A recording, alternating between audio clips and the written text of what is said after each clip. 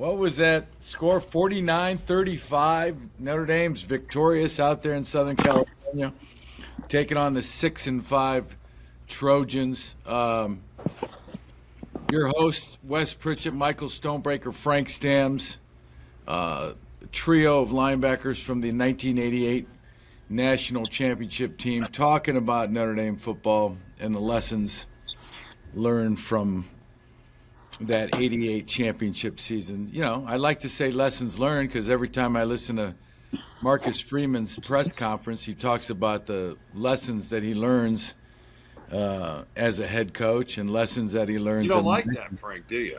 No, I do. In a way, I like it a lot because, you know, John Wooden says, you know, there are no mistakes in life, only lessons. And I think he's one of the greatest coaches ever. You know, he made a statement. He's in Pauley Pavilion with a bunch of sports writers, and they are looking up at the rafters at all those national championship teams. And they asked him, he said, Coach, what do you think about when you see all those national championship banners?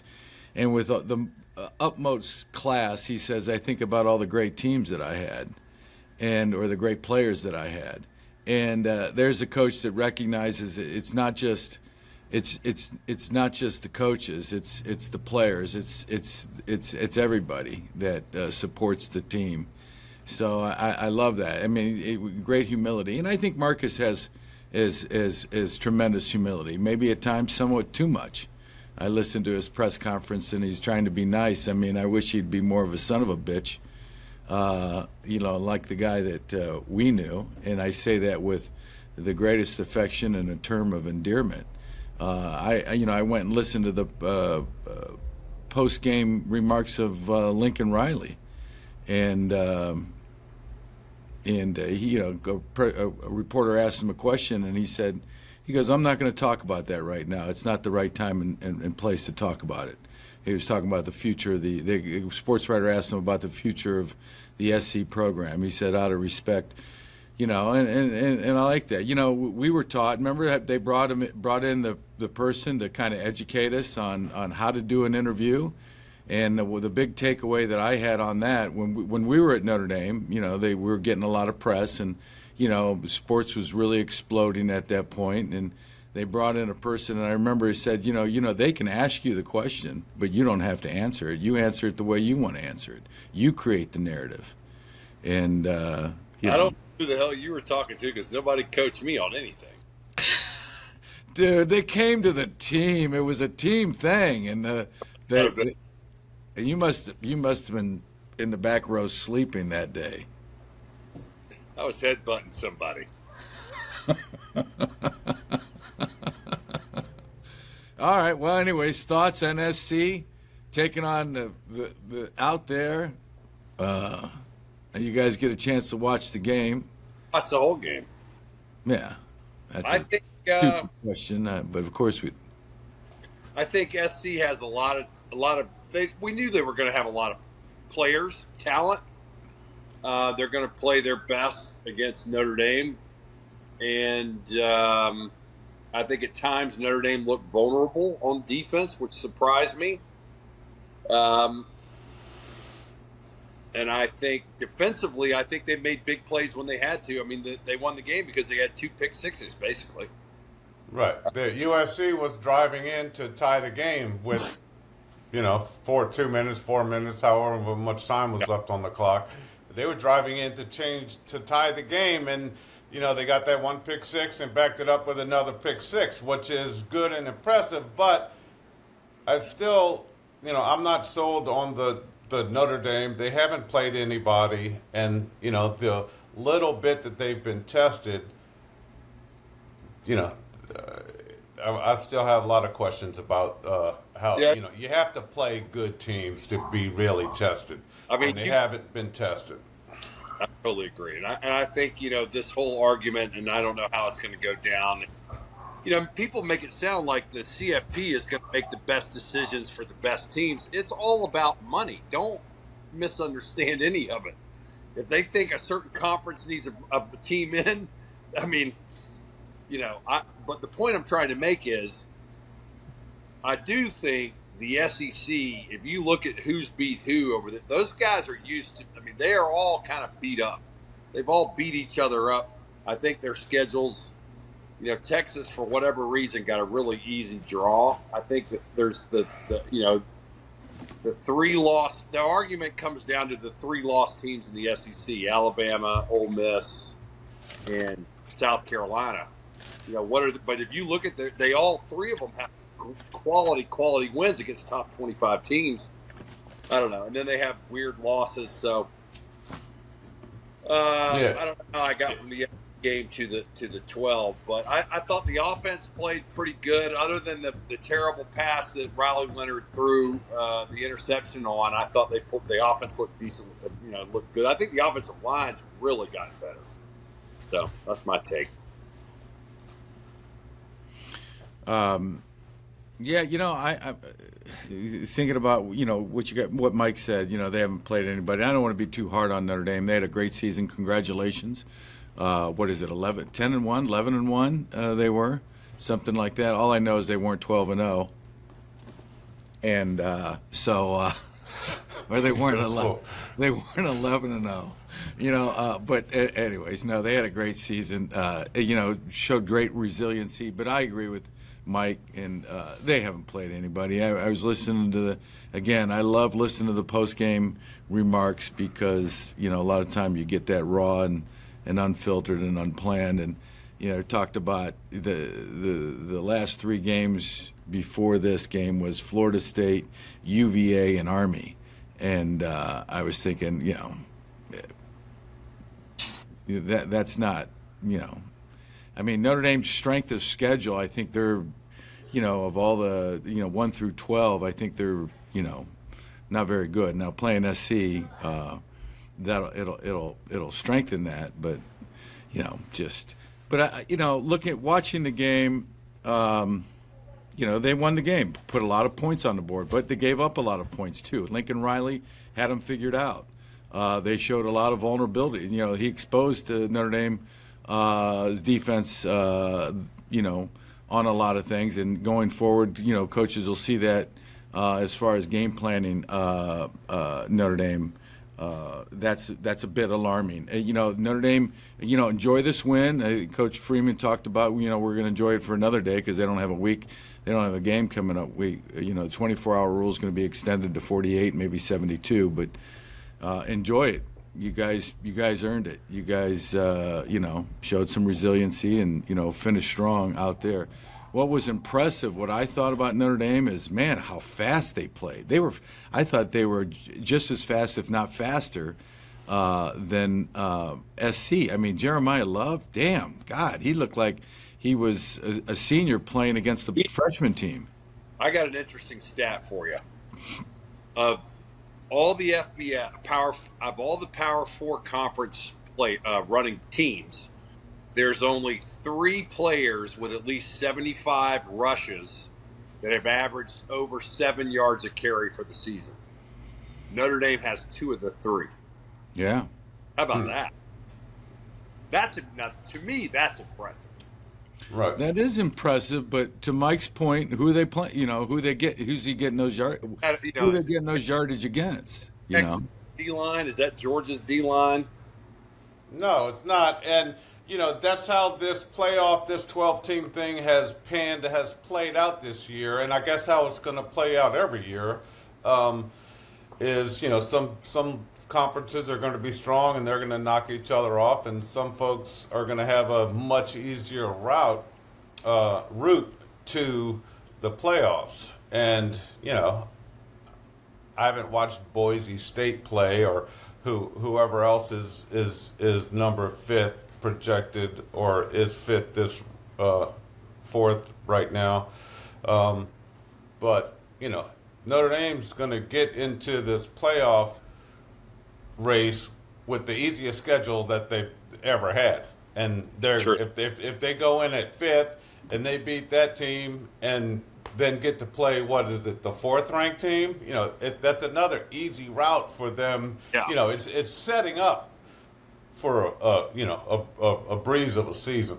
It seems like if they fit what I don't like about let's just go full on into the CFP because everybody's talking about it. I mean, no system is going to be perfect, right? Ever.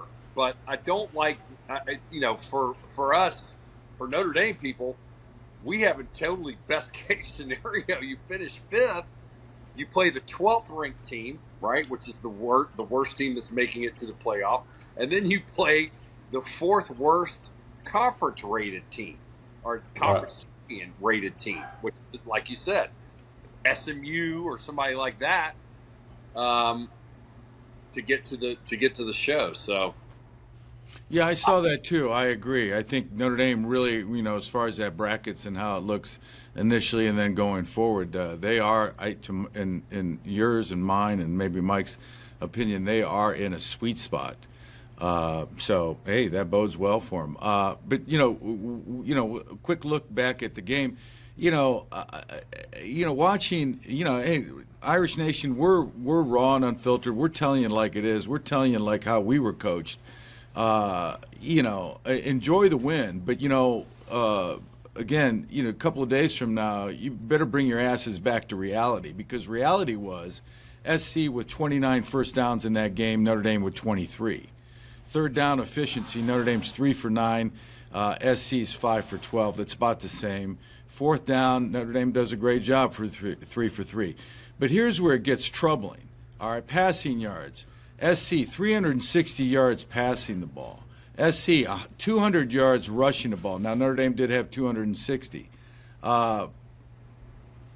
That's 500 offensive yards, right? 500 offensive yards. Yards per play, 7.2 versus, I think, Notre Dame 7.1. And this is a talented team, but this is a 6-5 team. That's bit, by the way, that led every single game in the fourth quarter.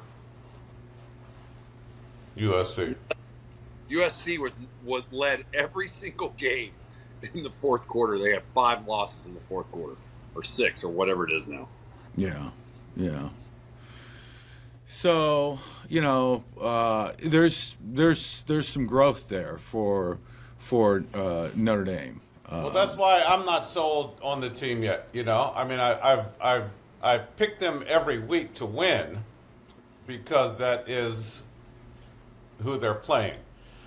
I hate to say this, but back in 1988 is the last time Notre Dame won a national championship.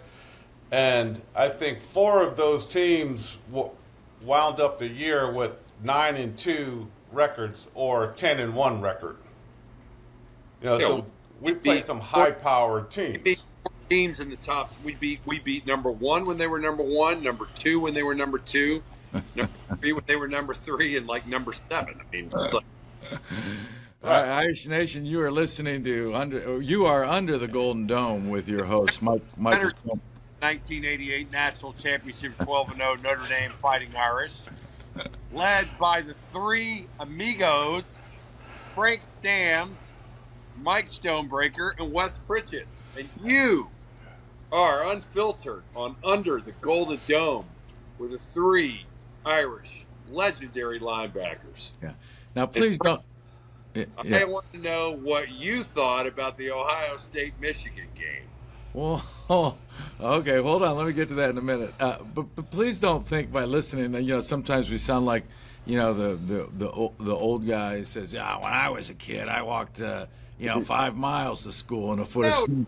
Frank, what I'm saying is 100% true and accurate. And if you watch the games, it's exactly right. They haven't played anybody. They've had a soft schedule, and I'm not 100% sold that they're going to power through somebody. And that's what I'm waiting to see, because they haven't had to do it. No, I'm with you, man. But I'm just cautious in today's world. Everything's is roses and candies and nuts and all that shit.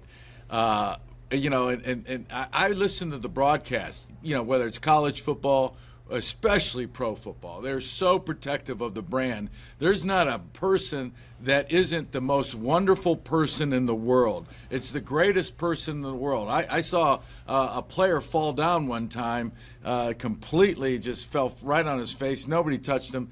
I don't know. They made a comment about something, was unfortunate. Where in the world is the accountability or I saw criticism? I saw a guy in the SC game. The cornerback fell down. The USC receiver caught the ball, I think maybe for a touchdown, and the announcer said that the defensive back did everything he could. Right. And Right. the defensive back did not do everything he could. He fell down, and the other guy caught the ball. Right. I mean, and it's just such in a lot of ways, it's just so much show business anymore. And I worry that, and we all know this, these kids, need a layer of skin on them where to come in and just get their ass chewed, because that's what makes you better. That was Saban's formula down there at Alabama. That was Holtz's formula at Notre Dame. I was talking to Dave Robinson. I think I mentioned this on the podcast. He's a Hall of Famer, played on the second or third Lombardi team there with the Packers. He said Lombardi would come in after they would win. The guy had a great game, player of the game, huge win, and Lombardi would just bring him back down to reality like nobody's business. And he kept you from getting that, sense of like, well, I'm fine, and I don't need to improve, or I don't need to keep that edge. And that's what that's what we're talking about here. That we want them to keep that edge. We want them to walk in every day and say, God damn it, I got a lot. In order to get to the national championship. And this team does have, I think this team has national championship potential. I think they can get there. But damn it, they're going to need to be, a little, they're going to need some improvement for sure. Here's the thing. You can't change the kids can't change the schedule. The coaches can't change the schedule. Did they shit the bed after beating Texas A&M? 100%, lose to NIU. I will say, though, they have gotten better every single week. And Marcus Freeman has talked about the attitude of the kids and how they bought in and how they do seem to have a very good attitude. I don't think they're reading their headlines. I think they seem to be a little bit more on a mission. Whether or not they've been tested, like Mike said, I don't know. I can't. I go back and forth on it because I'm down here watching. Like I was at the Georgia Tech game this weekend. I mean, that was the most unbelievable football game I've ever seen. And so Georgia Tech is kind of right now. I mean, I think they're on the rise. They're a middle of the road ACC team, and they beat the dog. They outplayed Georgia. So I don't know. And really didn't know how to finish the game. They did. And that's Right. a lesson that you have to learn. They won the battle and lost the war. There's no doubt about it. But my point is, and I love that guy Brett Key. He's the head coach at Georgia Tech, man. He's just an old school offensive lineman, no bullshit, and he doesn't like Georgia. And those kids showed up and played. But the point I'm trying to make out of all of this is not to blow up Georgia Tech. Is Georgia really that good? Is the SEC really as good as they've been in the past? I mean, are they beating each other up, or are they really just not as good as they've been? I don't know the answer to that. I have really no idea. And so I think it's going to be really interesting to see, how does Michigan beat Ohio State? I mean, Michigan's looked terrible all year. I think it's really interesting to see when these games, what's cool about these games is you're going to have teams that have not traditionally played each other.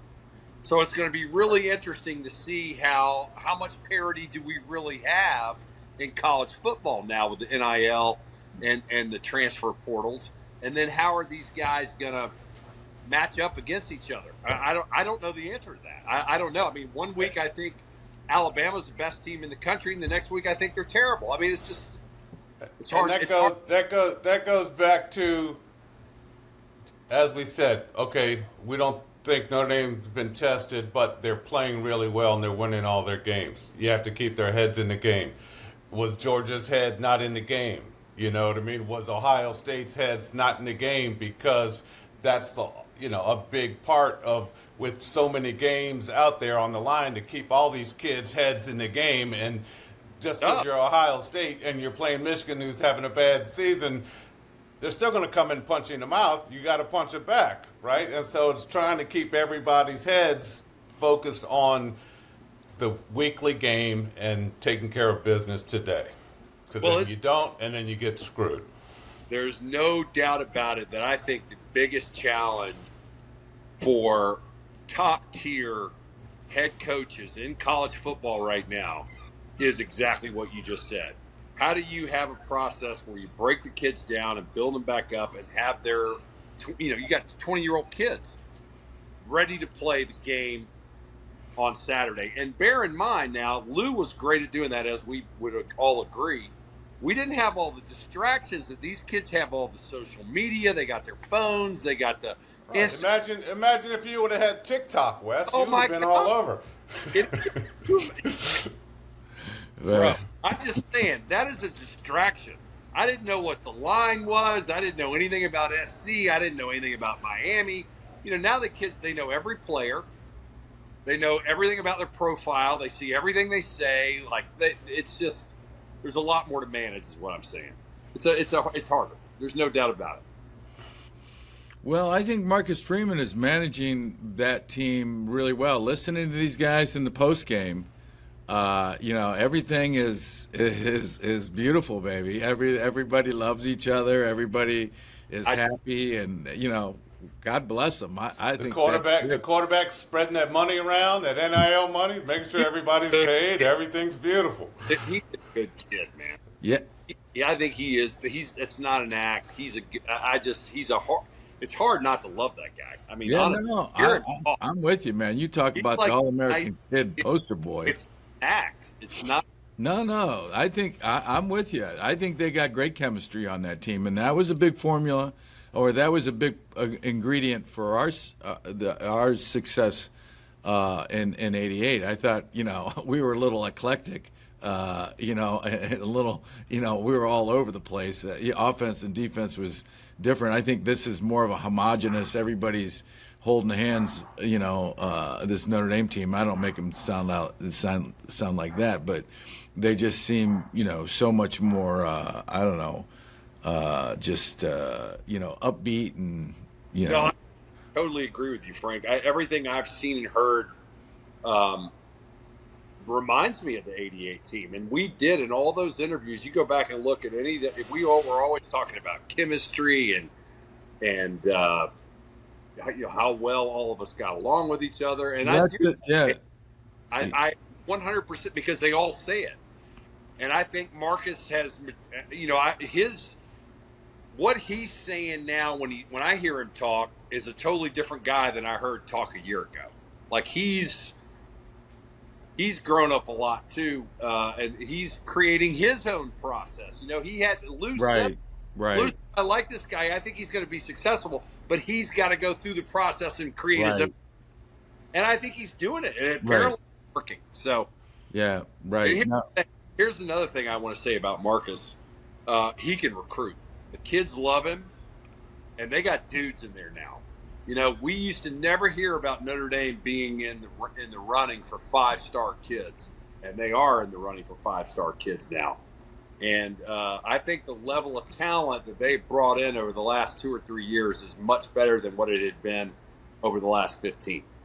What do you think? I mean, you can look at the dudes they run in and out on defense. They got two sets of linemen. They got linebackers coming in there. I mean, they got a lot of really good players. Well, let's talk about that personnel. Let's start with the offense. Let's start with the guy handling the ball a ton, Riley Leonard. Is he the guy? Can he take him to the net? Not just the national championship game, but can he win? Is he capable of winning the quarterback of the national championship team? 2 more games? Yeah, I think he can do it for 2 more games. What do you mean 2 more games? Like to get to the national championship, I think they got to play they got to win 4 games. Or they got to play. 4 more games? Yeah, I think he can win 4 more games. They got to win 4 more games. Yeah, they got to win 4 games to win. Yeah, 4 the guy's games. good, man. Look, he can't. He won't throw it over the middle, but he can run the ball really well, and sometimes he makes a good pass downfield. And you know, Here's my honest interpretation for 1 more game, he'll be really good. of the Notre Dame offense. So, and I was listening again in the post conference. They were talking about 84 days, 84 days, 84 days. I'm like, what's 84 days? Well, 84 days is how many days it's been since NIU. And he talks about, sometimes, Marcus says, sometimes you got to lose to, be, what you want to be. And I'm glad he put in there sometimes because, I could just see Lou Holtz just losing his mind by saying, you got to lose to be what you want to be. And, that's not, I don't agree with that. But sometimes, yeah, you got to get your hair messed up, and somebody get your attention. I certainly think they got Notre Dame's attention coming out of the NIU game. And to Wes's point, yeah, man, they've gotten better. But I tell you, I think they lack a little bit of that nastiness that they're going to need if they go play Georgia or if they go play, who else, Texas, or, and I think, don't get me wrong, I think they can be just as nasty. That offensive line, I think the offensive line is championship caliber. I think Riley Leonard can win a national championship. With those 2 running backs, he can win a national championship. Those 2 running backs, and you mentioned that stat earlier. Those 2 running backs are probably the 2 of the best in college football. Did you see that? Did you see that run he made where he hurdled that dude down the sidelines? It's unbelievable. And they were just out. They were blowing right by SC. I looked at SC in the fourth quarter of that game. SC quit. They quit. I think part of me says they quit. Now, I'll get right to the point. The defensive backs, they put 35 up, and without the turnovers, but I don't want to say without but they put 35 up. They exposed Notre Dame, in the passing game, and I think Notre Dame can, maybe it's just a one-off because they looked really good against A&M in the first game of the year. That secondary play though, Alabama doesn't throw the ball great. Georgia's not as good as they've been on offense. I think the Notre Dame. There's really think about it. What team does Notre Dame have no chance against? I think the team that would be the biggest problem for Notre Dame would be Oregon, because they really spread the ball out and get it out on the sidelines. If you want to run the ball and be like physical and all that, I think Notre Dame can handle any of those teams physically. SC was the best team talent-wise and scheme-wise, to get the ball down the field and out and get the ball out fast and kind of expose our guys. So what other team in the top 12 is really like that? There's only, to me, I think only Oregon's really. Ohio State's not like that. Georgia's not really like that. I don't know. I don't think they're like when Notre Dame played Alabama in 2000 and whatever that was, when we were down in Miami, 13 or 14. That Alabama team was the best, was clearly better than every other team in college that year. There's not a team to me out there right now that I get that sensation that they're just unbeatable. No, I agree. What do you? I agree too. That's why,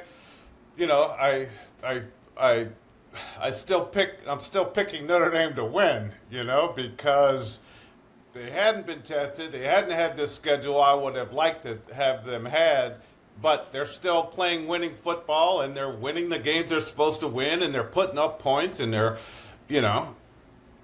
doing what they're supposed to be doing. Now, let's go back to, was that Jeremy Love, number 4, who hurdled that guy? Yeah, Jeremiah Love. Jeremiah Love, in my mind, I'm like, I wish he would have hurdled me and I would have hit him so freaking hard it would have blown his ribs out or something like that. I don't know how as a defensive guy, man, you're gonna, defensive back going there putting his head down trying to make a I tackle. don't understand that Well, either. it all happens. Yeah. They don't tackle anymore. They don't tackle in practice. I mean, it goes back. See what you hit. It's not like when we played, guys. I mean, have you ever seen the neck roll and the shoulder pads that I wore when I was playing inside line? You see the linebackers now; they barely even wear shoulder pads. Dude, when a guy, right. When a guy can, when a guy can hurdle you, I mean, that is so poor football tackling technique. It's just I can't even begin to go where that is. I mean, a lot now. That's a thing. Well, that's the thing. Nobody these. I mean, Yeah, the DBs. tackling. I don't know. Do they even coach tackling anymore? I don't know. All the DBs in the open field don't want to hit anybody, and they go down low at their feet and they're jumping them. It's Right. It's Yeah. all right. So time out. Yeah, sure. We said we were going to talk about it, and I think this is open for discussion. I want to bring up a topic. I want to talk about the rivalry weekends, and I want to talk about, and we can get into the specific games, but I want to talk about the fights and all this stuff that's happening. Did you see my text? And all that. Did you see my text? Yes, I did. Real, I agree 100%. Thank you, Mike. I thought you would. That would resonate with you. Real fights, real hatred, real contempt, real disdain for the other team. Fights begin before the game. They're not after the game. It's before the game. And, the rest are just amateurs, sore losers. No class fighting after the game. No class fighting after the game. Exactly right. But I listen, man. If I'm watching that Ohio State game, if some school that I played that just beat us in our stadium, hey, shake my hand. We lost the game, but you come plant a flag in the middle. Yeah, you deserve to get your ass beat. 100%. Guess 100%. what? And I'm like, you should have beat me during the game. You're trying to beat me up to fight after the game. Where you're during the game? I'm going to plant my flag wherever I want to plant my flag because I just beat your ass. Go back in the locker room, get dressed, and go home. This is my stadium. I beat you. No way. If a Cal had beaten Notre Dame and they were going to put the flag in the middle of the field, no way. No, I agree with what you're saying. Probably. Yeah, I mean this whole flag plant, and it happened not just. And I think of all the brawls, of all the brawls, I think Ohio State Michigan was the best. I mean, it even got the cops involved. The cops were pepper spraying Sides. They were pepper spraying the players. And I asked my son, who goes to Ohio State, I said, dude, did they just pepper spray did the Ohio cops just pepper spray the Michigan players? He goes, no, they were pepper spraying everybody. And I was glad to hear that, But, at that point, it is a police action. You got 100 guys, you got 200 guys fighting each other. All way 220 or over, Right. Could have gotten sideways fast. Oh. So why are all these kids like why are they all fighting? Like everybody was doing it. Like everybody was fighting. Everybody. The Auburn-Alabama game had fights. Somebody was saying that BYU. Who did they play? Their last game beat the BYU. There was like five games that had big fights. Interestingly enough, however, the Georgia Tech game did not. And they hate each Yeah, other I'll the tell you most. why. Because there's so much shit talking that goes on all the time. There's so much celebration that goes on all the time. There's so much. Yeah. It's all taunting. Everybody's freaking taunting everybody on Guess every what? play. If you're tackling them and punching them in the mouth when you're tackling them, the offensive guy can't get up and go first down. I mean, Yeah, but the defensive guy's standing over top of him, straddling Yeah. his face Yeah, and you saying, can't do "Dude, that. look what I just did to you." That's when the shit breaks out.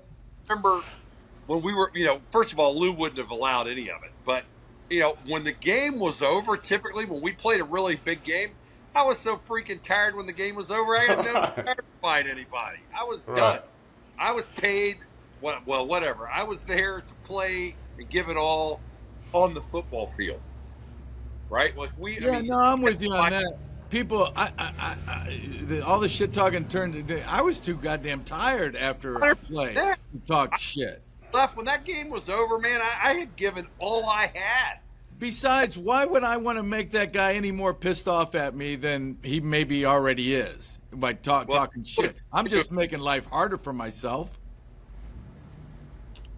Right? Well, can we just, I have to have some time on the clock talking about Ohio State losing to Michigan because I think I hate Ohio State more than Michigan. Well, why do you hate Ohio State so much? Well, because I've had the pleasure of being in the stadium when Notre Dame played Ohio State now twice. And it's the only 2 times I've had altercations in my life in a stadium. Really? Tell me what happened. Absolute worst fans in the world. They can be rough. The worst. Obnoxious, drunk, raucous. I got no bid for the Ohio State fans. And I'll tell you who's right up there with them, the LSU. Were you guys together when Notre Dame played in the Sugar Bowl that time? Wait a sec. I want to go back to the Ohio State. Stay on track. I'll tell you about it. So I take my whole family to the Ohio State game. Was it last year when we played Ohio State? But that was at Notre Dame. Yeah, at Notre Dame. I got my 3 boys, my fiance, and her parents. We're sitting up in the nosebleeds. And there's this Ohio State fan that's out of his mind, okay? And he's all of a sudden he's just obnoxious. Like I'm just like, okay, don't do anything. All of a sudden, he stands up and starts screaming at my youngest kid, like profanities and shit. So that did not go over well for him. I went over there to grab the guy, and I was like, basically, I'm going to kill you. And then everybody's like, calm down. I said, okay, fine. I'll go get the usher. The usher comes up. And everybody's like, he's got bottles of booze everywhere. He's drunk. I'm like, dude, you just need to get him out of here. They wouldn't kick him out. Anyway, he ended up passing out for the whole game. But oh, well, if he passed out, he's fair game. Dude, listen. You guys know this. If you pass out, like back in the day, if you were at a party, you went to bed early, you passed out, then bam, it's all, you got stuff put in your nose, you got stuff wiped on your face. Once he passed out, you guys should have totally abused him. Well, we didn't because I was, like I said, with a big. That's illegal. I don't like Ohio State. And when I was there before, remember, Cappy, who used to run Notre Dame Stadium for years. I don't know if you guys Cappy. Give me the old pepper. Give me the old pepper. Listen, for 50 years. And he said the only time they've ever had to make a makeshift jail at Notre Dame Stadium was when Ohio State played at Notre Dame. Yeah, man, they can be brutal. They can be brutal. And it's not a friendly environment. But so why Ohio State, and everybody's scratching their head here. Everybody's scratching their head. Nobody can figure it out. He's 47-1 days, 47-1 versus the rest of the Big Ten, and 1-4 against Ohio State, or against Michigan.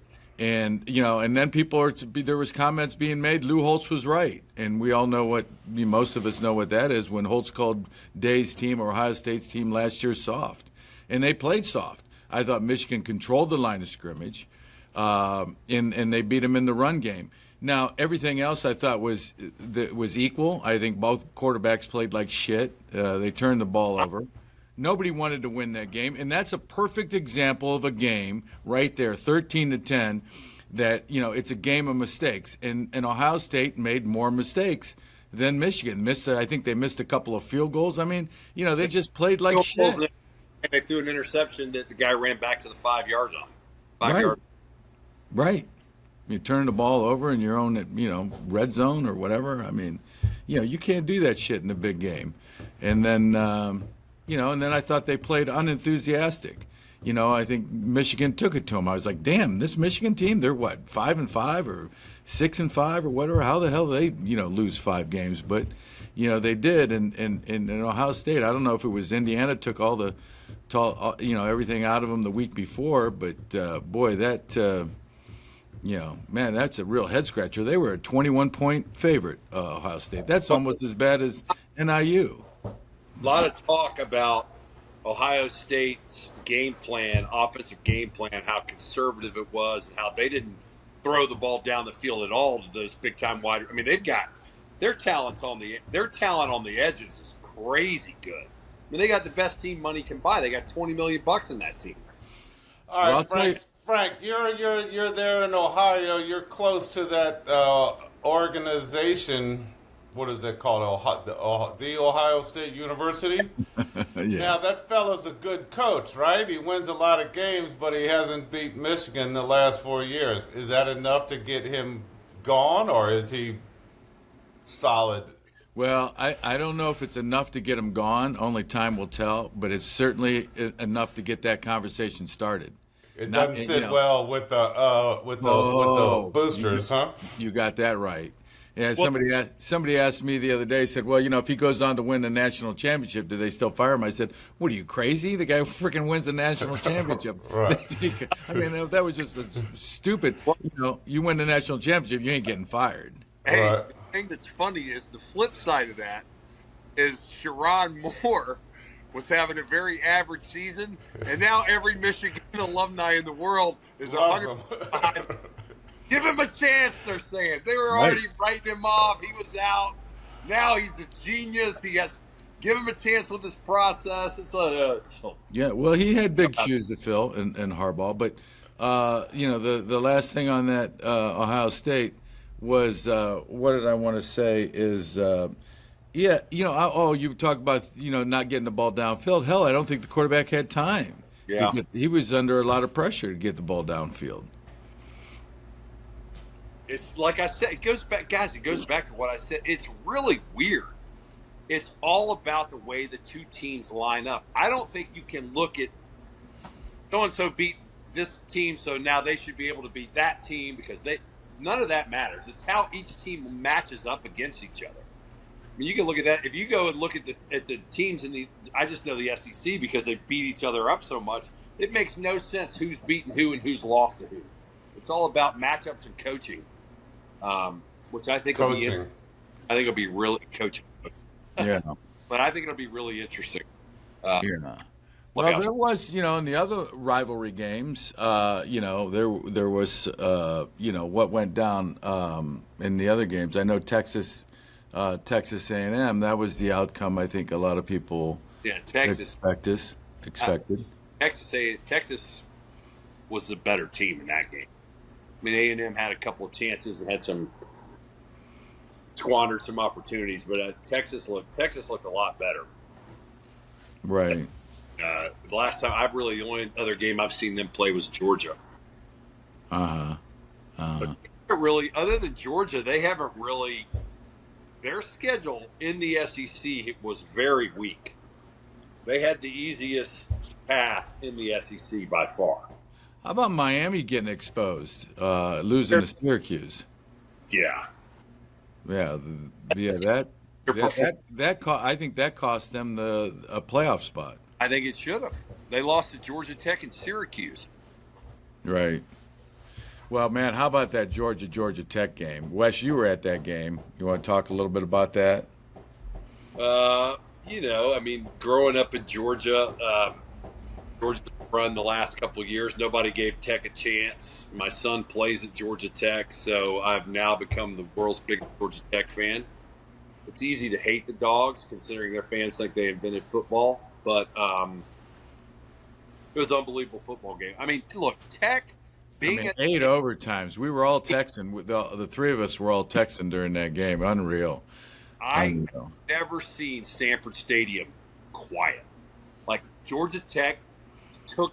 You talk about. We always talk about come out fighting with your chin straps buckled. I mean, bro, they came out. They should went in 17-0 at halftime, and it should have been 24-27. They missed a field goal and turned the ball over in the red zone. They were taking it to them, man. They were taking it to them. They had the game. It was their game. They dominated the whole game. You don't know who we are. That was what Brett Key. I just got goosebumps. He kept saying that to the team. I saw the highlights before the game or after. They don't know who we are. They don't know who you are. I was like, oh my God. Let's The last go. 4 minutes, man, they Disintegrated. Well, shit the bed, man. they had the game. Well, there was two. The fourth down call in the end zone. I was sitting right there. They called pass interference on Georgia Tech. Supposedly that ball got tipped, so that would have been. That was a touchdown. And it was a questionable pass interference. On top, but if the ball got tipped, you can't call PI, right? Right. But it was like you texted me. I said I wouldn't have called pass interference on that play. Right. I I found out later that the ball got tipped. All right, so all the Georgia Tech people are going crazy about this stuff. Then the play that there was 2 minutes left in the game. Tech's up by a touchdown. They got the ball. It's 3rd and 1, and they run that play, and the kid comes flying in, and King fumbles the ball. Well, apparently that should have been targeting. I don't know if you've seen the video, but he hits him with the crown of the helmet. Anyway, they fumble and give him the ball back on the 25-yard line. But if he gets the first down right there, or they call targeting, it's over. Yeah. Yeah, and then they had opportunities though in overtime. Tech, I thought Georgia Tech's offensive play calling on the 2-point plays was terrible. But yeah, well, they both were on both sides because they went through 7 or 8. You know what I mean? They kept matching each other. They were both, and I guess they was probably hard to. If that quarterback would have given the ball one time, you know what I mean? Well, let me just talk about Haynes King for a second because Lawson, my oldest son's become friends. Not good friends with him. He lives in the next room, pod over from my son. And every time I see that kid, I've met him 3 or 4 times. He goes out of his way to come up, shake my hand, and to say hello and ask me how I'm doing. He is and I'm going to tell you, you talk about a tough kid. If you go back and watch that game, they were killing him. I don't know. There were 4 or 5 plays in that game that I was like, oh my God, he's out. And by the way, he was playing with a hurt shoulder. My son said he couldn't even throw the ball in practice. That's how, and he would refuse to not play. So, all right, let's get back to the Notre Dame game, Notre Dame team. And I'm looking, I Googled strength of schedule, and you're not going to believe this. Notre Dame is 57th in FBS strength of schedule, and they're one. You know who's 56? Are the Akron Zips. 55 strength of schedule. 55 is Miami Hurricanes. What's Notre Dame? They're 57, and Akron Zips are 56. The top team is Mississippi State Bulldogs and Kentucky. Georgia is 3rd. Oklahoma Sooner, Florida Gators, Purdue Boilermakers, Michigan. Yeah, interesting. As far as the strength of schedule, but where's Alabama on there? Alabama is, Ohio State is 26. I'm looking for Alabama. Hell, they're not showing up anywhere here.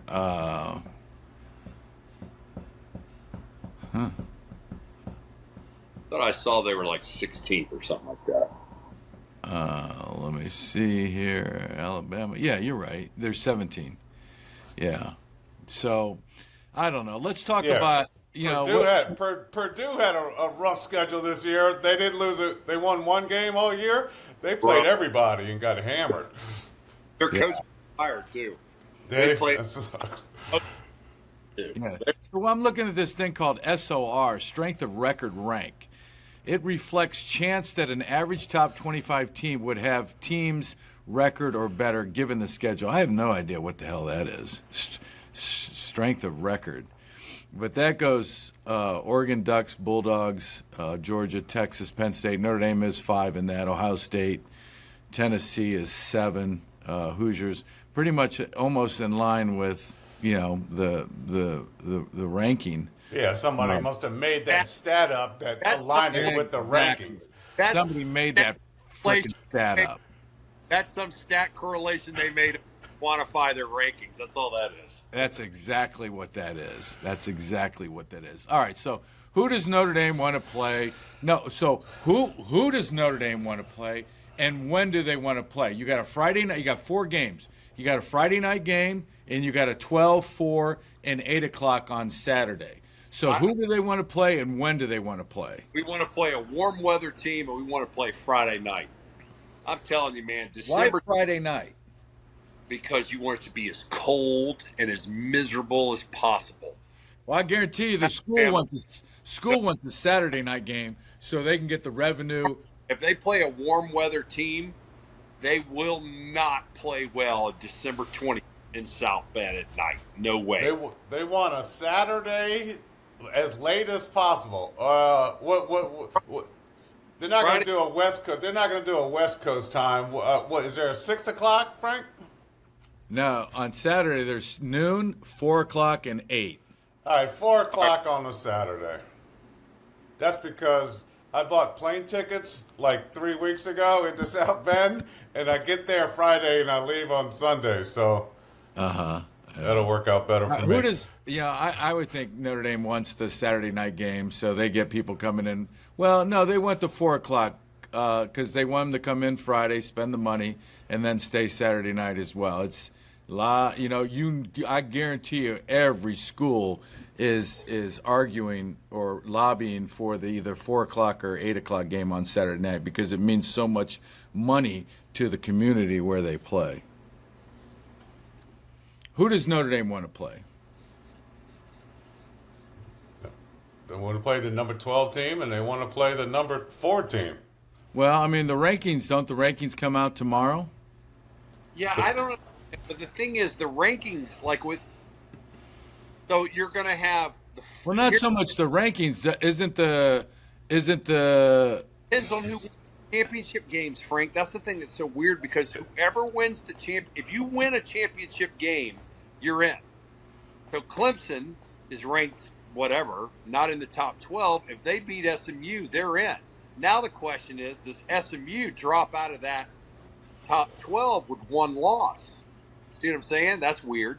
Then you got Georgia with 2 losses. If they lose to Texas, what happens to them? And then you've got what are the other games? You got Oregon and Penn State. What happens if Penn State loses to Oregon? Where do they drop? I mean, I think what they should do is get rid of the championship games altogether, and just seed the teams that play. But apparently, everybody said, "Well, it's all a money grab." So when in doubt, remember the answer is always money. Yeah, right. Exactly. No, I'm with you. They need to eliminate those conference championship games. I mean, that's so Notre Dame's looking at a 16-game schedule to win the national championship. You play a conference game, now it's 17 games. That's freaking ridiculous. And guess what? if any, They're getting paid like professionals, so they could play a 17-game season. Here's the thing. That's true. Wait a minute. They're not actually, because Notre Dame is in a lot. Notre Dame, because they're not in a conference, the 4 conference winners skip the first game. So they're all playing the same amount of games. Oh, Right. I They get follow to buy, right? Right. Well, I'd like to see, Notre Dame play, SMU. I think that'd be great if they can get an SMU game. So, Boise State. huh? Boise State. Yeah, Boise State. Yeah, that I don't know. They're kind of a sleeper. They play pretty good football out there.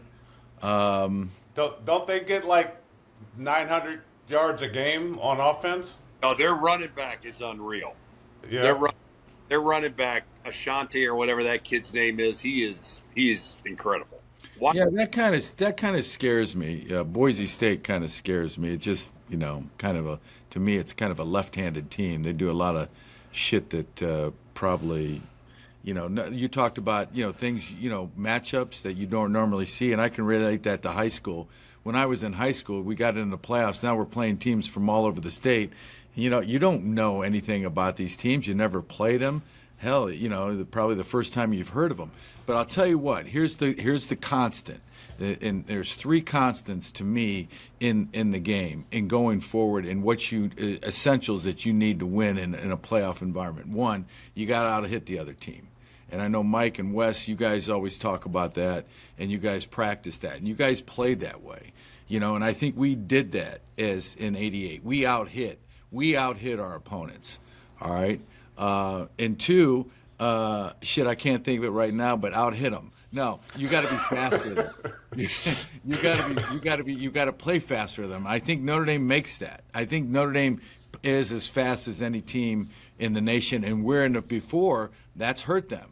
They didn't have that kind of speed to play with Clemson and play with Alabama. You were saying, Wes? No, I said 100%. I totally agree with you, and I think it goes back to. I also think physically, like our offense, I feel like our defensive line just got pushed around in years gone by when we got to the big games, and it doesn't feel like that's going to happen this year. I think we match physically. I think we've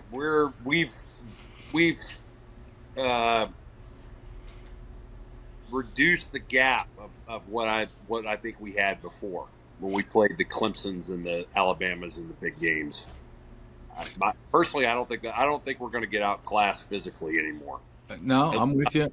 I think I got a buddy who went to SC that texted me after the game. He said, Jesus Christ, that offensive line of yours is huge, and those guys are playing well. So I think they've got the talent, they've got the toughness, they've got the speed. The last one is are you going to be prepared? And I'm talking about coaching.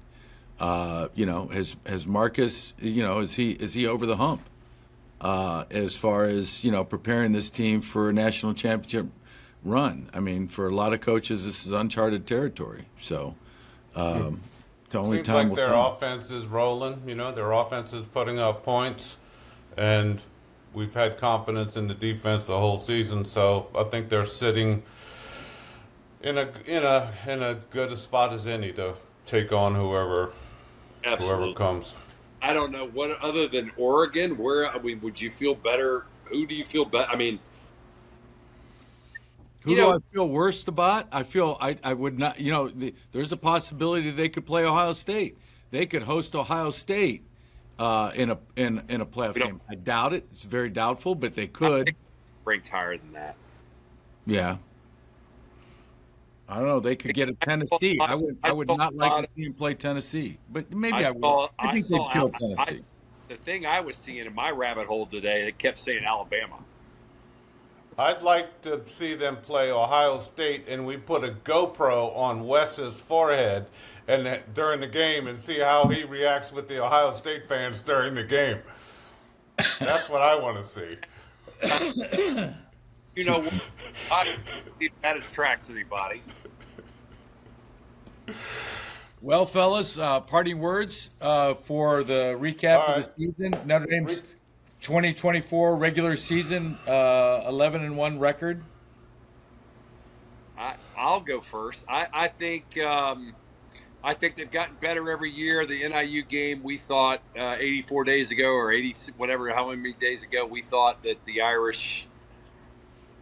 I don't think all the three of us thought that they would be where they are today. I mean, they seem to be getting better every week. They're gaining confidence. Defense has gotten better. Offense has gotten better. They've stayed relatively healthy, which I think is kind of a big deal too. So, I mean, I'm as confident as I've been in 30 years about Notre Dame's at least opportunity to potentially go the whole way. So that's what I think. Yep. After the NIU game, or the comments around after the Texas A&M game was Notre Dame had it to the playoffs because their schedule's so easy. And then they lost the NIU game, and then they couldn't do anything because their schedule was so easy. And the course of the season, we've had a lot of one-loss and two-loss teams around the country, and it kind of changed everything. What is this conference called? This playoff conference is set up well for the playoff. it's set up well for the NCAA, and they've got a lot more eyes on football at the end of the season. Notre Dame's been consistent. They beat the teams that they're supposed to beat. They put up a lot of points. They left a lot, defense played well, kept a lot of points off the board, and they're in just as good a position as anybody else. All right, 30,000-foot view. My take. Congratulations, Marcus Freeman. You're Fighting Irish. You guys you had a great season. I mean, you had a great season. You haven't had the season, but you had a great season. You rebounded well from Northern Illinois, and you did what you had to do to get into the playoffs. You ran the table, and you guys got better every week. You are a national champion. You got national championship potential, but the only way that's going to come to fruition if you keep working your ass off and know that you can be beat, and play with a little fear, play with a little, like you say, Marcus Freeman, play with a little sense of urgency about yourself, play with a little panic.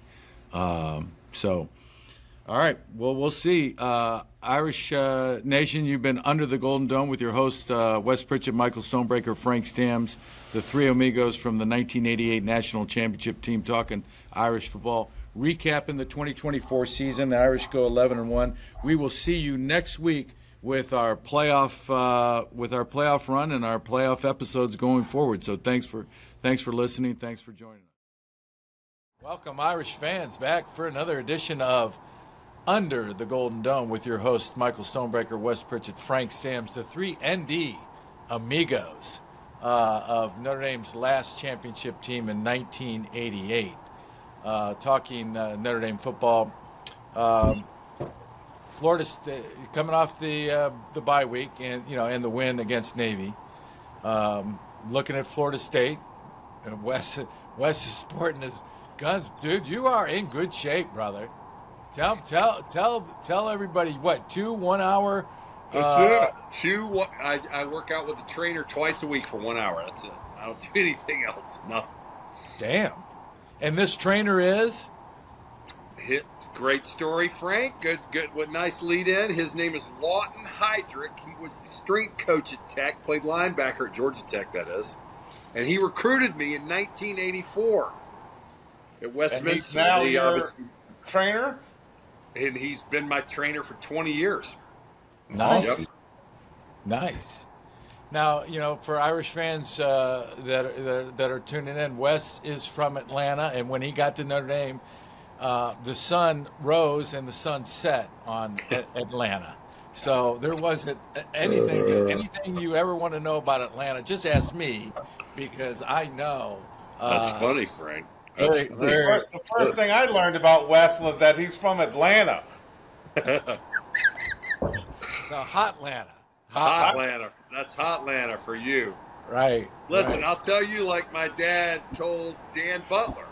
Say, well, we got a very nice country club. We got a nice country. I don't know, but your game doesn't look that good. I think the public course would be nice for you. The public course, not necessarily the private course. Dude, your parents, Ken and Elise, were the quintessential Southern couple. Oh, they were. And Stoney, you may know this story. I'm sure you've heard it. Is spring break? It would have been 1986. Spring break. You and some guys, and I was supposed to be in that car, but I was in a hospital bed getting surgery the next day. Traveled to Florida for spring break and made a pit stop in Atlanta. And I'll crash at your place, and your parents were so excited to have the boys there. Yes. And in the morning, this is the best. In the morning, they're trying to. You got limited time with the guys because they got to get back on the road. Who was on that trip? Do you remember? Well, there's two different trips. There was one particular trip. The older guys were coming back from Florida. So it was Plants, Scannell, maybe Johnny Askin. There was like all the offensive linemen. Sean Heffern, maybe. Right. And they called, and they were coming through Atlanta, and they stopped. So my mom had basically no time to get ready. and they showed up, and she cooked, this amazing Southern breakfast, homemade biscuits, eggs, bacon, grits, the whole 9 yards. So I think there was another trip. I don't know, Frank. We would always stop. The famous quote of all time. That was with Butler. That was a different trip. Okay, so Butler and the gang were on the trip. Dave Butler, linebacker, Toledo, Ohio, year ahead of us, Wes and I. So there are the guys are having breakfast, and Elise is cooking up the storm, and Elise and Ken are talking to the guys, and they're both talking at the same time. And finally, the story goes, Ken turns to Elise and says, "Mama, you do the cooking, and I'll do the talking." That's a fact. Dave Butler looked at me, and I said, my mom just turned around and started cooking. Different times, Frank. See, that back then, Frank. What they did was on the way down, they saved money on gas because they were going south, so it was downhill. Right. And then when they had to go back to South Bend, it was uphill the whole way, so it cost them more money. That's right. Right. Yeah. All right, Florida State's up next. The playoff picture keeps getting rosier and rosier and rosier as the weeks go by for Notre Dame. Notre Dame keeps getting better and better and better. But, my God, please, I was listening to Marcus Freeman talk in his pregame and how to prepare and how to guard against the success that you have and going in each week. And I want to tell them, first of all, don't call it success. It's not successful. You don't have a successful season until the end of the season. And either you're winning the national championship or you're in the top 5. I would consider that a successful season, or even the top 10. And I know Notre Dame's close there. But my point being is don't give any of the players any hint that what they've done so far is where you want to be. It's successful. Last week is over, and you haven't played this week, so you have not been successful this week. That's all you need to worry about. Yeah, Lou. You guys remember this? Lou was so good at that. Did he ever tell us we were successful, even after we won the national championship? I'm not sure he did. No, I think I saw him a month ago, and he told me that I still wasn't successful. Yeah, he did such a good job. I don't know. He was very good at keeping us focused, thinking that we weren't very good, not reading our press clippings, and staying on the task at hand. Which you're only as good as your is your next game. So, right. So Notre Dame's got. We said it a couple of weeks ago. If they win out, I think they've got no chance. They've got no problem getting into the playoff because they're already ranked inside the top 12. So but they got to stay focused and they got to be careful of a team like Florida State that's going to play, as hard as they can. But I don't think they're not playing very well. No, I appreciate what Marcus. I think we're on the same page with Marcus, but he's got to quit framing it like that. And I agree. And he's got to frame it like what Mike said: is the success. The success is short-lived. It's the 24-hour rule. But okay. But looking at Florida State, a lot of talent at Florida State. I always thought that their defensive linemen, were some of the best. We mentioned Deion going to Florida State. That's the kind of talent. Deion Sanders, that's the kind of talent they attract there. They've been struggling at the quarterback position due to injuries. And because of the merry-go-round of quarterbacks, they're completing the ball at a dismal, less than 50%, 49% completion rate, and that's just pathetic. Been sacked 30 times on the season. That gives me a lot of hope for Notre Dame's front four. Not really doing anything on the ground, not scoring a lot of points. Just the offensive production is horrible. But having said that, they're still dangerous. Yeah, they can put it together and they can come out and play hard. You're going to hope that the coaches get those guys prepared. It's always, big against Notre Dame, and so once again, we're going to see how the head coach did preparing this team after a bye to get them focused and not be reading their press clippings and focus on running the ball, passing the ball. Florida State's defense is giving up a lot of points. It's a good opportunity for our defense to shut them down and not give their quarterbacks any good looks and give them any confidence whatsoever.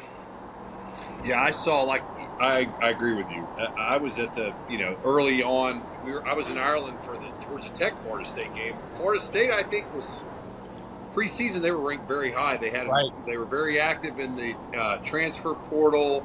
They got DJ, I don't know how to say his last name, Ungale, the quarterback in his 19th year. And then they end up losing to Georgia Tech, and it's been sort of downhill since then. They really have not had a very good year. We know they have a lot of talent, but I think it's what Mike said. Notre Dame needs to just be true to its who they are. I think they can absolutely dominate. They should dominate the line of scrimmage, run the ball down their throat, Riley Leonard sprinkle in some passes, and play good defense and not turn the ball over. Kind of the formula they've been using should. I would think it would work against Florida State. You never know. We'll see. It's a bye week, like you said. Will they show up and play? I don't know. Well, that was a real as you guys know, that was a real shocker over there in Ireland. Wes, you witnessed it firsthand. Florida State was a big favorite in that, and everybody left everybody scratching their head, thinking, "What just happened?" And I remember the next week, they come back and play Boston College, and thinking that, they'll rebound strong, and then they lose to Boston College the following week. So you begin to think that there's more cockroaches in that locker room than we think. I think so I don't know. I'm not close to the program. I'm not in the program. I don't know. I know that they're not living up to certainly their potential. But I will say this. Coming into this game, Notre Dame's perspective, and Mal Moore, and Wes, you knew Mal a lot better than me. I think Mal recruited you. Or no, he wasn't there. Was he there yet?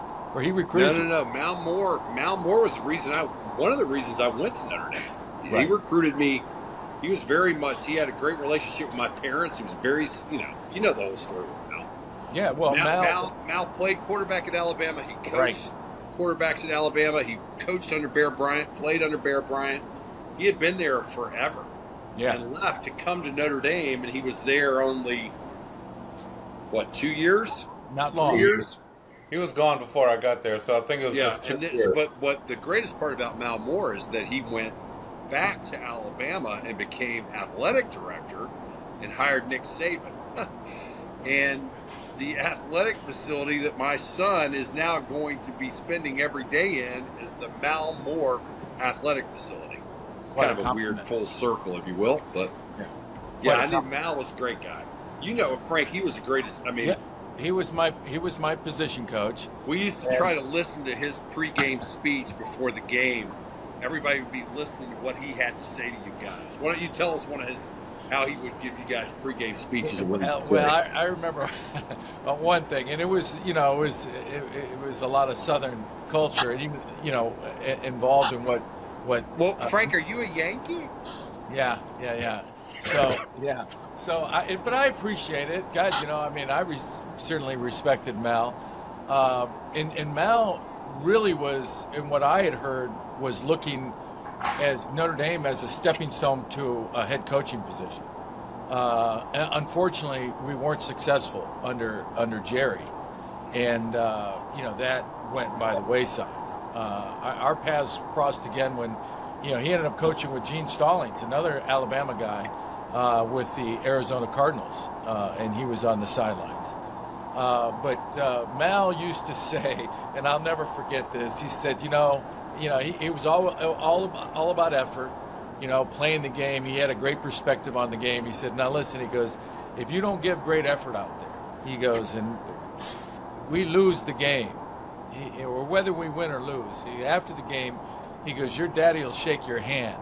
If you didn't give great effort, your daddy won't squeeze it." But if you did, he will squeeze your hand, something along those lines. And I thought, No, he was talking about how he'd look in your eye. I thought it was something about looking in your eye too.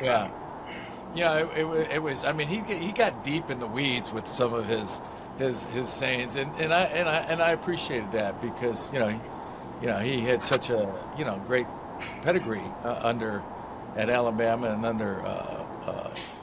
And now sometimes you get a little deep in your weeds with some of your. I get a little lost in the weeds, right? But he would always say this too, and this was one of his pregame speeches. He said, teams come into Notre Dame with a certain amount of doubt whether or not they can compete and they can win at Notre Dame, and that's that Notre Dame mystique. And he said if you let them hang around, and he said you don't play well and you give them that confidence early on, he goes, then going into the second half, they actually do think they can win the game. And I think this is a perfect game for that. If Notre Dame lines up and really dominates, gets their defense off the field on third down, which Marcus wants to do, they limit the penalties, don't have any turnovers, they execute on well, control the ball. If they, and when I say dominant, that's what I mean. Play a really good, sound, clean football first half and execute well, then Florida State will fold its tent in the second half, and it'll be a lot easier in the second half than it will be certainly if they don't. Remember, Lou used to always say that eventually they're going to flinch. And I think that's what will happen. I think if Notre Dame comes out and plays their game, doesn't have turnovers, plays fast, gets up, instills their will or whatever, forces their will upon them. I mean, right. You would like to see them, we talk about it every week, and you'd like to see them come out and punch them right in the mouth, on the opening drive. Either shut them down or run right down the field and get some points on the board, and start the game off that way to set a tone for the next 4 games here that we belong here and we're going to take this the rest of the way. No, you bring up a great point. This is a good chance because there's some still doubters out there. I don't know who's ranking the teams, if it's the sports writers, the other coaches, or it's the NCAA or whatever who determines getting in the playoffs. But they're talking. There's some question with that NIU loss. There's some question of whether or not Notre Dame should be in the Texas A&M loss this past weekend. Well, I was going to say that our best win by far had been Texas A&M, and they got smoked by South Carolina. That hurt a little bit. South Carolina looked good. Holy cow. South Carolina, their quarterback's been hurt. That guy, man, when he's healthy, they're as good as anybody. They really, if you go back and look, South Carolina, they got beat. Ole Miss beat them. They had a game that Ole Miss beat them pretty well. But Ole Miss is kicking the shit out of people. Yeah, they're good. They lost to Alabama by 2 points at Alabama, and they had LSU beat, and they called a pick 6 back, and they ended up losing by a couple points to LSU. But well, I'll tell you what I like about South Carolina, and I know they've got some players, but I'll tell you that coach, isn't it Frank Beamer's son there? Yeah. My son loved him, by the way. Yeah, absolutely loved him. Yeah, I got to meet. We spent some time with him. He's one of those guys that he's not full of shit. Like he's a real nice guy. He genuinely cares. Seriously. No, that's good. I like it. I mean, he was, of all the coaches, he was the only coach that came to my kid's school and went into his dorm room and sat with him in his dorm room and hung out with him. Nice. Kind of interesting. I don't know what that means. He really liked him. He just wasn't going to go to South Carolina. I wasn't going to let him. No, that's very interesting. And and really and Holtz ended up at South Carolina, and he takes that program in I think 2 or 3 years. Shit, he's beaten Ohio State in the bowl game, and that's, to me, that's what I'm saying is the head coach makes a difference.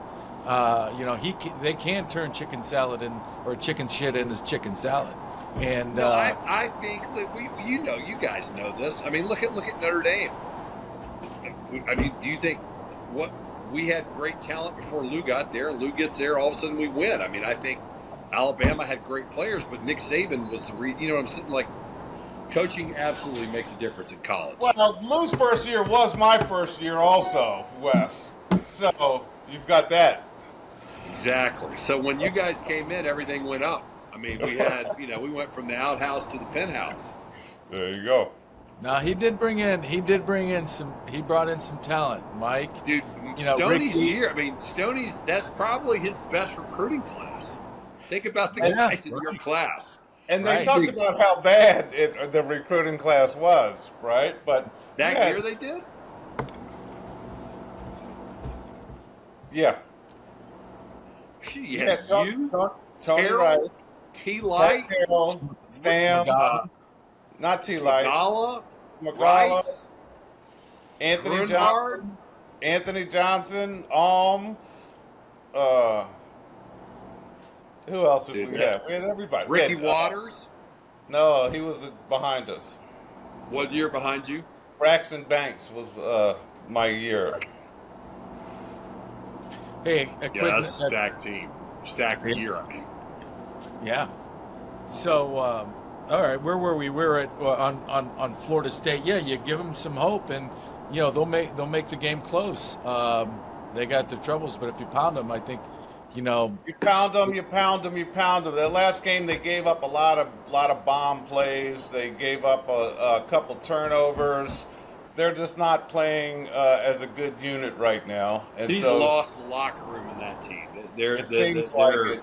Yeah, it seems like it. Then I think you're going to find that, I think, with a lot of teams, especially in this NIL era, that once the hope for a winning season is gone, they're still getting paid no matter what. So I think you're going to lose a lot of locker rooms. And I think they've made such a big deal now about the 12 team.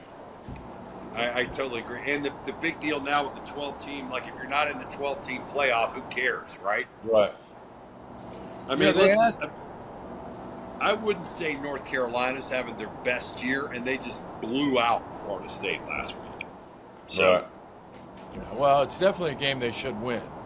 And getting back to the original thought there, this is an opportunity now for Notre Dame really to start pouring it on. They're like a 25-point favorite, and for these people that are ranking the teams and seeing who's going to be in the playoff, this is a perfect opportunity. This week, next week against Virginia, and the following week I forget who they have, but I do know they have Army left in Southern Cal. Is a perfect opportunity for Notre Dame to finish out strong and say, hey, yeah, we definitely belong in the playoff. And not only that, but get up there where you're ranked, 5 through 8, so that you can actually host a game. That would be really, really key. Yep, and keep putting those, 40 points on the scoreboard and have your defense out there keeping guys under 20 points, man, and you're dominating. If you can continue that streak and shut people down and impose your will on them, then no matter what the strength of the remaining teams are, it's going to put you in a good spot, and they're going to have to put Notre Dame in a at least number 5, right? They will be. Well, I mean, look, like you said, one team has scored over. Well, Northern Illinois scored 16 points. Nobody else has scored more than that except Louisville, 24. So we've been saying it all year. I think that the defense is really good, and they seem to be relatively healthy. Flying around, I think Al Golden's a very good coach, one of the best coordinators probably out there. And so the offense is gelling every week and getting better, not turning the ball over, and you're playing good defense. We got the guys too. I saw the game at Georgia Tech game. I was there. Notre Dame's. I've never seen Notre Dame substitute guys like that on defense. Their D line, the linebackers, they're absolutely 2 guys across playing in the games and playing and not going down from the first group to the second group. So I think we're deep. I think we've got the You know, guys. that's good depth, right? That's good camaraderie. You know, it's not just 11 guys out there. Everybody's contributing. Everybody's putting, you know, giving it an effort. Everybody gets credited for it. So it's good for the team. So when I look at Florida State's numbers, and I'm looking at them now, I mean, total points they're averaging per game is 14. That that's not strong. You know, they've total first downs 128. The rushing first downs are 42 versus the passing first downs at 76. You know, that says to me that they're playing behind the sticks a lot. They don't have a ground game. You know, if they're staying on the field on third down, which they're right now at 25%, which is dismal. If they're staying on the field at third down, it's through the pass. So Notre Dame certainly, you know, two things: wants to get that pass rush. You know, as far as remember we mentioned the 30 sacks. It'd be a great game for these guys to build some confidence, tee off, just lay their ears back and go. You know, win on first and second down, and then on third down, just really dominate both up front and then in the secondary. Jump the receiver. The receiver, I don't believe the quarterback's going to be playing with a lot of confidence. So, take some chances. And looking at the rest of it, as far as,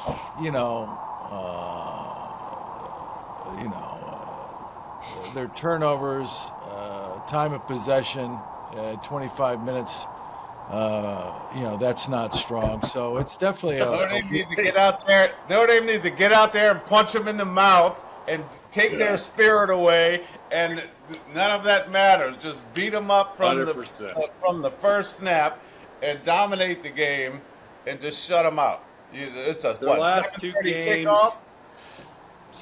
Their last two games, they lost to North Carolina 35-11 and Miami 36-14. Irish fans, you're under the Golden Dome with your hosts, Michael Stonebreaker, Wes Pritchett, Frank Stams, three Amigos linebackers from the '88 National Championship team, breaking down this year's 2024 Irish. I think it's a great setup for Notre Dame to have a big blowout again. I think it sets well. I think Notre Dame plays fast on defense. They're strong against the run. Those linebackers led by Kaiser, he can fly.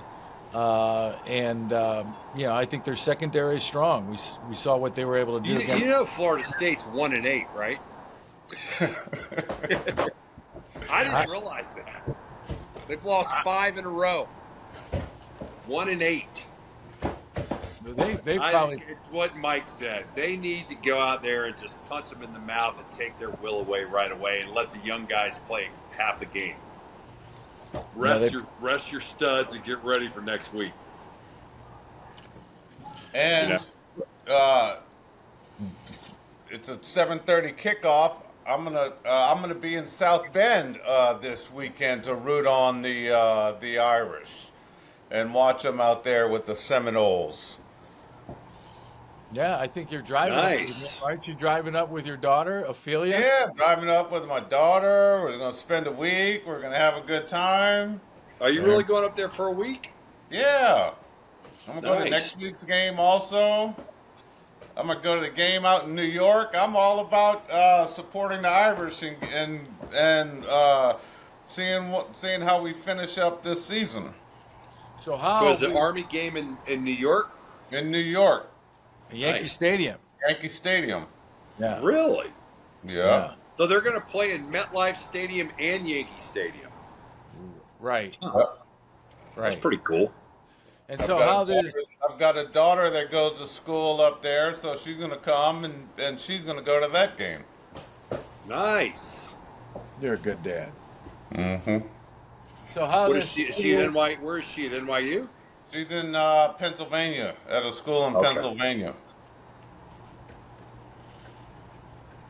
Tomato, New York, Pennsylvania. Yes. I don't want to give up where her location is. Well, you are watching under the Golden Dome. with Wes Pritchett, Frank Stams, and Mike Stonebreaker. 3, Notre Dame, Amigos, and All Americans. So, and the way the 88 Amigo linebackers want to give back to the cause in Notre Dame's NIL effort rally, and also Holtz's Heroes that we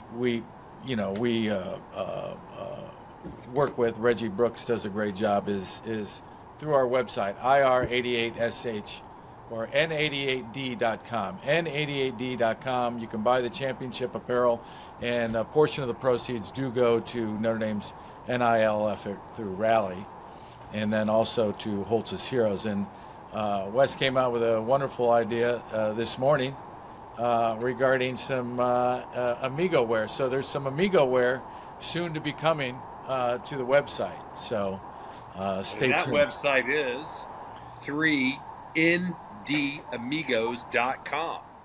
Okay. 3ndamigos.com coming soon. What did you say it was, Mike? I can't hear you. 3ndamigos coming soon. 3ndamigos.com.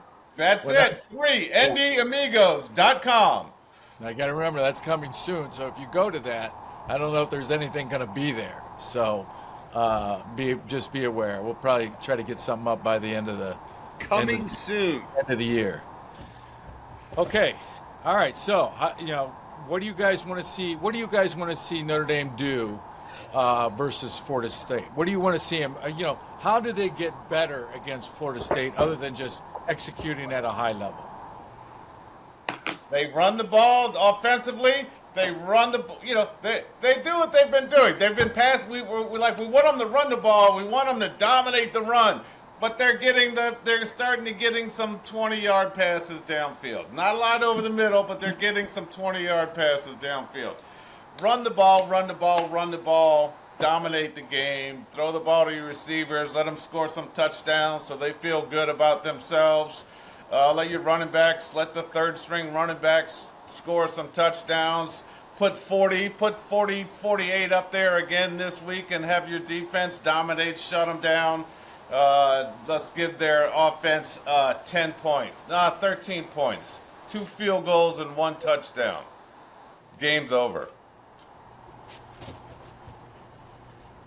Well, this reminds me of a situation after the Texas A&M game, Frank, where I started talking about the probability of Notre Dame. They had the highest probability of making the college football playoff at the time because of their schedule, and they beat Texas A&M, and we had gotten past the next game at hand.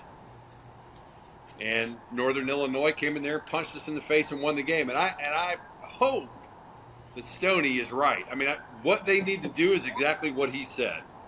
Now the question is the head coach going to get them prepared to play and come out there and punch them in the face and play hard and not have a lapse? So we'll see. I'm hopeful. Yeah, we will see. And, I look for him to do all the above. Protect the quarterback. I want to see Riley Leonard throw the ball with some more accuracy. He's getting, as Mike mentioned, he's getting better. Jeremiah Love, I think, is one of the premier running backs in college football, averaging almost 7 yards a carry. I think at this time, I want to see that offensive line and the defensive line start coming together more, limit the number of sacks against Florida State, if any, or pressures.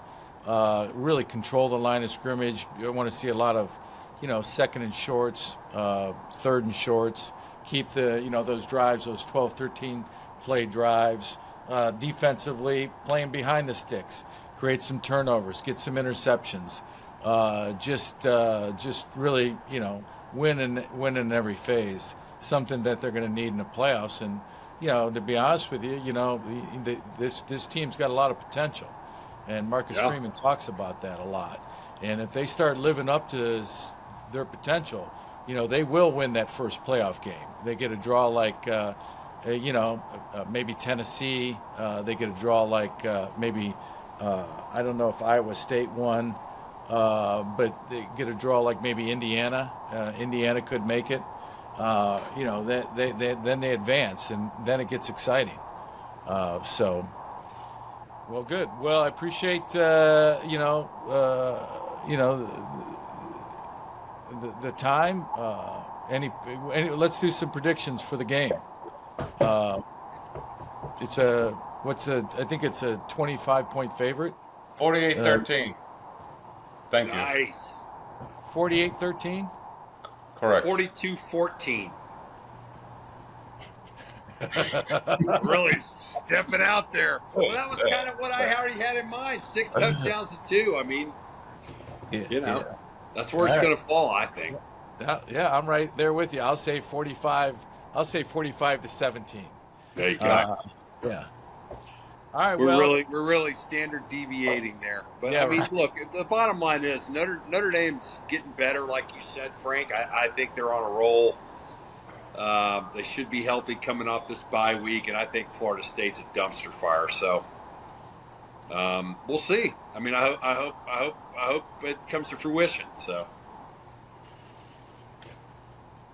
Mike, any sound bites you want to shed on? Thoughts that were going through my head, not going to share, but yeah, they really need to win the game and win it convincingly and not have any setbacks. Thank you. I'll tell you, I have something. Let's just real briefly talk about some of the games coming up this weekend. What do you guys? Well, I had 2 questions. First of all, what do you think about this Indiana team? How about And that? secondly, unbelievable. And then secondly, what do you think about the Alabama LSU game coming up this weekend with Brian Kelly? Frank? Well, let me say on Indiana, and that's funny. I was having this conversation with a guy today. Most of their players or starters on that team are through the portal. All came from him from James Madison. James Madison. I understand that there's 8 players that came with him from James Madison, which is impressive, but also, all very impressive because, they're winning some quality games. Indiana is. When I say quality games, I'm not saying they're beating Texas, and they're not beating Alabama, but they're beating. Well, they got to play. They're beating. I think they got Michigan and Ohio State, or Penn State and Ohio State. What is their record coming up? Who do they play? Is our schedule? I know they got Ohio State in a couple of weeks, so that'll be and they got them at Columbus. So I don't think they're fare well there, but I do think that they will finish the season with 1 loss. Now, whether or not that gets them into the playoff, I don't know. But all right, they got Michigan, Ohio State back to back. I think they can beat Michigan. They got Michigan at home this weekend, which I watched that Michigan. Who did Michigan play? Oregon. Right. Michigan. They did not look that great. Anyway, Now, then they have Ohio State. Indiana's got the storied tradition, and maybe they come in and they beat Michigan and they beat Ohio State their last 2 games. That'd be an awesome story. And they wind up undefeated. That would be awesome. They'll be in the top 5 if they do that. No, 100%. They deserve to be. If they beat Michigan and Ohio State and end up being undefeated, then they deserve to be in the top 5. Well, they will be in the top 5. Yeah. Now, let me ask you this. Are they going to, because they're having the playoffs now with the top 12 teams, are they still going to have the conference championship games? Yes. They are. Okay. It's and that Ohio State looks like Ohio State will play Oregon, which I think is a tragedy. I think they need to do away with the conference championship games. That's just too much football I think the conference championships had a place when there was 4 teams. And I agree with you. I think now with the 12-team playoff, the better teams are going to be knocking each other off out of. Well, that's what happened. The SEC did that to each other. Alabama won the national championship because they didn't have to play in the SEC championship game. Well, right. I could be mistaken, but from what I understand, the seeding's going to take place before the conference championships. Oh, really? I could be wrong. So then those games don't matter. But then why play the game? I don't know. Right. That's right. I guess they'd be conference champions, but then are you going to play? But here's the deal: So if you know you're in the playoffs, are you going to? I would play any of my guys in that game. Right. Yeah. Right. Who cares? All right, Right. fine. We lost the conference championship. We won the national championship. Who cares, right? I mean, I don't know. That seems. I don't know the answer. Yeah, no, it's just too much football. It's too much football. Yeah, they're already playing 12 games instead of 11, and now if you make it into the theoretically, if you're a 9 through 12 team, you can play 3 games, right? 3 more games, so you play 15 games. I mean, hell, let's get back. That's almost the NFL. Right. No, you're right. Well, they are getting paid. So. They are getting paid. Yeah, careful when you wish. LSU, Alabama, my favorite.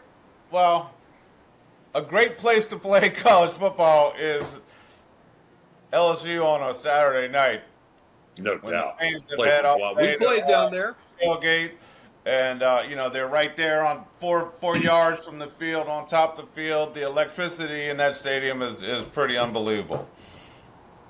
And where would your second, if you wouldn't have gone to Notre Dame, what was your second choice, Mike? For me, I was going to go to LSU. It was Wesley. between LSU and Notre Dame. Okay, you'd have gone to LSU? Mm-hmm. Georgia. You'd have gone to Georgia? What'd you like about LSU? What not to like? It was a fun place to visit. What was it about Georgia that you liked, Wes? Let's just put it this way. I think the world is a safer place with me at Notre Dame than at Georgia. And I would probably be dead if I had gone to the University of Georgia. I don't know how it would have been very difficult to manage that environment. Notre Dame was exactly where I needed to be. I didn't think about it. I didn't think it was, but it was. Hey, I think that was the fun part about recruiting and getting calls. And I can remember I had my 5 visits set, and there was a guy here locally that ran a tire shop, and the boss was a big Mississippi. It was a retail shop, but the boss was a big Mississippi alum. And the guy was begging me. He was begging me to say, hey, will you just take a trip? They'll send a plane up for you and they'll get you. You know, I'm nervous because that would have been my 6th visit. That would have been a violation. He says, don't worry, we won't, nobody needs to be the wiser on this. But the fun part about that, I was getting calls from the Mississippi recruits. And, they were the young ladies down there saying, hey, Frank, when you coming down to see us? And, for an 18-year-old kid, getting phone calls like that, I tell you, Frank, man, if you had gone to the Grove, I don't know that you would have ever made it to Notre Dame, brother. it just leaves me to wonder. And, and at the time I was like, wow, there was a lot of visuals that I was drawing from those conversations. So, but SEC football, man, I'll tell you, there's nothing like it. I wish I would have experienced, I've never been to one of those games. I got news. You are invited to an Alabama game. Anytime you want to go. Yeah. No, I'm in with both feet. It's pretty amazing. I got to be honest with you. We were I had never been to an Alabama game in Tuscaloosa, because remember, we played them in Birmingham. I'd never been to a game in Tuscaloosa, and the first game I went to was that Georgia-Alabama game this year. So that was a pretty crazy, electric environment. That was wild. It was every bit as wild as LSU, if you can believe that. I thought you were going to say every bit as wild as Flanner Hall. Yeah, it was every bit as wild as Flanner Hall. It wasn't Zom, but it was definitely wild. Zom on a Thursday night, that place was... Woo! Right after bingo and karaoke. Man, crazy times. Dorm pizza? Crazy. Woo. I think it was. Did it go bingo, karaoke, checkers? What was the sequence? I think that was it. Well, Irish fans, you've been listening to the latest episode of Under the Golden Dome. Thanks for joining us. Thanks for joining your hosts, Michael Stonebreaker, Wes Pritchett, Frank Stams. We all got Notre Dame winning big, covering the spread this week against a dismal Florida State, 1-8. Welcome to the playoffs. Irish Nation, and welcome to Under the Golden Dome. Your host, Michael Stonebreaker, West Pritchett, Frank Stams. The day after the Georgia game, which Notre Dame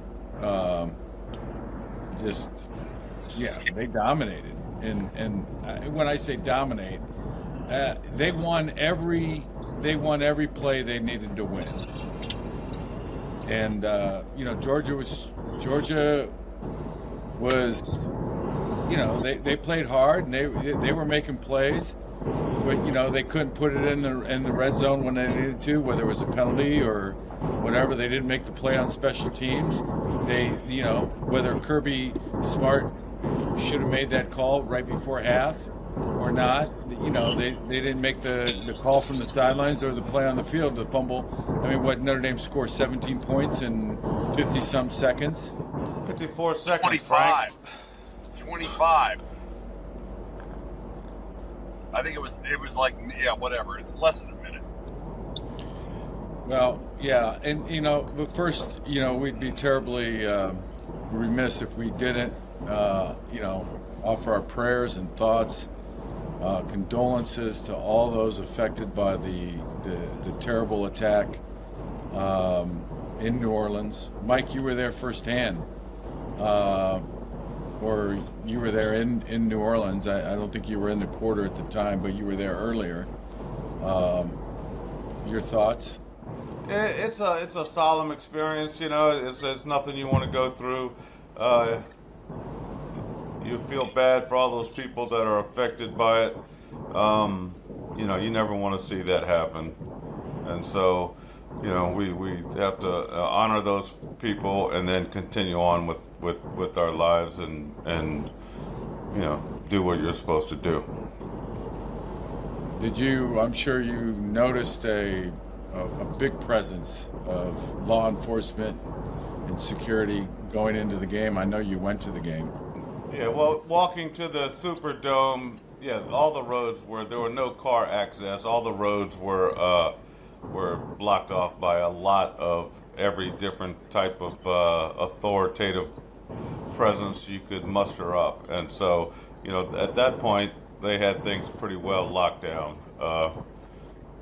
And everything else went off without a hitch. So it turned out, walking around pre-game, you wanna get fired up for your team, but then there was like the question of, okay, can we have fun? Can we enjoy this experience? Can you get excited and still honor the lives of the people that were taken 2 nights ago? And you have to, you have to continue on with your life and continue on. Those folks were down here enjoying Bourbon Street, having fun. That's what this area is built for. And so you have to continue on with that. And that was it.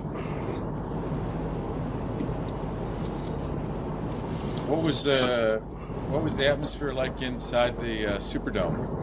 Inside the Superdome, it was good. Everybody was excited. Everybody, no one was nervous going in. It was good. The energy was good. The energy was up.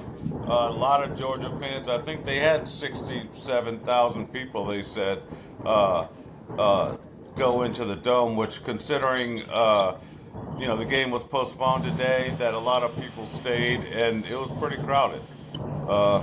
I think you could tell that from the television. There was a lot of Georgia folks, a lot of Notre Dame folks, and everybody was excited for the game.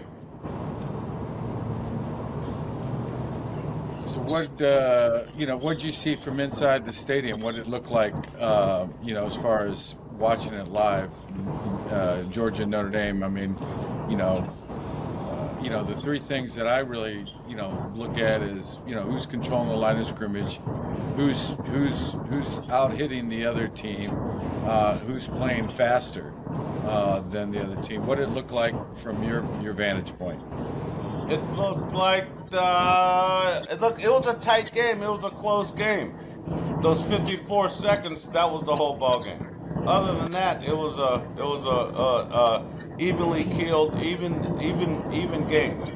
But those two touchdowns and the field goal at the end of the half and then to start the third, that was the whole ball game. Riley Leonard had 90 yards passing for the whole game and 80 yards rushing. So that was where he made up his big gains was in the rushing game and keeping those drives alive, getting first downs. That kid Stockton, he played well. He had 234 yards throwing the ball, but he had minus 23 yards rushing. Their offensive line wasn't very good. They gave up a lot of big plays, and so other than that, it was a pretty close game. Wes, you've seen Georgia play. Was that what are your thoughts? Was that what you expected of the Bulldogs? I think I would reiterate what Stoney said. I think talent-wise, the teams were pretty even. I think in times gone by when we played in the CFP, I didn't think our team was physically as big, strong, and as fast as the other team, and you didn't look like that on television. I think we were every bit as physical, if not more physical. I think in a close game, it's all the stuff that we've talked about really all year and what Coach Holtz talked about. Special teams, turnovers, and defense. You look at the Irish, man.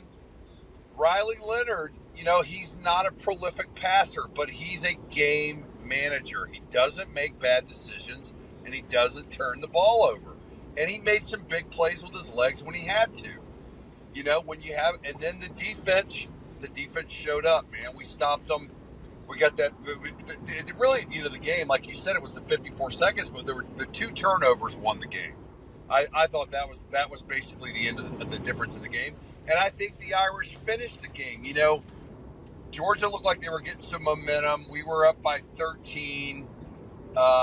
And we were able to get a bunch of first downs and run the clock out at the end of the game and not give them a chance to get the ball back and make it close. So, look, in big games, it's going to be a dogfight. If your defense shows up, you don't turn the ball over, you win the special teams battle, you're going to win when you have a good team. I was even more proud.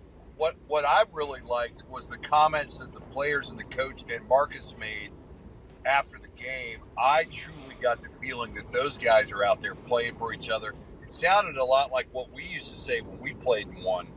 It was all like chemistry and for the other guy. And we had phenomenal chemistry and camaraderie on our team. And I think you watch Notre Dame play and you see it. It's real. It's not a bunch of, it's not 22 individuals. It's one. So I was impressed. That was a big game for Notre Dame. I think that changes the trajectory of the entire program, to be honest with you. What did you think? The defense was big. They had those three stopped them 3 times on 4th down. Yeah. And you see that they played pretty fast, man. They played real fast. Especially with the against those fast SEC teams, and so. They got to the ball quick, man, and they shut them down pretty impressively. Yeah, I'll tell you what, their linebackers play football. They are downhill. They are tough. They run to the ball. Drake Bowen's a beast. He's just a bully out there. He's going to be great. He's got 2 more years. The DNs were good. The DNs played great. I feel like you said, we gave up that one long pass, but I thought the DBs played decently well. Look, here's the thing about Georgia. They got studs at every position. They know how to win. Maybe they weren't the best Georgia team they've been in the last 3 or 4 years, but they have the will to win and the experience to win, and they got a good coaching staff. So, hats off to the Irish on this one. I agree with everything you guys said. Yeah, Notre Dame did not look, as far as the pace of the game, the speed of the game, did not look outclassed there. They kept pace. Georgia hit a few big plays, but still they limited to, 10 points. Played well in the red zone. won the turnover battle. I mean, those guys up front rushing the passer, they were taking it to that offensive line. I think that was a big factor regarding how Stockton, saw the game and his performance. I think it affected his performance. And special teams, yeah, I mean, it doesn't get any bigger than a kickoff return for a touchdown. What's that? No, I was just going to say, I mean, if you really think about the game, the 7 points off the turnover, we got a turnover when they were driving on the 10-yard line. I mean, that's 14 points right there. That's the difference in the game. Plus, you had 3 field goals on the special team, yeah, so they had 9 points there, The field goal kicker was off the chain. He couldn't, the kid had a great night. God bless him. I think he was hurt. I think he had injuries during the year because apparently he was he had a very high make percentage, and then he struggled, but he was kind of playing through injury, and he redeemed himself last night. He looked good. So let me tell you guys something real quick. Without those 54 seconds, other than that, it's a pretty tight game, man. Like 100%. Notre Dame, only had 95 yards rushing, and so I want to talk to that one kid who I had an argument with a couple days before the game, and I was trying to explain to this kid that it was going to be a tight game, and that Georgia had a really good defense, and he bet me up and down. He bet me so many things that Notre Dame was going to have 200 yards rushing, and I was trying to tell the kid, I'm like, it's not going to happen. Georgia's not going to give up 200 yards rushing. And so wherever that kid is, he owes me a lot of money. I just want he needs to call me and get my address so he can. I'm sure he will. Right. Because the Georgia came to play, man. It was good. They played good, And Georgia, that kid dropped that ball wide open, in the fourth quarter. He makes that. It's a 3-point game. So, they had their opportunities, and they just choked, man. Notre Dame took full advantage of everything. I like what you said, Wes. You said Notre Dame finished the game, and that's always a sign of a champion. They did not. Good. They did not let Georgia mount a comeback. They finished it. Oh yeah, special teams that play in the fourth quarter, that fourth down thing. They have had practice that a lot. You know what I mean? Because they pulled it off pretty good, man. Yeah, but I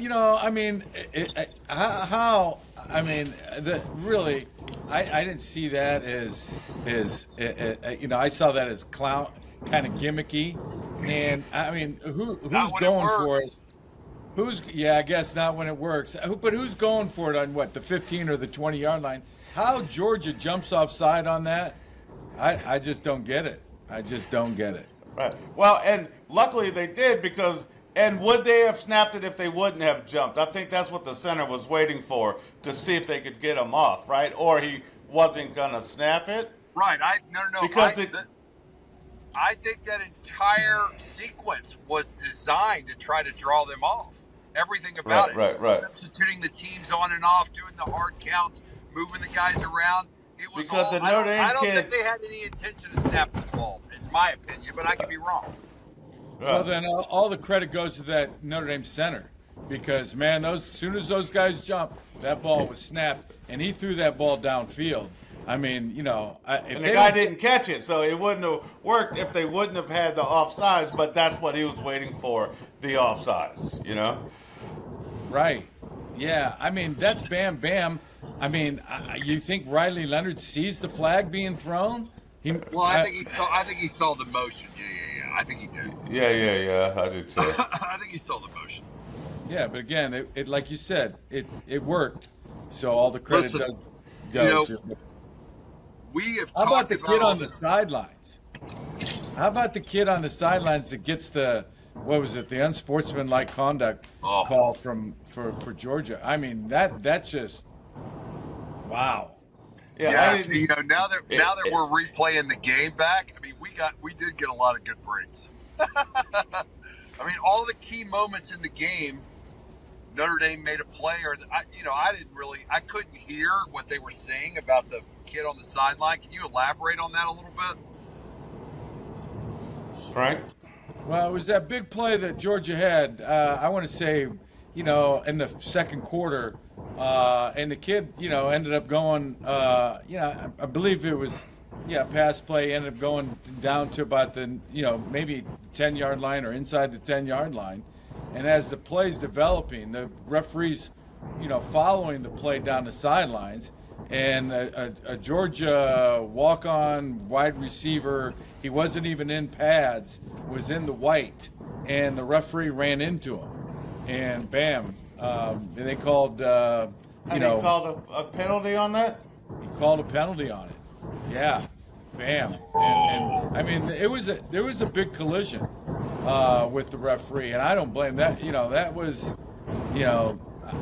I can see that happening. I mean, I can see the referee, or the whatever it was, the side judge making that call, because that was legit interference there, and Kirby Smart just went ballistic on that, and rightfully so. On his players or on the refs?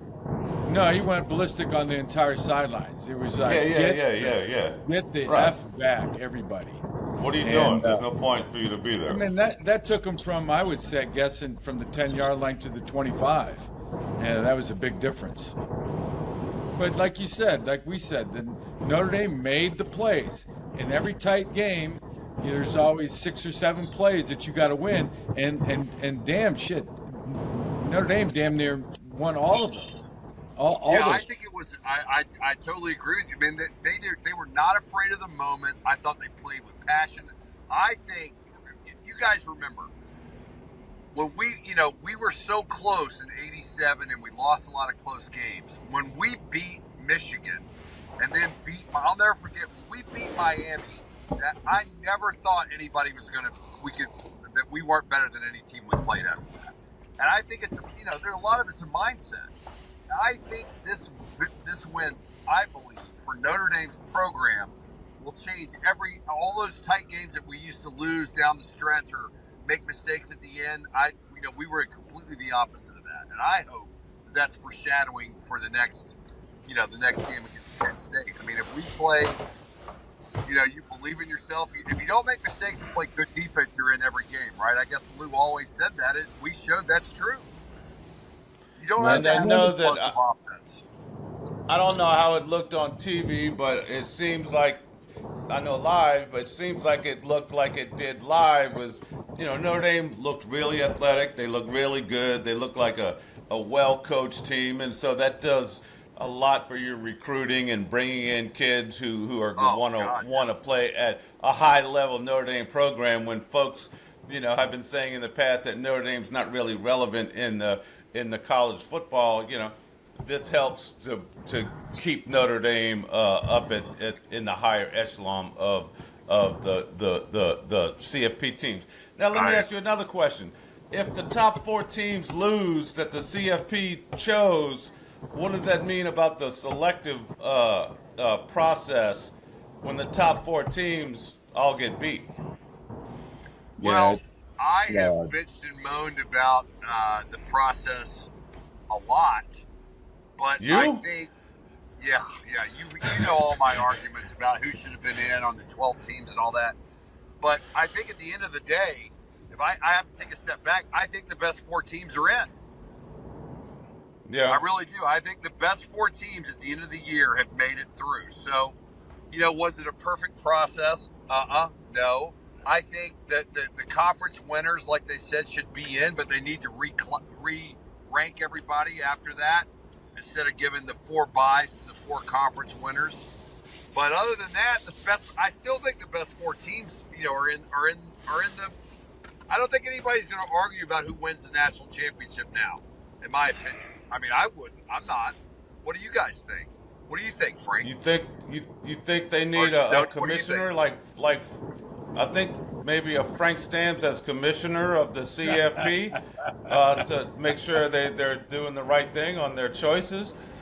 Yeah, they definitely. Yeah, I saw their They Nick need Frank to Saban. come in there with his peace pipe and let everybody smoke the peace pipe to see if they can come to a conclusion.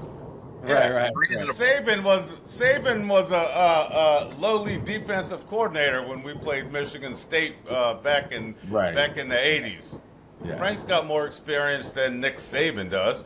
Right, exactly. I want to be czar of the NCAA football. No, it's definitely it's definitely flawed. Any system, the 4 teams that got byes should not be eliminated. So it's flawed. But I don't know what they do about it.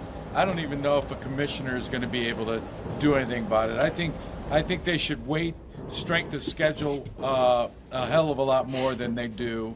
But whatever. I mean, you saw Boise State and SMU get exposed. What was the other team early on? Arizona State should have beat Texas. Yeah, I thought Arizona State was legit. How that wasn't a targeting call? There's no way that's not a targeting call at the end of that game. But yeah, exactly. I don't think Indiana should get in before Alabama does. So, I mean, it's just, all kinds of goofy shit. Hey, let's look at, well, first of all, let's get an ID here. You're listening to In the Dog Pound. I'm sorry. You're listening to Under the Golden Dome with your host. All right, you are no longer up for the college football Frank, we may have commissioner, Frank. I may have to start substituting. I may have to become the MC. Go ahead. Go right now. I'll get that edited out at 22 minutes. Go ahead. You're watching Under the Golden Dome on the Alumni Media Network on YouTube with your hosts, Frank Stams, Michael Stonebreaker, and Wes Pritchett. We are talking about the first real CFP victory for the Irish, in my opinion, since the playoffs started. We're analyzing what the Irish did right, what we could do going forward, and what our chances are of winning a national championship. We're having a lot of fun. So, Mike, you were at the game. The atmosphere seemed amazing. You said the Irish looked as big and strong as the. How are the Georgia fans, and what was their reaction during the course of the game, and what was the vibe you got there? I was sitting with a group of guys, and everybody's in red, and they're doing their and they got their Georgia chant going, right? And so they're a lot of fun, but for the most of the game, they all seemed a little agitated and worried, and were a little upset about. We talked a lot about wrapping up on tackles. You see a lot of guys come in with their shoulders and not wrap up and knock people backwards on their tackles. And the guy behind me kept saying, "Did you see that? Did you see that? They're not wrapping up." So I was happy to hear that other folks noticed that they don't seem to be teaching the proper tackling fundamentals nowadays. But the Georgia guys, they were hurt. They were all ass hurt, and they had to drive home 8 hours, and everybody was crying a little bit. And so it was good to put an ass whooping on them. Well, I'm looking at the stats. I'm looking at the stats of the game. First downs, Georgia 16, Notre Dame 14. Third down efficiency, neither one of the teams was very good. Notre Dame was 4 for 14. Georgia was 2 for 12. That says volumes about the Notre Dame defense. Both defenses. Yeah, total yards in the game. Georgia has almost 300 at 296. Notre Dame 244. Passing, you mentioned that from Stockton. Wow, 234 yards passing. Notre Dame just 90.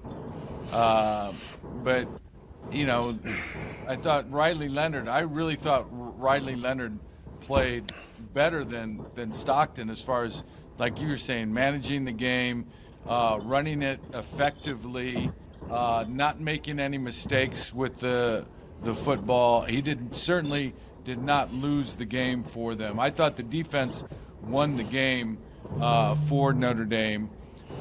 Rushing, Notre Dame 154 yards rushing the ball to Georgia's 62. Again, highlighting the defense there. But here's the alarming point. Notre Dame, 10 penalties for 75 yards. That's a lot of penalties, man. Yeah. Yeah, but I mean, I don't know if it's true or I'll tell you not, what, but though, Wes might think we might have had some Georgia officials down here throwing those flags. I think what happened was, yes, you got to get rid of the penalties 100%. But what was interesting, what the guys were saying at halftime, they're like, Georgia they can't run the ball on Notre Dame. Notre Dame is beating their offensive line. They're going to have to throw it. And I think Kirby started realizing that. And a lot of those penalties were because we had the one-on-ones with the wide receivers on the end. I mean, how many pass interference calls do we have? That was a lot of it. We had two of the two penalties on the punt or the. Yeah, but we also had, some illegal shifts, some pre-snap penalties the pre-snap. as well. Remember, we had a big penalty. We had a penalty on a play that got us inside the 15-yard line, a big hitter, and we had a penalty. So yeah, it was an illegal shift penalty, and I'm like, guys, I mean, is that really going to draw you off an illegal shift? I don't even know what an illegal shift penalty is. He was moving forward before the ball was snapped.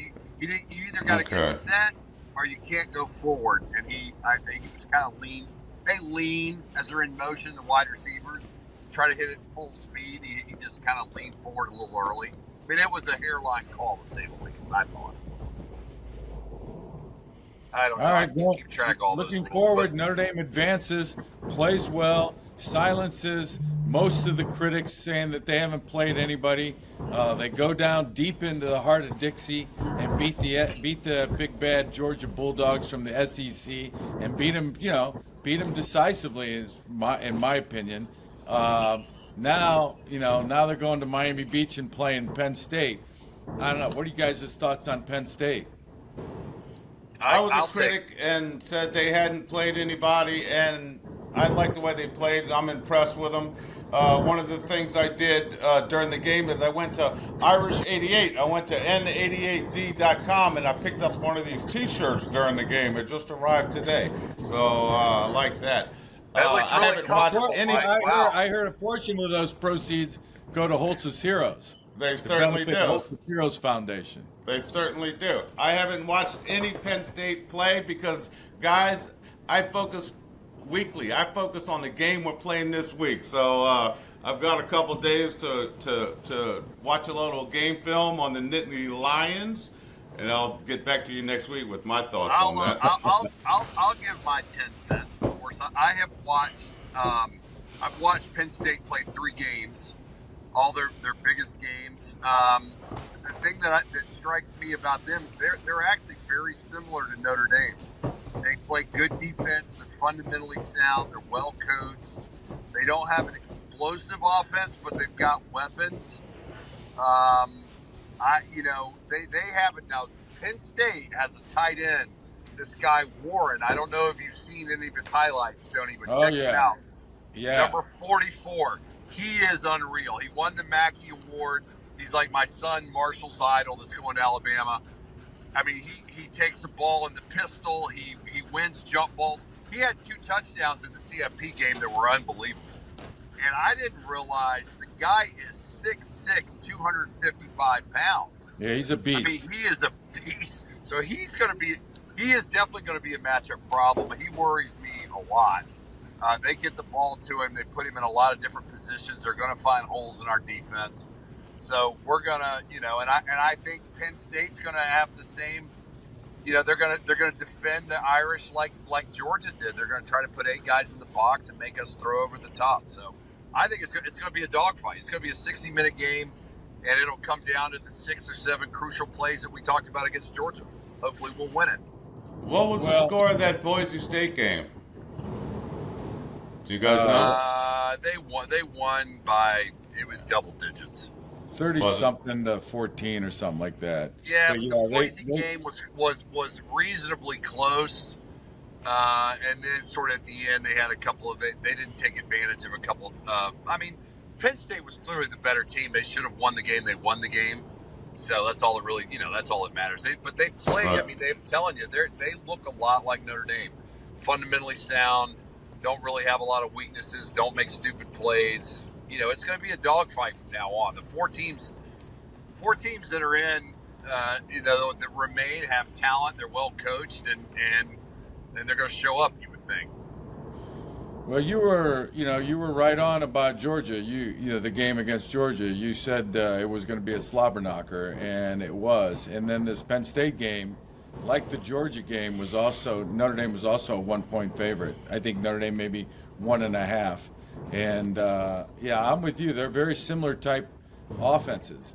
I think Penn State has an outstanding quarterback in this Drew Allers. Gets a local kid from, not probably 15 miles from where I live. Grew up. I saw him in high school. He's a big kid, 6'4", and he's probably 230 pounds. He's got a strong arm. And you mentioned the one kid, number 44. I watched Penn State play Ohio State mid-year, and that kid. I'm surprised that kid didn't win the Heisman. No, he's really that good. He's something to watch. That local quarterback, he didn't break any of Stevie Stams' high school records, did he? There in the Akron area. No, those are still standing, right? Yeah, that's what I figured. But Penn State. I think we got the nod in the running backs there against Penn State. I think they got the nod in the quarterback.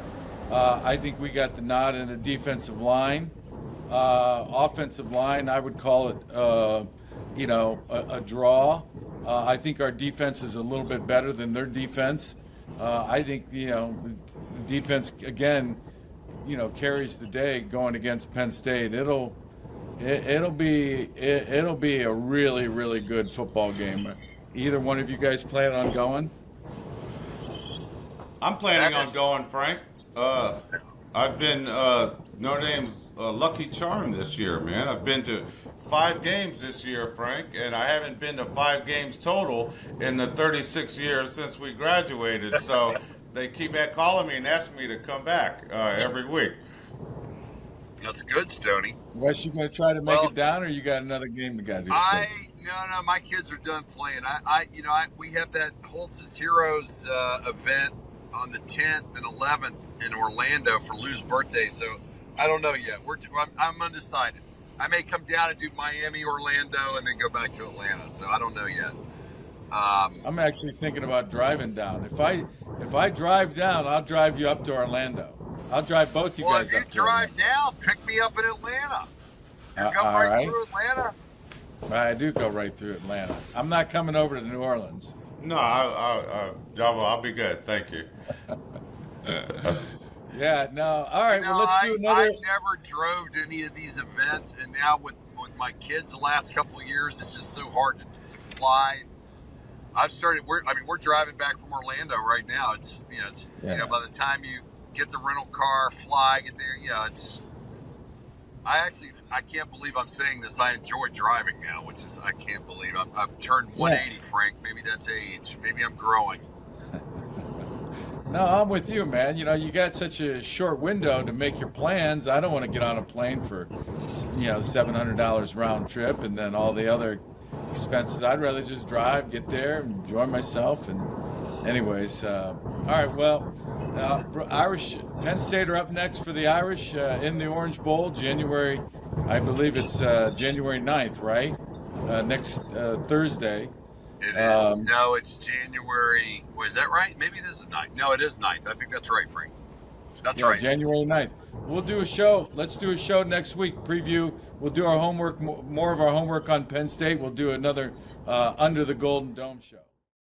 Hello, Irish fans, and welcome to Under the Golden Dome. Frank Stams, Mike Stonebreaker, and Wes Pritchett. We are previewing CFP playoff game between the Notre Dame Fighting Irish and the Penn State Nittany Lions. Guys, what do you think? This is, I think Notre Dame has played. They have had success the last 10 weeks, really, with the things that we've talked about. They play great defense. They win the turnover battle. They don't make mistakes on offense. They've kept the time of possession in their favor, and they've won special teams. What do you think, Frank, will be the biggest challenge for the Irish on offense and defense. Well, here's what I think. If the Irish play with the enthusiasm you had in that opening, they're fucking doomed. Yeah. All right? Come on now, let's go, right? Yeah, no, they hit him they punched him in the face, man. They did. So, I got to be honest with you. We've been excited. We played with a lot of passion. We had success. And won a national championship. Those guys looked like dudes that were having fun and playing hard and were not intimidated by anybody. I mean, they punched Georgia in the face. I was very impressed on defense. I thought we dominated the line of scrimmage. What's really interesting is, now that the dust has settled down here in Dixie, in Georgia country, I was talking to a guy today at the auto dealership, and he was like, "Look, man, y'all just beat us up." I was like, so yeah, that's good. I'm glad you mentioned that. I was wondering what the fallout is down there. I think they think nobody watched that game and didn't think that we won the line of scrimmage. I mean, our defense was impressive. And let me tell you something. Every team in the SEC has a big time DN and a big time tackle. I mean, they've got physical guys at all those schools. Ole Miss, Tennessee, Alabama. So Georgia had played against dudes. And I thought that our guys totally kicked their butt. At least in the first half, it was, I mean, they couldn't get a pass off. We were getting pressure, No, I agree. That defensive line from Notre Dame, they came to play. And no reason to think that they won't come to play against Penn State. They made life miserable for that backup. What was the backup's name? Gunnar Stockton. Gunnar Stockton. Now, I know he's a better quarterback than that, but when you got guys in your face like they did, like Notre Dame. That wasn't the quarterback's fault. I thought Georgia's backup quarterback played pretty good, really. Yeah, well, that's what I was getting to that. I thought he played pretty good too, but when you're under a lot of duress like that, you're going to make mistakes. And then, of course, Notre Dame created, a wonderful opportunity for the offense to score with that fumble right before the half. So yeah, the guy. By the way, the kid makes a phenomenal play. I mean, they were beating. I mean, he blitzes in, goes between two guys, smacks a guy, pops a ball out. I mean, they made that happen. That was guys playing hard, guys playing reckless, guys playing with abandon, and just punching folks in the face. I mean, it really was everything that we've always talked about. Right. Start I guess fast, I should learn to let sleeping dogs. I don't know if did we all watch. I don't know if I watched the same football game as you two guys watched. Yeah, well, what was your game? That without you take out 54 seconds of that game, and it wasn't that good of a game. You know what I mean? It was a pretty even game either way. And if you take out that 54 seconds, then Notre Dame actually scores less points, and Georgia actually, drove down the field a lot more. It wasn't as dominant of a game. I think it was more shocking that Notre Dame was able to make the plays that it made against that good team. Yeah, and so a physical SEC team. Correct.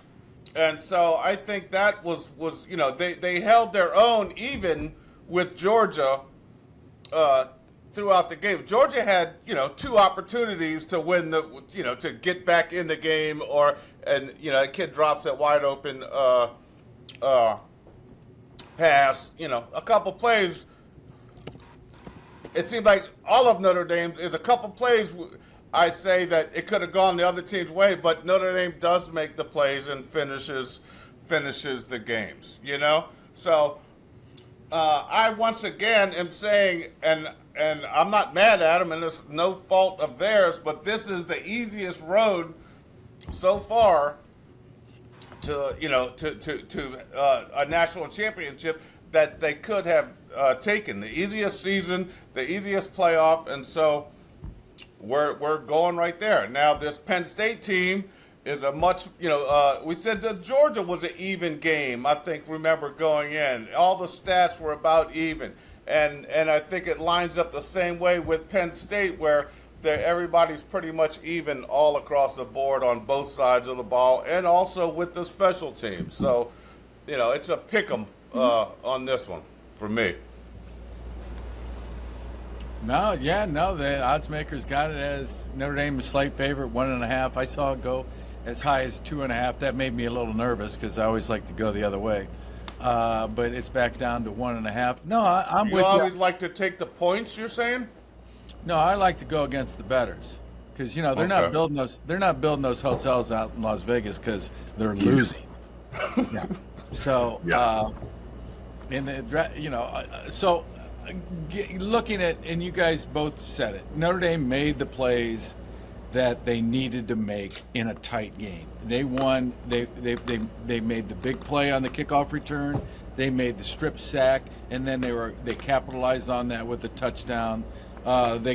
Georgia made the mistake on the sidelines with the penalty that takes the ball from the 10 inside the 10 back to the 25 just about. So there, all the 5 or 6 plays that you need to make in that play in a game, in a close game. I thought Notre Dame, made just about all of them, and that's because they played a better game. And to Wes's point, the mechanic is like, hey, they did beat Georgia, but I don't know if you get, I don't know. I haven't seen that out of a Notre Dame team all year long where they're winning every one of those game those plays that you need to win.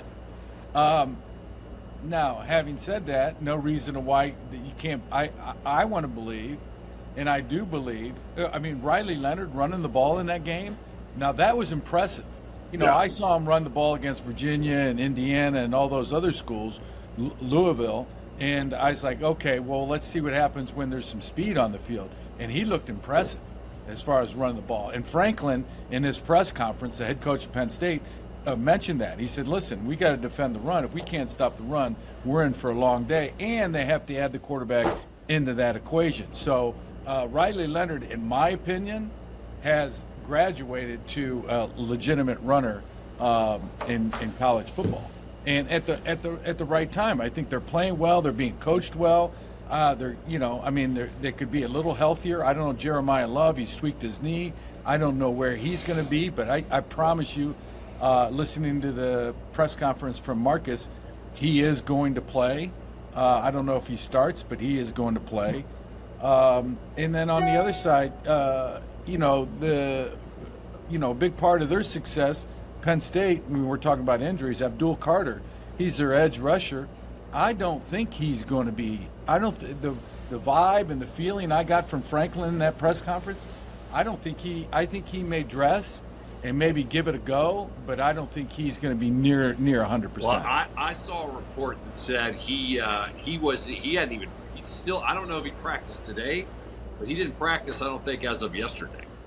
So you're not going to be up it's to not looking great. I mean, even if he form. plays, he's not going to be. Is he going to be at 70%, 50%? I don't know. But he's definitely a big part of their defense. I was going back through looking at their games and statistics, and I've been following their tight end Warren because, of course, one of my sons plays tight end and he loves that guy. I did not realize that the guy is 6'6", 257.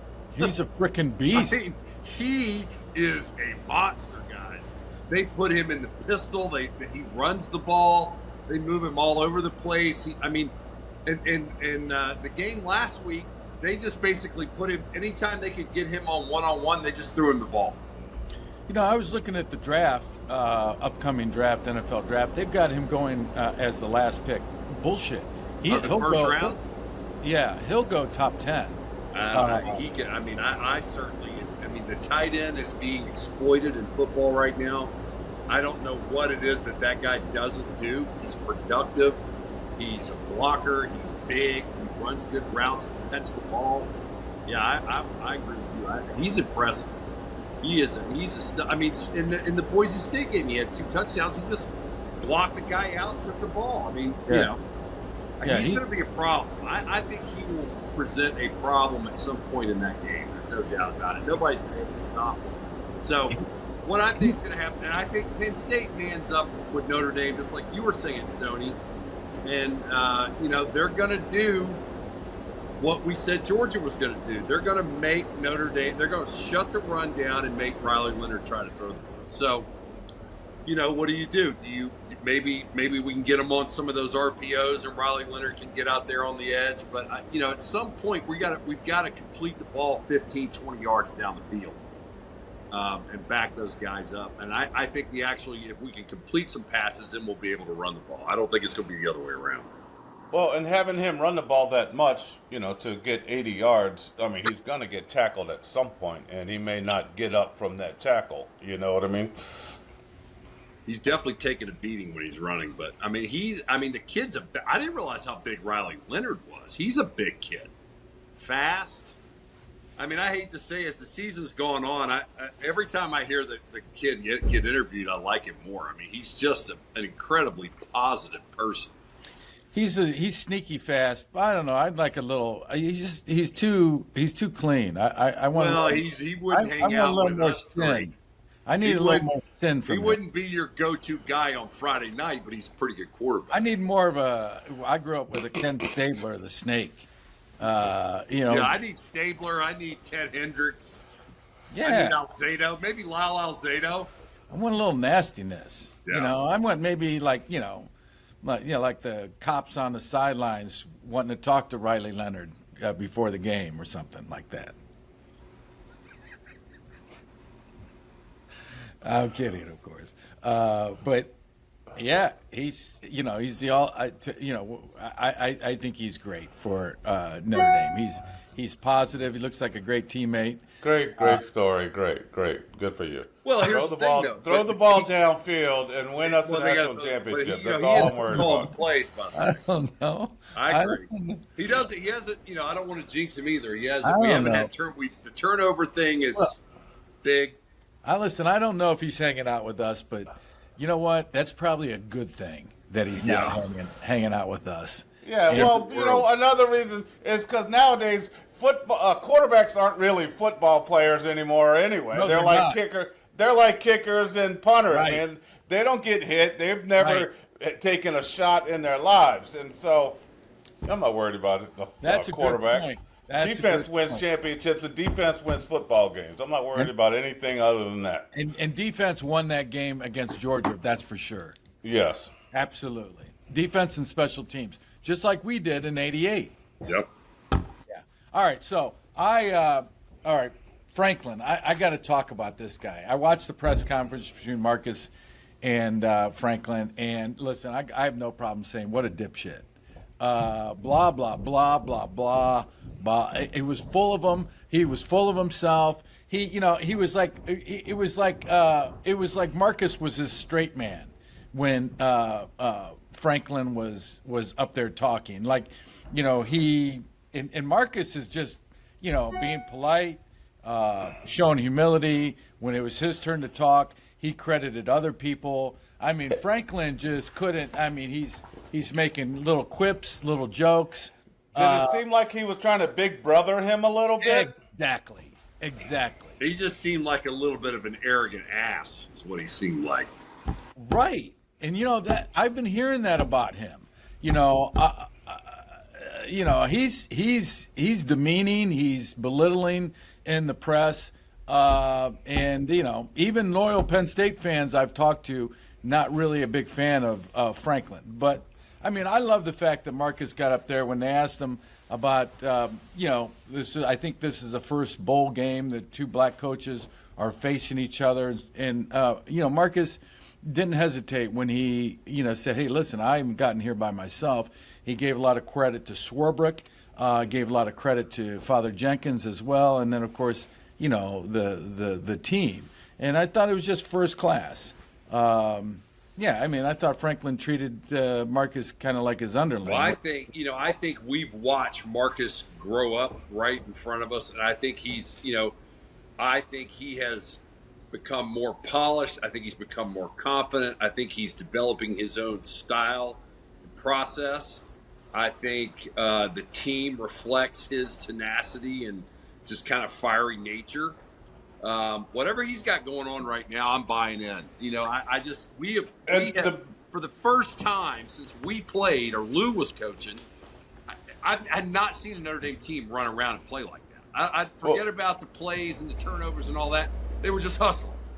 The best thing that that Marcus Freeman has is he's got a really good defensive coordinator and he has a really good offensive coordinator.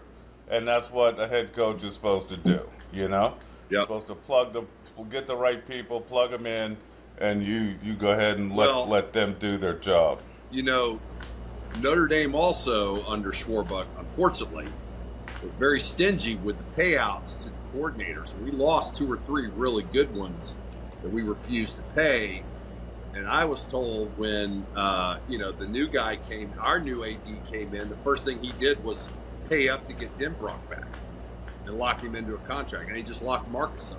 And apparently they're paying Golden too. So, but yeah, I think you're right. They need to be paying up. I think Notre Dame is a very well coached team.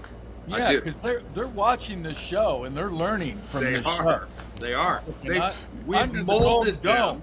Under the Golden Dome with your host Frank Stams, Mike Stonebreaker, Wes Pritchett, talking Notre Dame football past and present, and what it takes to win the next national championship, which they haven't won since 1988. You know, it's been incredible this 14, 15, 16 weeks with you guys watching us mold this team into the character that we felt they needed to have to get to the national championship. I heard they play this before the night before the game. In fact, they may be watching this show tonight. Right now. I think they're watching it live, they said. They got it live and down in Miami. Marcus said to me, can you guys be done by 6 so we can get it edited and in front of the team by 7? I said, not a problem. Marcus's lack of experience, it's not a problem with you guys because of the experience the coordinators have. I thought you said because of the experience that we have. No, we're helping him. Yes. You know, we're helping him with that experience. Not so much on the field, the X's and O's, but really the intangibles. I can see, they picked that defense, especially has picked up the mantle where we left off. 35 years ago. But anyways, his lack of experience is it an issue? He's got, like I just said, the experienced defensive coordinators. You know, Lou ran. You know, Lou had experience. Lou had experience. Lou ran a good veer offense. He had Barry Alvarez running our defense, right? And so that's what you need. You need good coordinators around you. You got to have good coordinators because you can't as a head coach now with all the stuff you have going on, you have to be relying on those guys to kind of run their own show. I agree with you, Stoney. I think what's interesting is I remember when Marcus first got the job, Lou said, I really like Marcus. He's got his priorities, everything in the right place, but he's got to go through the process. He's got to experience the wins and the losses and the decisions and create his own process. And I think he's a lot different today than he was a year ago. You can just see the way he carries himself. Like he's in charge. And that's pretty quick. You know, the program, I guess, wasn't very, it was in a pretty good state, right? They just weren't winning those three games a year that you needed to win, right? And so I read that article about the, head coaches who go 3-11 and get fired, from the NFL. And then, what they do to come back is they get right back into coaching. And it's because you have to have the experience. You have to, sometimes you're going to get beat, right? That's why you play the game. And so him being able to have that success right off the bat, is pretty impressive with just a couple hiccups along the way. Yeah, he lost the 2 games that we talked about, the Marshall game last year and the NIU game this year. But I'll tell you what's more impressive. He has beaten 9 ranked opponents in a row. That is, I don't care who you are. That's pretty good. And he actually has a better winning record against ranked opponents than in his first 3 years than any coach in Notre Dame history. How about that? Well, You know how I feel about rankings and all that other bullshit. Well, but I'm just saying. I mean, the guy's done a good job in the big games. Yeah. He's not perfect. Look, and nobody's perfect. You're always going to find fault. Think about where we were. I mean, think about our program and where we were a year ago to, where they are now. And let me tell you something. Beating that Georgia team, whether or not we win the national championship, that is going to change the trajectory of Notre Dame. I think Notre Dame is going to be hard to beat for the next. Is going to be in the hunt for the next 5 years, as long as Marcus is there. We don't have we have basically no kids in the portal. I'm down here in the SEC, man. They all got 20, 30 guys going in the portal. Kids are jumping in the portal. Notre Dame's still playing, but still. Right. That kid he's not playing, he's a freshman, but a kid from Ohio State is in the portal. You know what I mean? And they're playing for a championship. You can't wait a couple weeks and play for a national championship? Yeah, but I'm just saying, I think, the question going into all this was Notre Dame, we're just too outdated. We do things old-fashioned, the new world, everything's changed. There's a new paradigm. Is Notre Dame going to be able to compete? And I got to be honest with you, I think it's had the opposite effect. And the kids that chose Notre Dame for all the reasons that we chose Notre Dame are still doing that, even though there only maybe, there may not be a lot of kids out there like that. For right now, it looks like we have culture. We've got, I hate to be positive because every time I get the rug pulled out from under me. But no, it's time to be positive. So, we were highly critical of Notre Dame. I know I was, Marcus Freeman, going through the season. But you know what? That's my experience. That's people. When I was still fighting for my position. The third game against Michigan State that we played, or was Frank? it? You're still fighting for your position on this show. So Wes and I talk at least once a day about. Stoney and I have been chatting all day about this. Now listen, man, you talk about fear. Fear ran for me, anyways. Fear was at every practice in every game that I wasn't, I wasn't going to be good enough, and I did not have that thought process. So I thought I was awesome. But I see a lot of parallels now between with Marcus and Holtz, because Wes, you mentioned one of them. When we were with Jerry Faust, we were, and not just Jerry, but Divine before that, the Notre Dame was pretty much, those were the dark ages. And as far as, athletic department spending, Ohio State had a $10 million athletic budget. Texas, I'm sure, had the same. And Notre Dame, they have $1,000. We didn't even have an indoor facility, and we were wearing Champion sweats from like 1978 that were hand-me-downs. It was just freaking ridiculous. And Holtz came in and changed all that. We had the ACC. Okay. We had the ACC, which was like a rubber. It served many different purposes. Okay, hang on a second. Banquets. How about the food? We had no dining hall.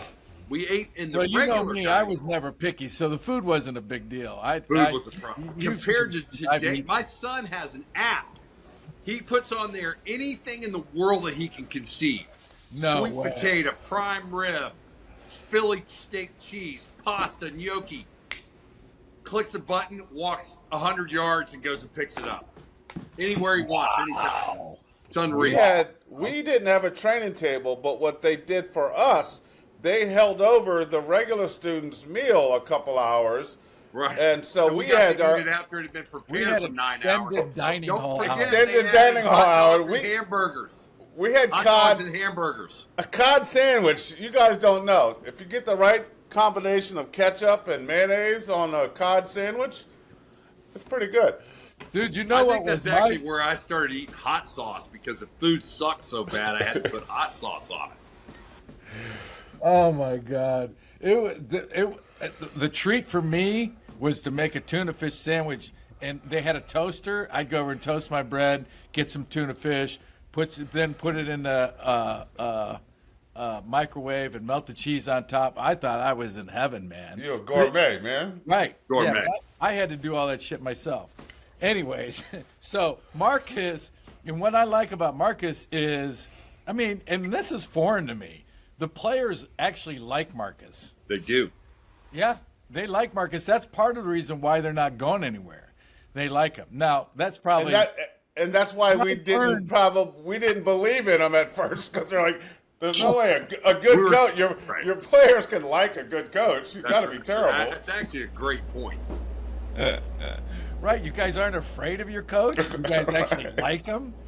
No, I say that with all the terms, a term of endearment for Lou Holtz.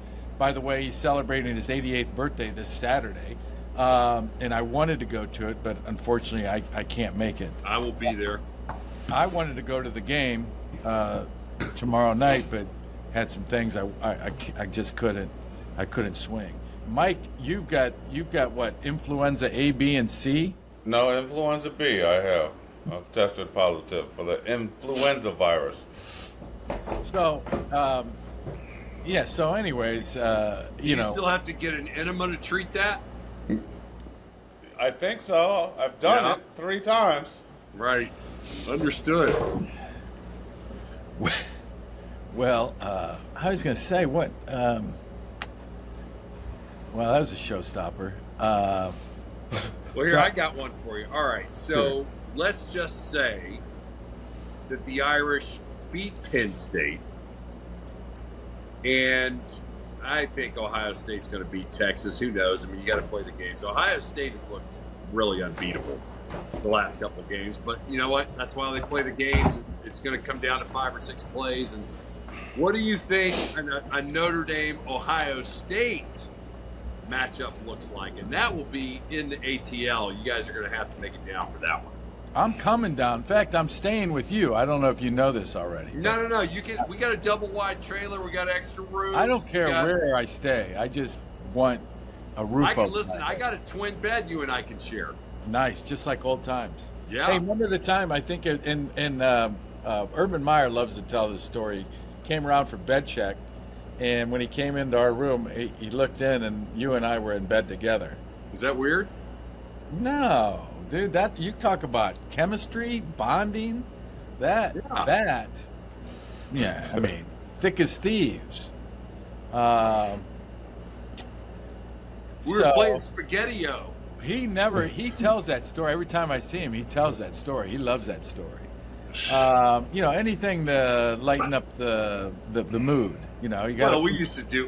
We had a good. Are you kidding me? That our senior year, when you win, everything's funny, right? But that was a lot of fun. We joked around. We were always joking around. And Barry had the personality to be able to deal with that, and then also say, "Look, Wes, Frank, Stoney, you know, no bullshit today. Let's get it done. Quit fucking around. Get to work." Well, you know, Barry, if you think back to it, Barry, we liked Barry, and he was a ball buster. You know, he had. You know what I think it is? You know what I think it is? I think it's because the guy was a player. I think it has a lot to do with having been there too. Holtz was a player. He played at Kent State. Yeah. No, it's different when you're the head coach. You got to be. You know, it's a different approach. You know, your assistant coaches, your position coaches, you know, they can take more of a role where it's like, hey, listen, my door is always open. You know, I mean, Holtz always said that too. His door is always open, but you know, it wasn't the same. You never voluntarily went through that door. It might have been open. I think Coach always really liked it. When I would go tell random freshmen that Coach Holtz wanted to see him and they would walk into his office, he thought that was great. He really liked that. All right, let me ask you guys a question. This kid for Penn State has averaged, 100 yards a game for the last 3 games. So he kind of found his little running energy. And so is Notre Dame's run defense going to be able to shut down the Penn State kid? Well, Penn State has 2 running backs over 1,000 yards, I think. Don't they? Or whatever they are. They're both like 6 yards a carry or something like that. They have sort of the 2-back approach that Notre Dame has. I think it's going to be a challenge. Look, they are going to challenge Notre Dame up front. They've got the dudes on the end. They're going to be well coached. We're going to have to suit up and show up, and hopefully our coordinators have a better plan than theirs. I don't know. I worry about number 44. I think the tight end up the seam. Their quarterback, to me, throws the ball better than our quarterback. I'm not sure he doesn't run better, but I don't know. What do you think, Frank? Well, I think Notre Dame wins the front seven, defensive front seven there. I think it's going to be, like you've said in the past, it's going to be a knockdown, drag-out fight. I think both teams are going to go to their bread and butter, which is running the ball. What scares me about this game is Drew Aller, the quarterback for Penn State. You talk about a big kid. He's 6'5", 240 pounds. He from down the street here in Northeast Ohio. The kid can play. Do I see the playmaking ability out of him like a Joe Montana or like Caleb? Was it Caleb Williams that played at SC a couple years ago or last year? No, but the kid is sound. But then, you look at the other side, the guy's handling the ball a lot too, Notre Dame, Riley Leonard, he's been making plays. He made some plays in the Georgia game. What I'm getting at is both teams are going to try to establish the run. Certainly, but Notre Dame's in a tough spot because they're going to have to defend the entire field. Where Penn State, I don't know if they're going to have to defend the entire field as much, because I think the threats downfield really, aren't as great, versus that Notre Dame offense. But having said that, the Notre Dame defense has the edge over Penn State's offense. I think that defensive line, man, those cats get after it. You saw what they did. You saw what they did to the Georgia defensive line. They create that turnover right before half. I mean, that's huge shit. And so, I like Notre Dame in this game. I like them to win by a touchdown, and I like them to continue to make the plays when they have to, whether it's Jeremiah Love, on a 95-yard touchdown or a kickoff return or, strip sack again. Well, they're finding ways to win. They start to believe themselves, and they're not making mistakes. So I don't think these running backs, getting to your point about the running backs from Penn State, I don't think they're that big of a threat. And of course, you got to couple that with the offensive line. I don't think they're going to overmatch Notre Dame. Look at Georgia. Georgia, I think, only had 50-some yards rushing the ball against Notre Dame, and there's no reason Notre Dame can't do that against Penn State. But I totally agree with what you're saying, Frank, and I hope you're right. But I looked up, this was just like national rankings on defense, all right? Notre Dame is number 3 in, actually tied for second in turnover margins with plus 18. Plus 20 is number 1. Third down defense, Notre Dame is 5th. Red zone defense, Notre Dame is 5th. Penn State is 4th. Scoring defense, I thought this was interesting. Penn State's not on here. Notre Dame was 2nd. Ohio State 1st. Pass defense, Notre Dame is 5th. Penn State is not on here. That's pretty much, and then the overall defense, but I don't know that really matters as much. Anyway, the point is Notre Dame ranks nationally in the top 10 in a lot of categories on defense. So it's not like, and they did play 5 or 6 teams that were ranked when we played them, even though, not at the end of the year necessarily. So I don't know. I've watched Georgia all year. Georgia won, they didn't have the best team they've had in the last 5 years, but they always found a way to win. And Georgia's Achilles heel this year was their offensive line. Yeah, right. That's right. Yeah, and their defense wasn't as good as it's been. They've had defenses where they got all 11 guys drafted. I mean, but I think Notre Dame, like defense wins championships. Notre Dame's got a good defense, so we're going to be in the game. They're not going to run all over us and score a lot of points. I mean, we're going to be in the game. Right. So we get into the numbers. Penn State is averaging 35 points a game. That's a lot of points. What was Indiana averaging? Yeah, but I don't think it's. I don't think apples, they're the. apples. I don't think they're the same team. I think Penn State beats. Indiana. I don't think Indiana's going to score 35 points against Notre Dame, but they have the ability to, score, 20-some points. They have the ability to score 35 points if they catch Notre Dame. A lot of this game is going to be won on the sidelines, up in the box, how you're going to coach this game, how you're going to prepare your team, because I see the athletes. The athletes are pretty similar, and they're going to be similar in the next game, whether they have Texas or Ohio State. No, and looking at the numbers here, Penn State is on third down converts. They're almost 50%. You got to get them off the field on third down. As far as passing yards per attempt, 8.5. That's not a lot. They're not really throwing the ball downfield. He's not throwing a lot of interceptions, only 9 versus how many touchdowns passing? 30. So that's a pretty good ratio, but still, majority of that is probably coming against weaker opponents. Well, I'm looking at this here. Penn State's defense, points per game, they're 5th. Opponents' yards per game, 5th. Points per play, 5th. Opponents' yards per play, 7th. So, I mean, their defense isn't bad. I didn't realize it was that good. And then the opponent's yards per rush, they're 7th. So they got a pretty – but then what's interesting, Frank, is their pass defense is not very good.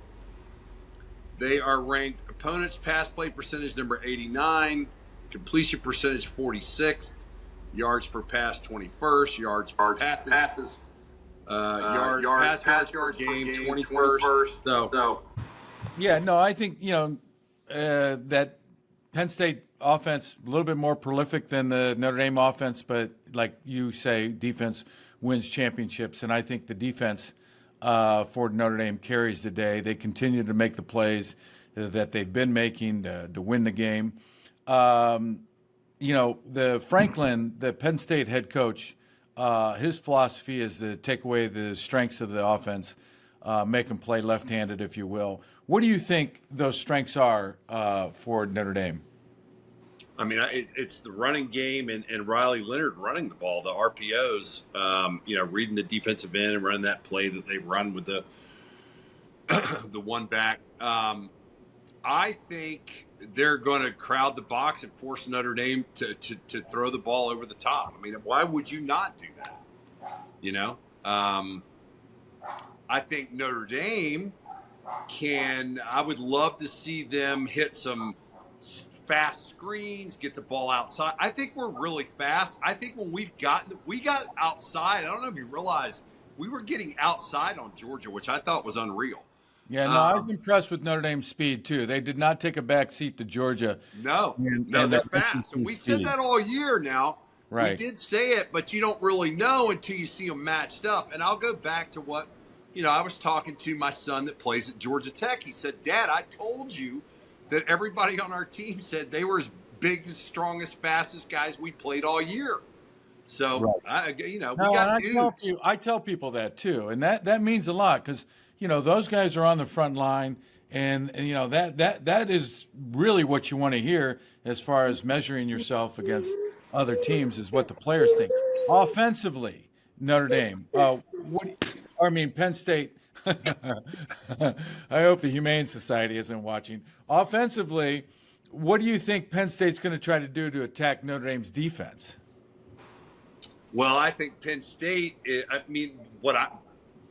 play action, they're going to try to establish a run. Notre Dame's going to have to try to stop their run. And then play action and try to get the ball down the field. I mean, they're both basically facing the same challenges, right? It's going to be who can adjust to the game plans better. And I think I feel very confident about Al Golden's ability to do that. I think mentally he's like freaking Yoda. He went to Penn State. I think it's personal for him. What I was going to say too is Notre Dame has a lot of really good athletes and they're smart kids, and I think he shows a lot of fronts. I think he fakes one thing. He shows the zone and he moves into man, and they play a little man zone combos. They blitz, they get pressure. And then they got guys. I mean, when you have a good coach, you got good players, good things happen. But, it's going to be a chess match. Somebody's going to strike a first blow. You're going to have to adjust to that. Who's going to make the best halftime adjustments? I mean, all those things that win close games. Yeah, offensively, I think they're gonna go with a lot of the check down. They've got to get this Drew Aller to throw the ball on time, because if you're watching the Georgia game, you see that the mistake that quarterback made was, or an offensive line didn't give it to him, is he didn't have a lot of time. So go, if it's not there, throw it away or go with the check down, and that'll really frustrate that front.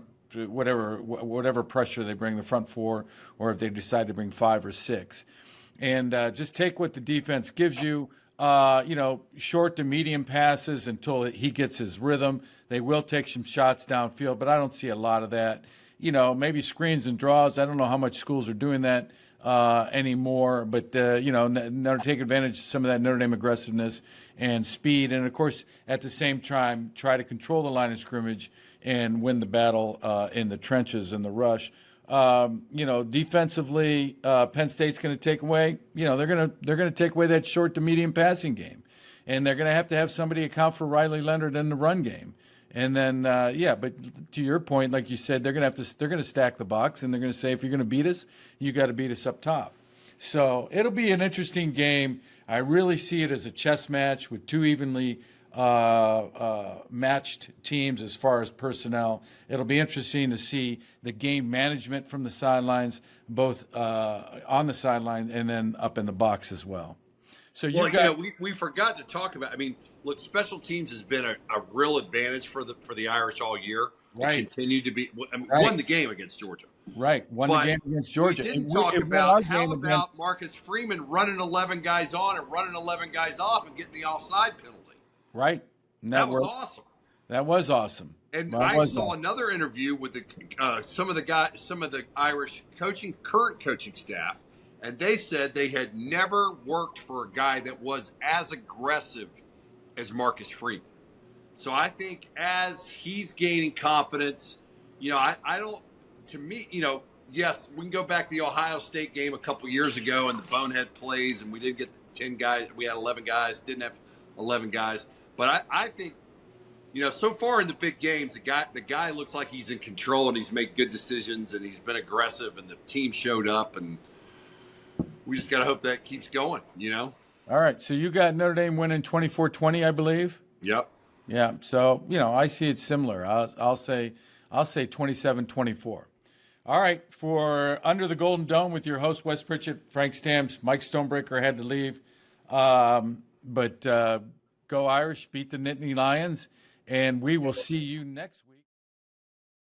All right, Irish fans, welcome to week 8 of Under the Golden Dome. You are Under the Golden Dome with your hosts, Michael Stonebreaker, Wes Pritchett, Frank Stams. 3 All-American linebackers that played for the last national championship team in 1988. We discuss, we talk, we critique, we remember, we laugh about all the things from the '88 team, and plus we analyze what's going on today with the current Irish. A lot of lessons. Not everything that happened 50 years ago, or in our case 40 years ago.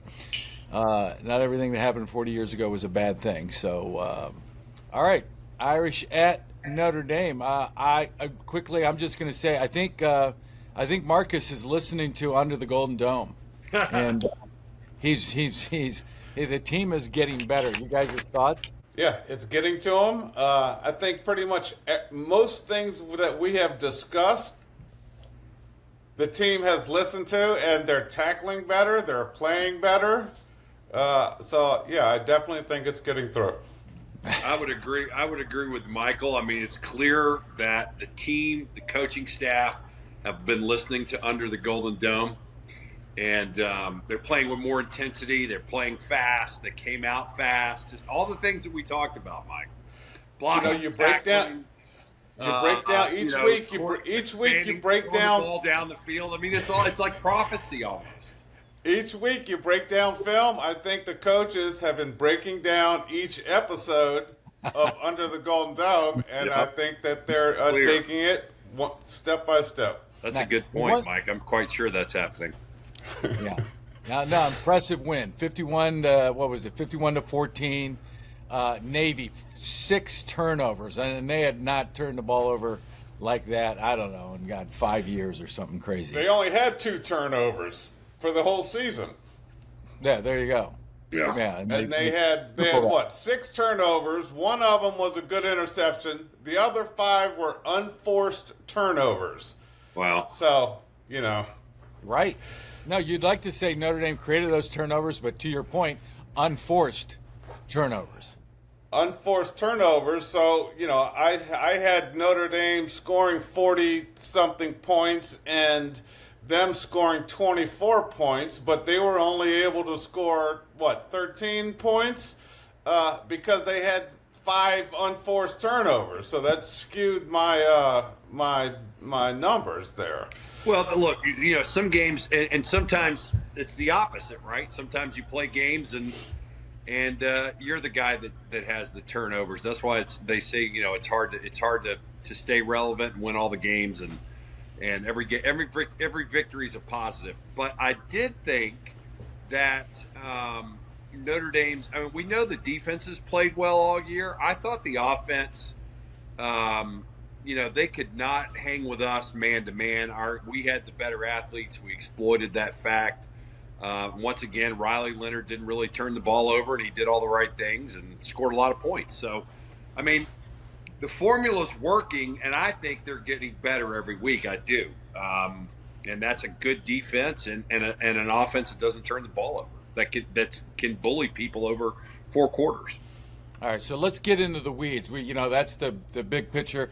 The getting into the weeds. Notre Dame opens up the game with a couple of passes. One perimeter pass, and I don't know. The other one was, maybe something short and quick. I get it. Establishes rhythm, get confidence with the completions, but it's almost, to me, what I think what Notre Dame is saying there is, there's 2 schools of thoughts. You guys know them both. You start with the pass to open up the run. You start with the run to open up the pass. And this is what I'm getting at is this is alarming. The perimeter pass, the second down pass, it's almost as if they want to soften up the defense so that they can run the ball better. And this is what scares me. Against Navy, they should just be able to line up and impose their will on Navy. Now, that's not to disparage Navy at all. It's just Notre Dame should have that type of dominance when playing the academies. And as I watched that game, Navy did a great job of I'm not going to say they dominated the line of scrimmage, but they did not get pushed back. They did not. They made some plays. They made some tackles for losses. They were able to penetrate. They were able to get control the line of scrimmage. Notre Dame, if not for the 6 turnovers, that game, I'm not going to say that game would have been a lot closer. It's still probably a double-digit win for Notre Dame, but that game's a lot closer. What surprised me is I thought the stage was a little bit too big for a ranked Navy team. A lot of attention there. The running back fumbling the pitch, that's elementary.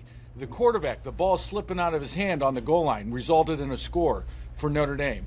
The muffed punt, those are things that, to me, that nerves come into play.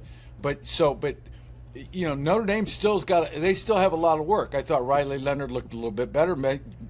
Wes, you mentioned the matchups downfield. I think Notre Dame had better athletes downfield. When they brought the pressure, they had to go man-to-man with them, and Notre Dame was superior in that effort.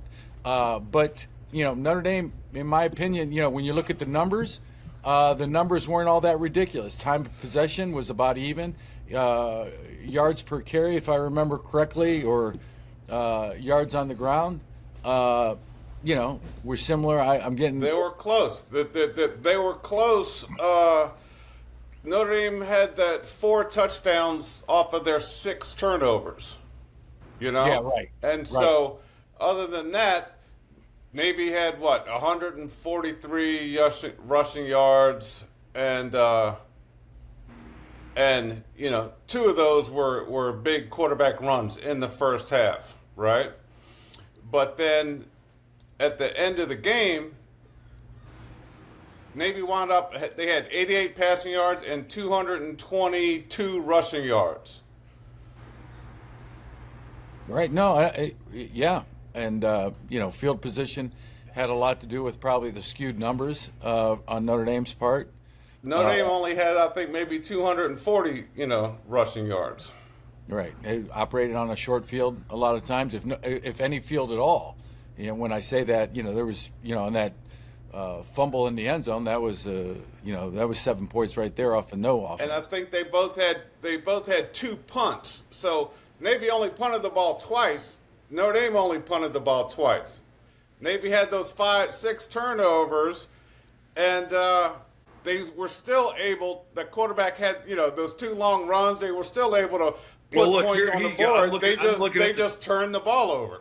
I'm looking at the stats. They had a running back. Horvath had 129 yards. They had another guy with 51 and another guy with 33. So what is that? 130, 180, 210 rushing. And Notre Dame had 100. Love had 102. Leonard had 83, and Young had 52. And then we had a guy with 20. So 72. So we had 250, they had 210 in rushing yards. Yeah, the difference, absolutely. The difference in that game it was the turnovers, and at the skilled position. I saw Riley Leonard started the game wonderfully, 6 for 6, and that's the way they want him to start the game. And we'd keep Marcus Freeman talks about his confidence. They're doing a lot in order to build his confidence with that type of accuracy or completion percentage. So mission accomplished there. Did they start better? These are some of the things a couple of games ago that Marcus Freeman talked about that they need to improve on. Did they start better? Yeah, they did start better. What were the other things that he talked about as far as wanting to improve on? Third down conversions. They were better. I think they were over 50% on their third down conversions, and that was great. The one area, there was about 5 of them. I know one of them was penalties. They did not improve on penalties. They had 9 penalties. They had 1 penalty on about the 1-yard line, and that took away a score. That kind of shit gets you beat in the big games. Yeah, 100%. Yeah, Navy also, along with those 6 turnovers, on the kickoff, the kid didn't field the kickoff and it bounced out of bounds at the 4-yard line. So they just kind of shit the bed all over in every aspect of the game. So, they weren't prepared to play Notre Dame. They played like Navy midshipmen that just came back from shore leave like the night before. You think they were out partying, the night before? I do not think that. I think it's what you said, though, Frank. I think the stage was very big for them. It was ranked against ranked. They were in the Giant Stadium, MetLife Stadium. They were 6-0. Yeah, 6-0, playing Notre Dame. I mean, they kind of. That's why I think that one. They underperformed. Yeah, that one interviewer asked Ned Bolkar, is this Notre Dame defense elite? And Ned, he didn't fall for the trap, right? And he's like, well, hold on, let's see them play some ranked teams. Let's see them play some of the better teams.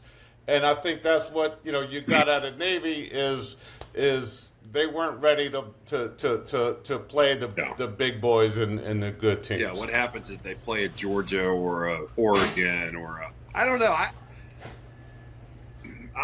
we've watched. Look, we've watched Notre Dame from the time we played, up until today, and we've, I always we've been let down. And I can remember the Alabama game in 2012, 2013 when we were, ranked really high. We went down there and they just absolutely rolled us. I think our defense is better than it has been. I do. I really do. But I don't know how it holds up against an Oregon or a Penn State or whoever the best team in the Big Ten is. Well, I don't know. What do you think, Frank? Or how about a Georgia? I mean, what does Georgia do? No, to I them? I think Notre Dame. Do to them? So I want to address your point, but to Mike's point, I saw that Ned shared that interview with us, and I thought he did a good job in that too. And I got a kick out of that question. And how I would have answered that question is, you only achieve elite status after the season, and if you're a national champion. I mean that words get greatness, elite. Things get thrown. Descriptive words like that get thrown around all the time. But really, it's all about at the end of the day, that's when you can start calling them elite. I don't think anybody called us elite prior to the national championship. No. But they refer to us that way as well. But as far as Notre Dame, I think their defense is the strength of their team. I think they've got good defensive team speed. I think their linebackers run well. I think that Kaiser, he gets to the ball. I think they gang tackle. I think the defensive line is overcoming some of the injuries, playing better there, getting some pressure. That could be, I think, of the linebackers, secondary. The defensive line is going to have, they've got the biggest challenge going forward. Same with the offensive line. That's going to be the biggest challenge going forward. I love that Jeremiah Love. I think he's a first rounder. Yeah, man, he's special. There's no doubt about that. I agree with you. Right. I thought Riley Leonard did a nice job in that game. When he was scrambling, his vision was downfield. His accuracy was better. Now I'll tell you, the midshipmen were headhunting him. They were trying to get every lick on him that they could. You just see that attitude, especially near the out of bounds. I mean, they're hitting him, as long as they can. They wanted, because they knew he was a runner. And, I'm sure they were coached up to say, hey, if he's going to run, we got to punish him. I like Notre Dame going forward. They, like we talked about in the last show, they get better as the season goes along. I'd say it seems to be Marcus's trademark. Last year they got better as the season went along. His first year, I thought they got better as the season went along. Now, his first full third year, I think they're getting better. The schedule sets up well for them. I think it's a softer schedule here, especially now they're coming home to Florida State, which is not playing great football. But the scary part of Florida State, you can't have a letdown because they sure as hell got as much talent, probably much more talent than Northern Illinois. Yeah, it goes back to the trap games, right? It's easy to get up for the big games. Can you keep the level of intensity for the games that you're a 20-point favorite? And we've talked about it before. I think that's something that Coach Holtz had a process where he broke us down, made us think the opponent, how great the other opponent was, and then it built us up during the week, and then by Friday we were the greatest team with the greatest plan with that we're going to win and instill our will. But I think another thing that we've never really talked about on this show is how, we were very protected from like what the spread was, the lines, what everybody was saying, because we didn't have social media. Imagine being a player today. You see everything, right? You see the other players, you see the schedules, you see the video highlights. Like, you just have a lot more information. So, you got to be very careful to not read your own press clippings, if you will. So you got to keep that hunger and not think, oh, we're just a 20-point favorite and our players are so much better and everybody says this. And I don't know. What do you think about that? Do you think the times how different are the times today as far as the information that gets circulated, from week to week, or do the players even pay attention to that? I don't know. Go I ahead, think they Mike. pay attention to it. I think you've got the times are so different now. You've got a lot of kids that are diagnosed with ADHD and are on certain medications to keep them focused, and you've got so many other distractions with all those things that you just talked about that I'm sure it's really difficult. I know it's difficult for the coaches to keep the kids, focused on practice, focused on, I talked to a coach one time and he's like, I went over 5 times, with this one kid and then he gets in the game and then he's all whacked out and he goes and does the exact opposite. So, it's hard to keep kids focused nowadays. Well, I've got a lot of thoughts on that. And I understand. I understand that. That can be an issue with some of the kids. I think I was undiagnosed ADHD. But who else? But you know what? What got my attention is Lou Holtz. Yeah. What got my attention? It was George Stewart. George would rip my ass. I remember in the Penn State game, that championship year, and it was our last game at home, and I'm acting like a wimp in the locker room and all that, and getting real sentimental. And I look back and I'm like, God, how embarrassing. When I should have just gone out there and manned up and and took it to him. And I think and what my point being is all these distractions. It's a simple game. Just beat the guy over you. Mike, you talk about this all the time. Wes, you played like this. Just beat the guy over you. You got one assignment, beat the guy over you, and keep it that simple. And I think a lot of this social media, a lot of the distractions, a lot of all this information is frickin' sensory overload. It'll frickin' start blowing circuits. And I just don't think the game is that difficult. It's not. It's not. And the guy with the best effort, the guy that wins the individual play, the guy with the pads under the other guy's pads, you know what I'm saying? Like all this simple stuff that I've been telling. I really literally told my kids this from the time they started playing football. I'm like, you just have to win one play at a time.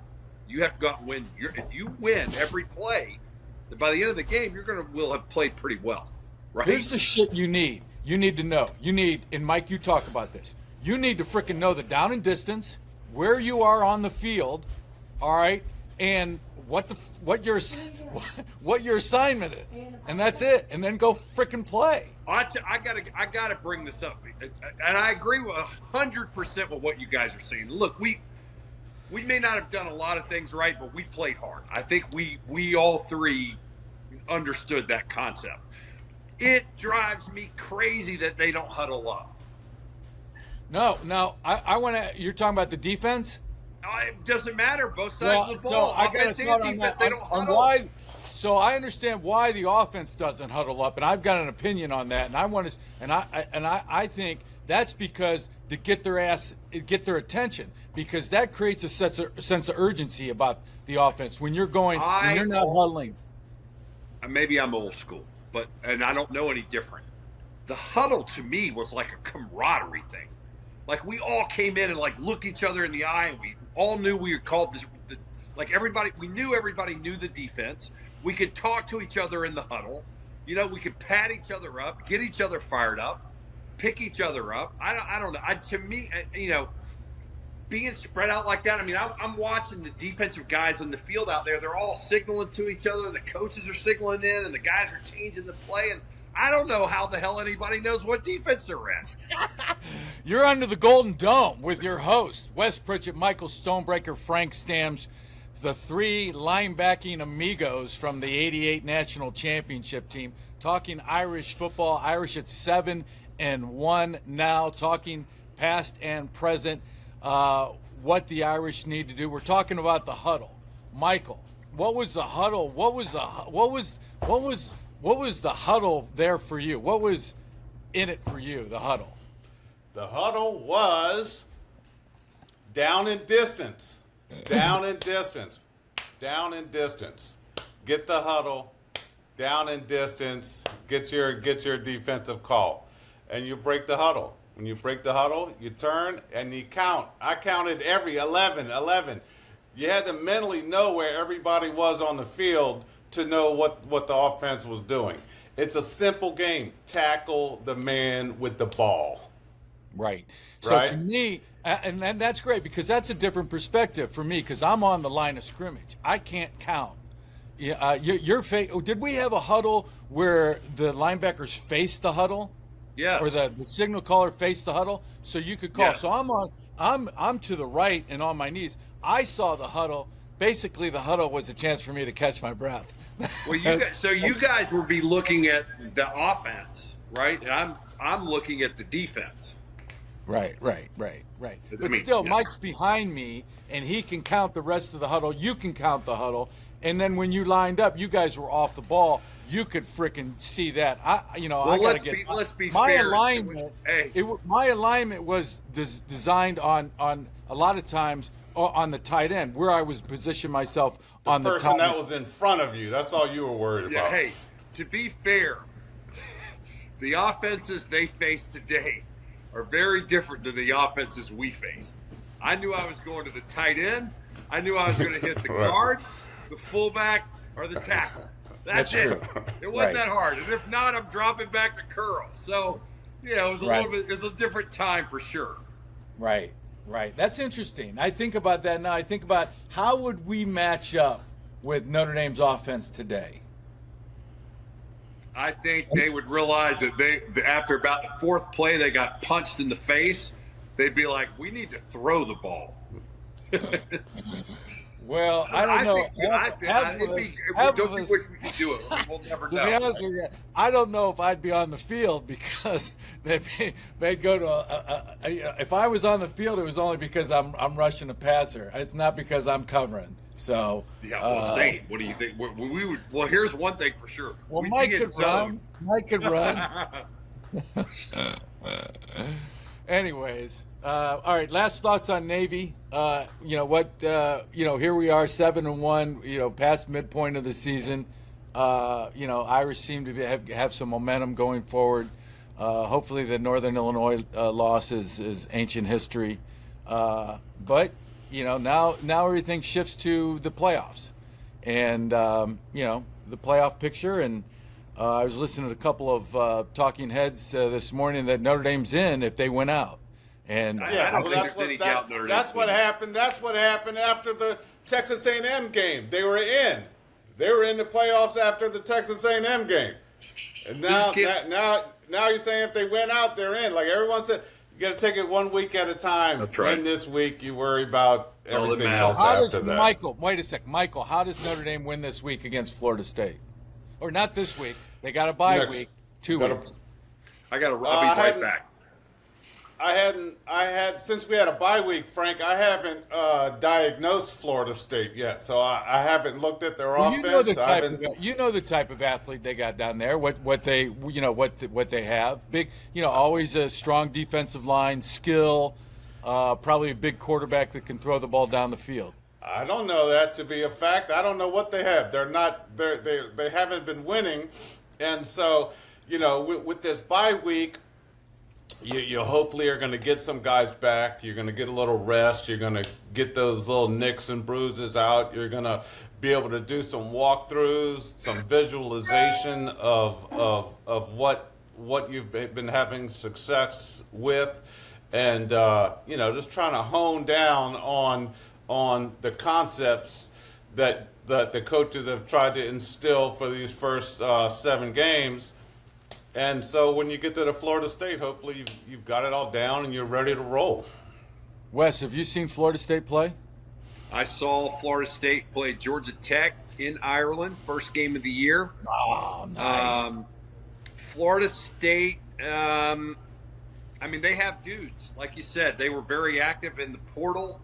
I do not think that they're going to be dangerous, but they are not. They don't look like something's off. Like they don't have chemistry. The coach has lost the team. I don't know. Miami just beat the crap out of them. they just kind of seem like a sinking ship. You know, it's kind of like A&M was 2 or 3 years ago before Elko came in. They spent all that money and they had the greatest recruiting class of all time, and then they had a terrible year. So, you know, there's a lot to say about coaching and chemistry and guys playing to their maximum capacity. And I don't think Florida State they're not playing to their potential. So nowadays, if you lose 2 games and you know your season's over, so do the teams just fall apart? You know, no one gives any effort anymore. Yeah, I don't think that's true for everybody, but Florida State has underperformed. I mean, what that reason is, I don't know. But if you're still getting your NIL money no matter what, you know what I mean? What's the point? I mean, we were talking about, I think that's where the head coach and the culture plays a part, right? I mean, at the end of the day, they can talk about the transfer portals and all the money these guys are getting paid. I mean, how are these coaches able to, you know, we knew that kids were going to be committed for 4 or 5 years. The coaches all knew we were going to be committed for 4 or 5 years. How do you keep your culture and your chemistry in place when kids are all moving around every year? I mean, I think it's a very, very tough environment, and I think you're going to have teams every year that kind of fall out and just kind of lose the team, if you will. Lose the focus of the season. Yeah, well, you guys know this. Losing breeds contempt, and that's probably what's happening there in Florida State. I mean, I'm thinking about Florida State. Wasn't it a couple of years ago that I thought they got screwed for not getting in the playoff? Yeah, 2 years ago. Not getting screwed. They were screwed, I thought, by not making undefeated. The playoff. Yeah. They were undefeated. And so, you know, to me, you guys know people that went to Florida State. Shit, I do. And, man, I look at some of these. Well, freaking Deion went to Florida State. I mean, they got talent. And that's what scares me about Florida State is all of a sudden, you know, bam, they decide to play, and it's a whole nother game for Notre Dame. And that's where, you know, this is, to me, and I'm glad they got 2 weeks for it. And I'm glad they're at home because this is a game that, you know, Notre Dame better be on, because if Riley Leonard, you know, he throws a couple of picks, or, you know, they can't protect him, and they've got to rely on the ground game, you know, it's going to be close. It's going to be close. And that defense could be challenged by all the skill that they have. The game is certainly going to be a much faster game than against Navy. So this will be really an interesting game. I'll be interested to see what Vegas has the spread on that. I would imagine Notre Dame would probably be a 7-8 point favorite, considering more than that. Yeah, I bet it's could 2 be. touchdowns. Yeah, it could be. I mean, like you said, but if you're not playing for your coach, then, you know, after the first series or the second series, shit, they're just folding it in. That's right. Right. So and is it they have a bye week again? So are they reading the press clippings again and not taking Florida State serious because they've got a couple losses and they think they're going to skate into this? You think you're better than you are? You know, is that it? So this is another test for the players, or is it another test for the coaching staff to get the players focused and ready to play? I think it's exactly what you just said, and we've talked about it. The whole show today. I mean, that's what I was talking about before when I was saying all the, you know, the distractions. The kids on an off week, they are going to be reading their press clippings, right? They are going to be reading about Florida State. These kids dig in. They know everything. They know the players. They know who's hurt, who's not hurt, the years they're having. Like, my kids know the stats of every player they're playing against. They really do. It's crazy. Well, what Notre Dame? What press clippings could Notre Dame possibly, the players there at Notre Dame possibly be reading to give them a big head? Well, I mean, just that Florida State has struggled, that they're going to be 2 touchdown favorites, that they lost to Miami by 28 points or whatever. Gotcha. Just gotcha. basically, So they put up 40 points, and 50 points. You know. So whose job is it to remind them of that they haven't done shit yet? That would be the head coach, Frank. Yeah. That would be the head coach's job. 100%. It's funny now, and maybe Marcus is getting better at that. I mean, I think, you know, that's like we said over and over and over again. That is where Lou Holtz defined himself as a great football coach. But His ability to do that. Right, and it's not just Holtz, and you know we reference Holtz a ton because that was our experience and that was our success. But I'm talking with a guy named Dave Robinson, and Mike, your dad would have known Dave. Dave played. He's a local guy here in town. I went to high school with his kids. Dave is in a Pro Football Hall of Fame. Played on the '67 Lombardi Super Bowl team, All Pro, linebacker. And I had a chance to talk to him, and he was telling me about Lombardi and how if he had a great game, Lombardi would chew his ass the next week. And I looked at him, you know, like, why would he do that? And he said just to keep him grounded. I mean, right. I kind of know why he did it, but I wanted to hear him say that because, you know, that's the kind of stuff that I grew up with, is to keep him grounded. And you know that you can, you know, the season's not over yet. And that's the kind, I think that never gets lost on players. And, you know, sometimes we say, oh, you know, players need to pay attention. And whether you have ADHD or girlfriend problems or whatever, you need to jump their ass, and they need to pay attention. And you want that kind of player that responds to that, in my humble opinion. And I think they've been doing that from what I heard. That they're showing the NIU, you know, end of the game film. Good. You know, every week to remind these guys, like, hey, you know, this can happen, and it already happened to you. So keep your head on straight. Yeah, I mean, I think if you go back and look at, like you said, Lombardi, Bear Bryant, Saban, Lou.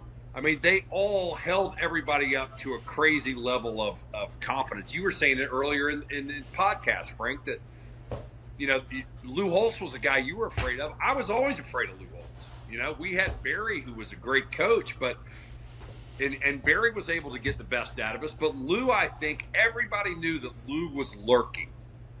And if you had a day that you were going to let the team down, or you missed some assignments, or you made a mental error, your ass was going to sit on the bench.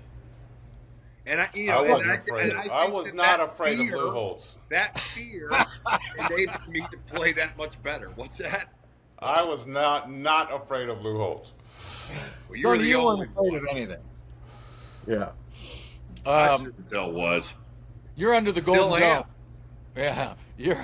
Irish fans, you're under the Golden Dome with your host, Michael Stonebreaker, Wes Pritchett, Frank Stams, the Three Amigos, All-American linebackers from the last '88 championship team, breaking down this year's Irish team and going forward. All right, Florida State, you know, going to be a challenge. Notre Dame should be a big favorite at home. Playoff picture going forward. I'll share you my. I saw everybody's got. I'm looking up ESPN. I'm trying to look what all these people are saying. Playoff picture. And then all of a sudden it's like, well, you need a subscription to get their playoff picture. I said, what do I need a subscription to get their playoff picture? So I'm going to I've created my own playoff picture right here. Nice. So, hey, I got Oregon. Oregon will get a bye. I think Oregon is the best team in the country.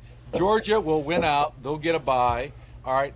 Penn State will win out. They will beat Ohio State this week. And believe it or not, Ohio State with 2 losses will get eliminated from the playoff picture. Miami, crazy underdog. Miami will get a bye. They will remain undefeated and get a bye. So, who will host the 4 remaining teams? I got Texas hosting. I got remaining teams. Oh no, you're right. Bye. My bad. You're right. You're right. Who's going to host? So hosting, Indiana, believe it or not, will make it, but they will go to Texas. All right. Pittsburgh.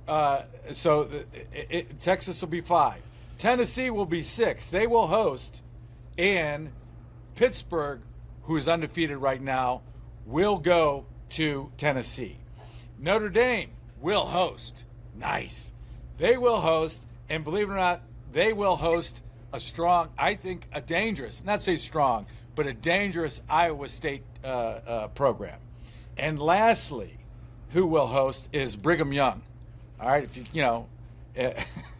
Brigham Young will host, and Brigham Young will host Boise State. So that's my playoff picture there, and it's on tape. So thoughts?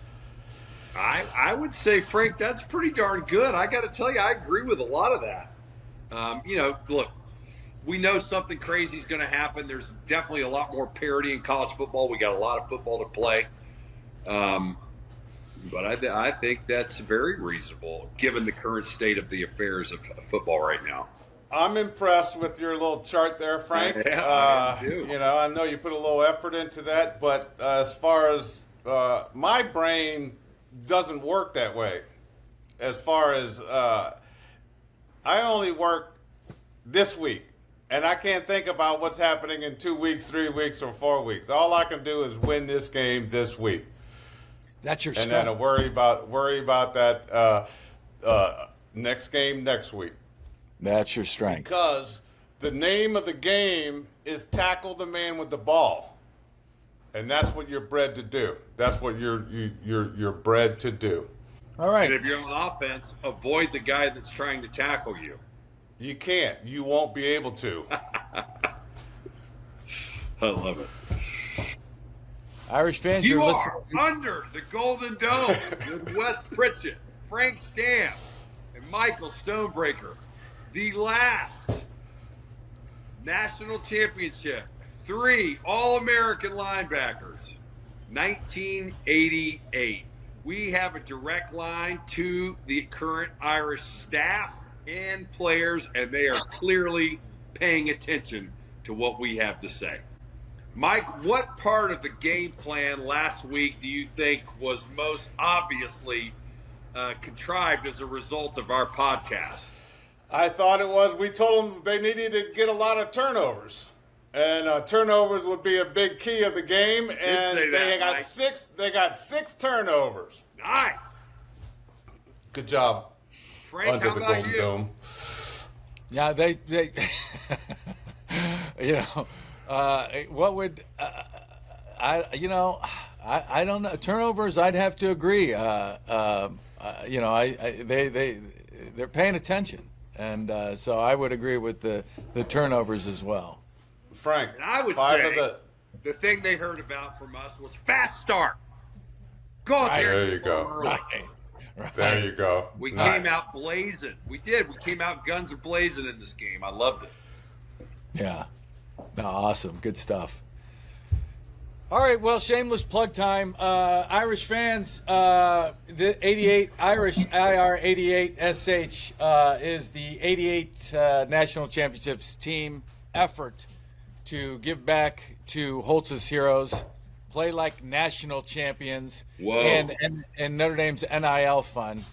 You can find us at n88d.com. You can order these T-shirts. They're quality T-shirts, wear very well, wash very well, and they are our effort to give back, like I said, to Holtz's Heroes, does great work, and the Notre Dame NIL effort. So, parting thoughts, fellas, before we wrap it up here? I've got a week off. I'm going to focus and get ready for Florida State. Heal up, get to injure anybody that's nicked up, try to get healthy. And really use it as a time to you can really focus. You have an extra week of preparation to watch film for the opponent. I think can't underestimate the power of watching film and getting ready and Marcus hopefully making them believe that they can they have an opponent that's worthy of them focusing on and going out there kicking some ass. So. Yeah, good points. Great win to go into the bye week with. Feeling really good about yourself. Beating a ranked opponent. And then also a chance to build that chemistry with that offense and defensive line. There's been some change in chemistry, if you will, because of injury. And man, I'm a big believer in chemistry. I thought that '88 team we played on had great chemistry. We had amazing chemistry. Amazing chemistry, both offense, defense, in our leadership. It was just incredible, and I think I see that chemistry getting better. So maybe this extra 10 days will help with that. So Best of luck to the Irish, and we will see you, Notre Dame fans, next week under the Golden Dome.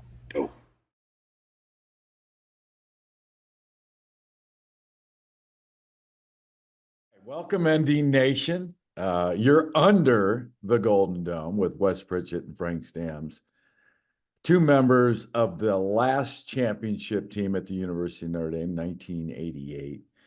And we're here. This is the inaugural, our podcast for the 2024 season of the University of Notre Dame. And Wes, I'd like to talk about in this podcast three things, really, to set it up. And then we'll get into, personnel next week. Hopefully we can get Timmy Brown as our guest, and kind of preview not only the wide receivers that, Notre Dame gained in the transfer portal, but also set up that A&M game, which is now, a couple of weeks away. And who better to talk about A&M than Timmy Brown? But, let's first talk about really the engine that makes it all go, the leadership. I'm talking about Marcus Freeman. He's going into his third year now. And as you know, to me, and maybe to you,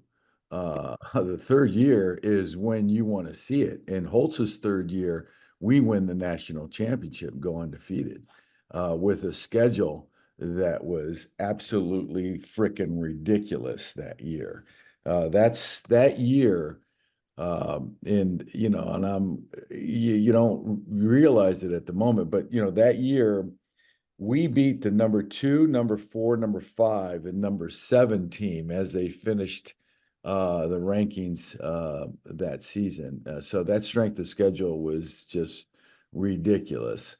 So talk about Freeman, talk about strength of schedule, and then we'll talk about Riley Leonard, the transfer quarterback from Duke. So your thoughts on Marcus Freeman, and then I'll give you my thoughts as well.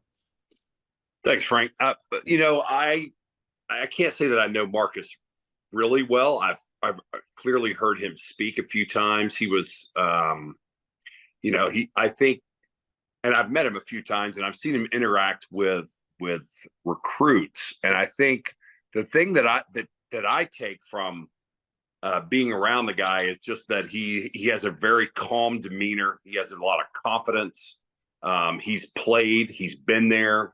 Seems to be a little bit of a player's coach. I think he had some growing pains the first couple of years, but I mean, that's a big spot to be in, to be the head coach at Notre Dame at such a young age. I think the thing that I like, there's a couple of things I liked really a lot about Marcus. The first thing he did when he got there was realize that the tradition of Notre Dame is one of the most important things at the school. And the first thing he did was try to get the alumni football players involved with the current program. He did that with the calls where it was like the State of the Union sort of Notre Dame football. He got the players involved. He invited all of us back for his first spring game. And I'll never forget he brought all the players in. We had a cocktail hour.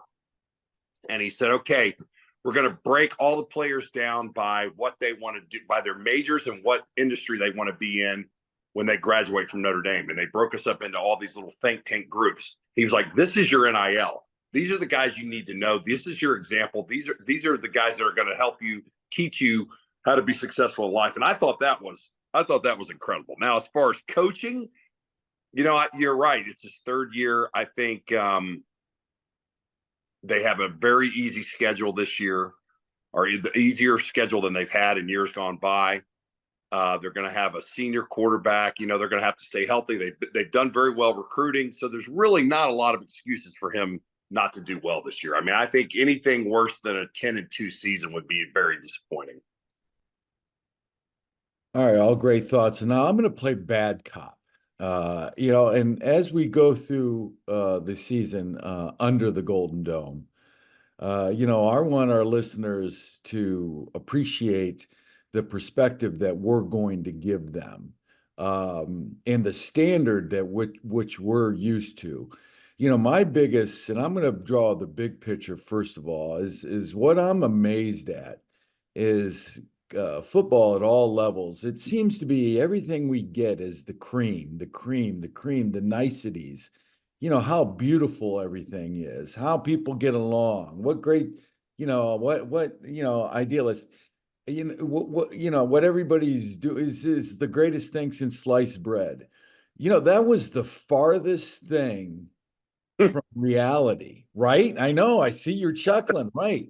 The farthest thing from reality that we had at Notre Dame. Now, I appreciate, and let me play the bad cop, because that makes for a good podcast. The yin and the yang, the conflict is, when Holtz got there, he was conscious of Notre Dame. That was his job. That's what he wanted all along. He talks about it now all the time, growing up there in East Liverpool, and Fallensby, West Virginia, strong. I forget the name of the little Catholic school that he went to, but Notre Dame was in his soul. But when he got there, it was all about Lou Holtz, and it was all about Lou Holtz's culture. And I don't say that in a bad way. I say that's how it had to be. He was the leader of the ship, and you either got on board or the train was leaving you behind. And I was a perfect example. I experienced both. So, when I hear you talk about Marcus Freeman, it's nice that he's engaging and doing things off the season, but I need to see a little bit more kind of a little nastiness from him. You talk about, I've met him a couple of times. He seems kind of, and I'll be honest with you, seems a little aloof when I meet him. Now he's probably just being cautious because he doesn't know me, and I appreciate that. But I'd like to see him a little bit more engaging. Um, so, and then the jury's still out on him. I mean, after last year's season, what happened in Ohio State. He's got the pedigree, went to Ohio State, played on four teams there that were, two of them played in the national championship game, played linebacker. I think he's got the toughness, he's got the know-how. He's served under, from Ohio State. He becomes a grad assistant there. Then I think his first job is at Kent State with the linebackers. Then he goes to Purdue with the linebackers, then becomes co-defensive coordinator. And then from Purdue, he goes to Cincinnati. I think where now he's coaching with Brian Kelly, and they have big success there. But and then he comes to Notre Dame with Brian Kelly. But you know this, being the head coach is far different than being what the head coach is wanting you to coach and how you want to be. Now you're the guy everybody looks to. And I think there's a tremendous amount of growing pains that he's experienced in the last couple of years at Notre Dame, and specifically some decision making during the game. And I don't know, if how fast you get that or if you ever get that. Just want to know your thoughts on that. Well, you make some really good points. I mean, we both came in the same year with Jerry Faust, and we had a lot of talent on our teams. And Jerry did not know how to coach at that level. He didn't have a program and a platform to sort of plug in. He hadn't been through the motion before on the Division I college level.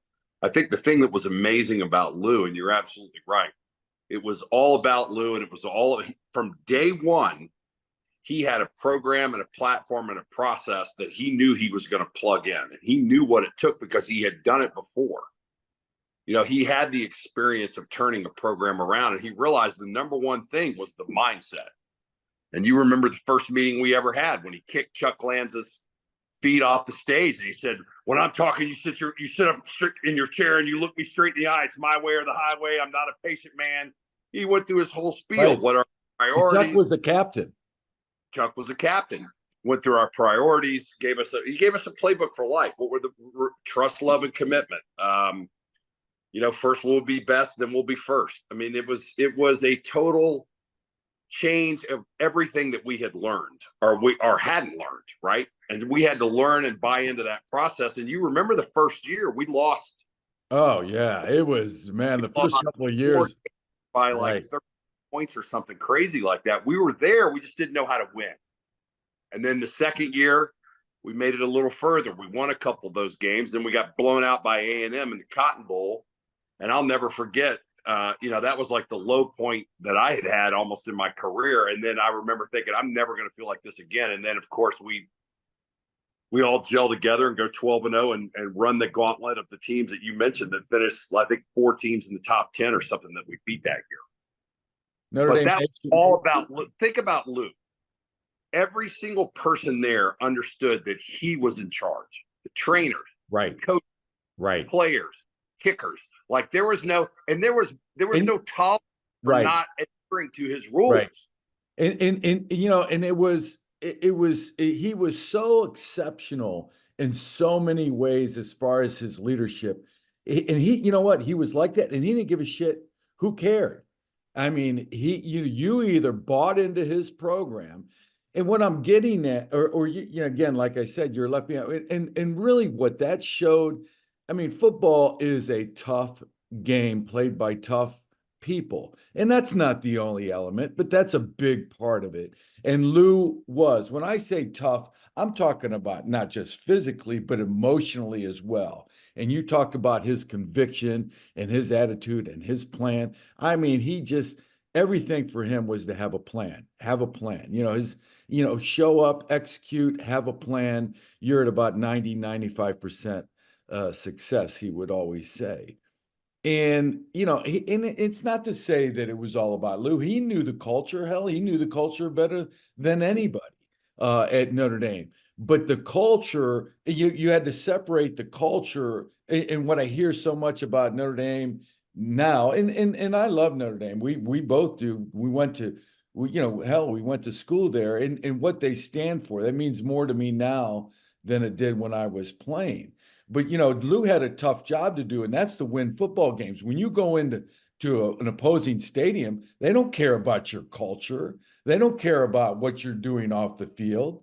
Yeah, right, exactly. So we had to have that mindset and be tough, throughout the season. But so, and I think that's what, getting back to Marcus, I think that's what Marcus Freeman needs to get, is that layer, a little bit of more nastiness, start swimming in the Lou Holtz pond rather than the Jim Tressel pond, both as far as his nastiness, and also his play calling and his, how do I want to say, risk taking.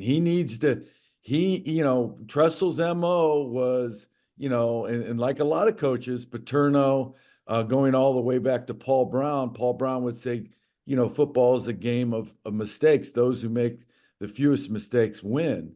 And I saw that, I think, in his, I want to say his first year, I want to say at Ohio, first full year at Ohio State.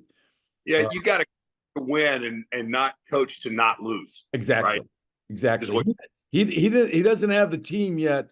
That down there at Ohio State, he didn't have the team to go toe to toe with Ohio State and not make, and carry that philosophy going forward into the game. And he lost that game. Notre Dame lost that game in the second half. They had Ohio State on their heels, but their inability to make plays and call the right play, to me, cost them the game. But anyways, that's I think a quick take on Marcus Freeman. We'll certainly get into him more.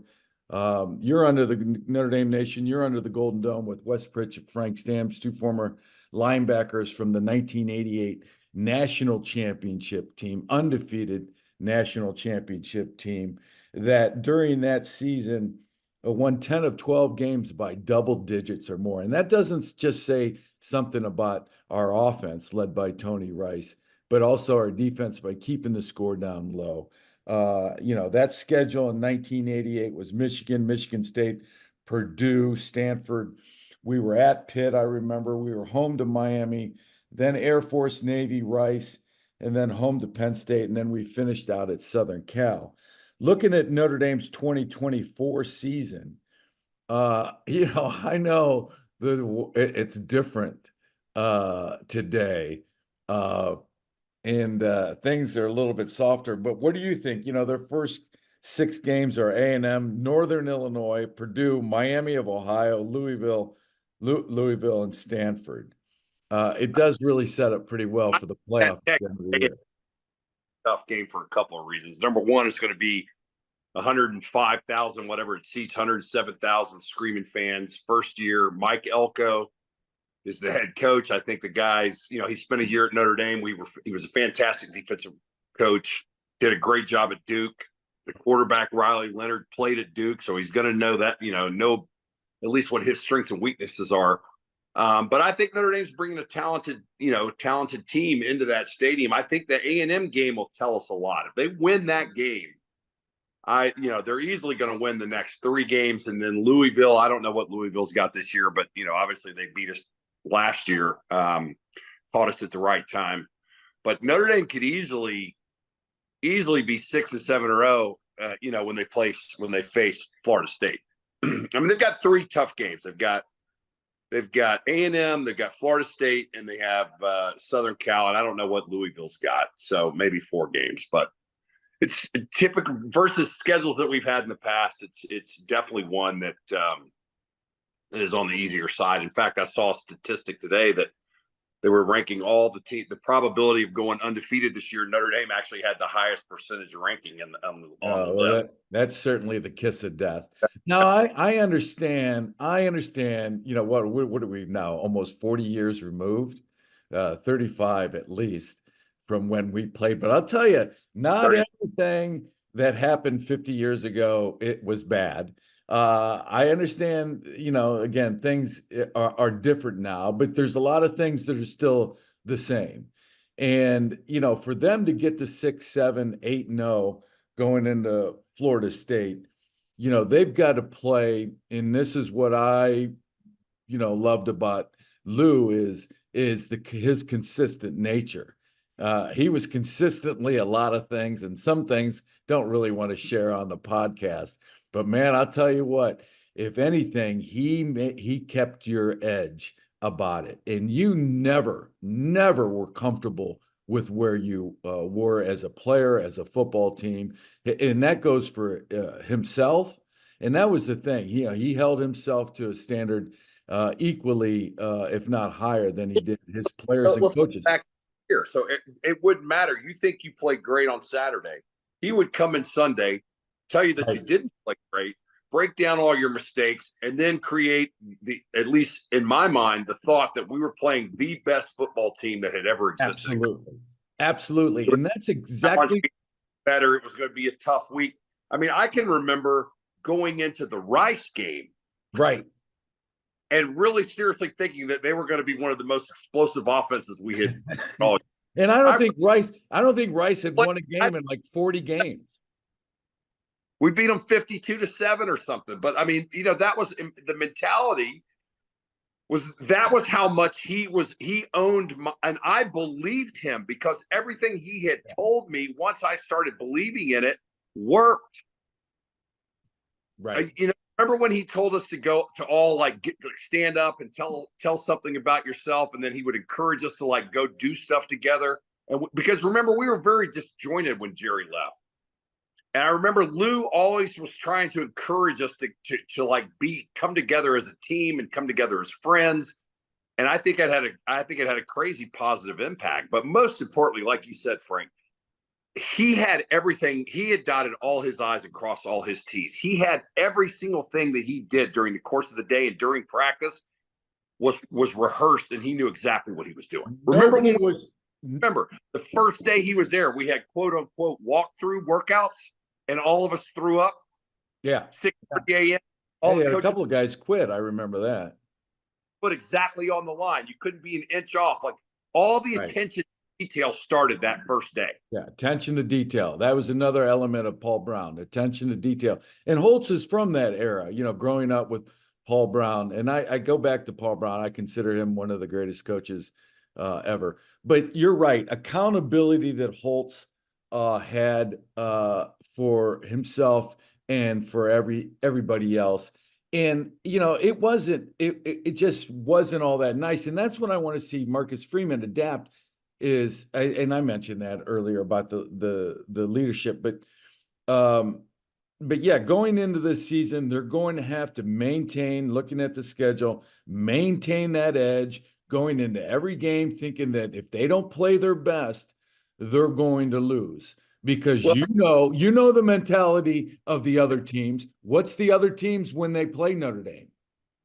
it's their bowl game. It's going to be their biggest game. They're going to bring it. The thing was, Frank, and you know this, at least by the time we got to 1988, there was never a snap, a game, or a defensive. Never was I in the huddle. Never did I think that we were not better than the team we played and that I wasn't going to win my rep or that we weren't going to be more physical than the other team. Well, I was a little different. I was scared to death. I was scared. Holtz had me scared to death of everybody. But I played good scared. I played good scared because it was just that added adrenaline that I could I don't know if bring this up, but we'll talk about it in another podcast. But I feel like sometimes you said Marcus is a little aloof. I feel like Notre Dame feels like they're just like going to win because they're Notre Dame and they're pretty exactly like, right. We'll just throw our jerseys out there, and see, that's what a soft, especially at Notre Dame, because Notre Dame's a wonderful school with a great network, and when you're finished at Notre Dame, if you use that Notre Dame degree, it's you got a head start on a lot of people, and it can be comfortable. And I think sometimes coaches that aren't demanding of their players, a little nasty, they get a little comfortable, and I hate to use this word soft. And I'm not saying Notre Dame is soft, but he's got to avoid that comfortable area where they just think that, like you're saying, hey, we'll just throw our jerseys out there and we'll win because we're Notre Dame or we have better. Well, look, if you ask Lou what his biggest regret, or I've heard him say his biggest regret while he was at Notre Dame, is that he actually felt like he got comfortable where Notre Dame was at the very end of his career there, that he wasn't continually striving to get better and and to recruit better and to continue to push the players and not be complacent, right? And that's his greatest phrase that I take with me, and I've told my kids since they were could understand what I was saying. But you're either growing or you're dying, right? In other words, you either get better every day. You never stay the same. You either get better or worse. That's right. So, that's the schedule. I think that's looking at it. And I know, we're comparing it to the 88 team, but there are a lot of, the game isn't that complicated. People will tell you that it's different now. It's more complicated. I think that's a bunch of bullshit. Kids are basically the same. And the way you play the game is basically the same. It seems like they've turned it over to like I listen to some of these guys, they're the smartest guys in the room. Well, football's not a game of high intellect. And if you want to start thinking that it is, then teams like I hate to say this, Alabama, A&M, Miami or Florida are going to come in and kick your ass. Georgia. You can say that because you're from Georgia. All right. Well, so that's the schedule. And the last thing, here we got about 6 or 7 minutes left. Riley Leonard. It's their third transfer portal quarterback in the last 4 years.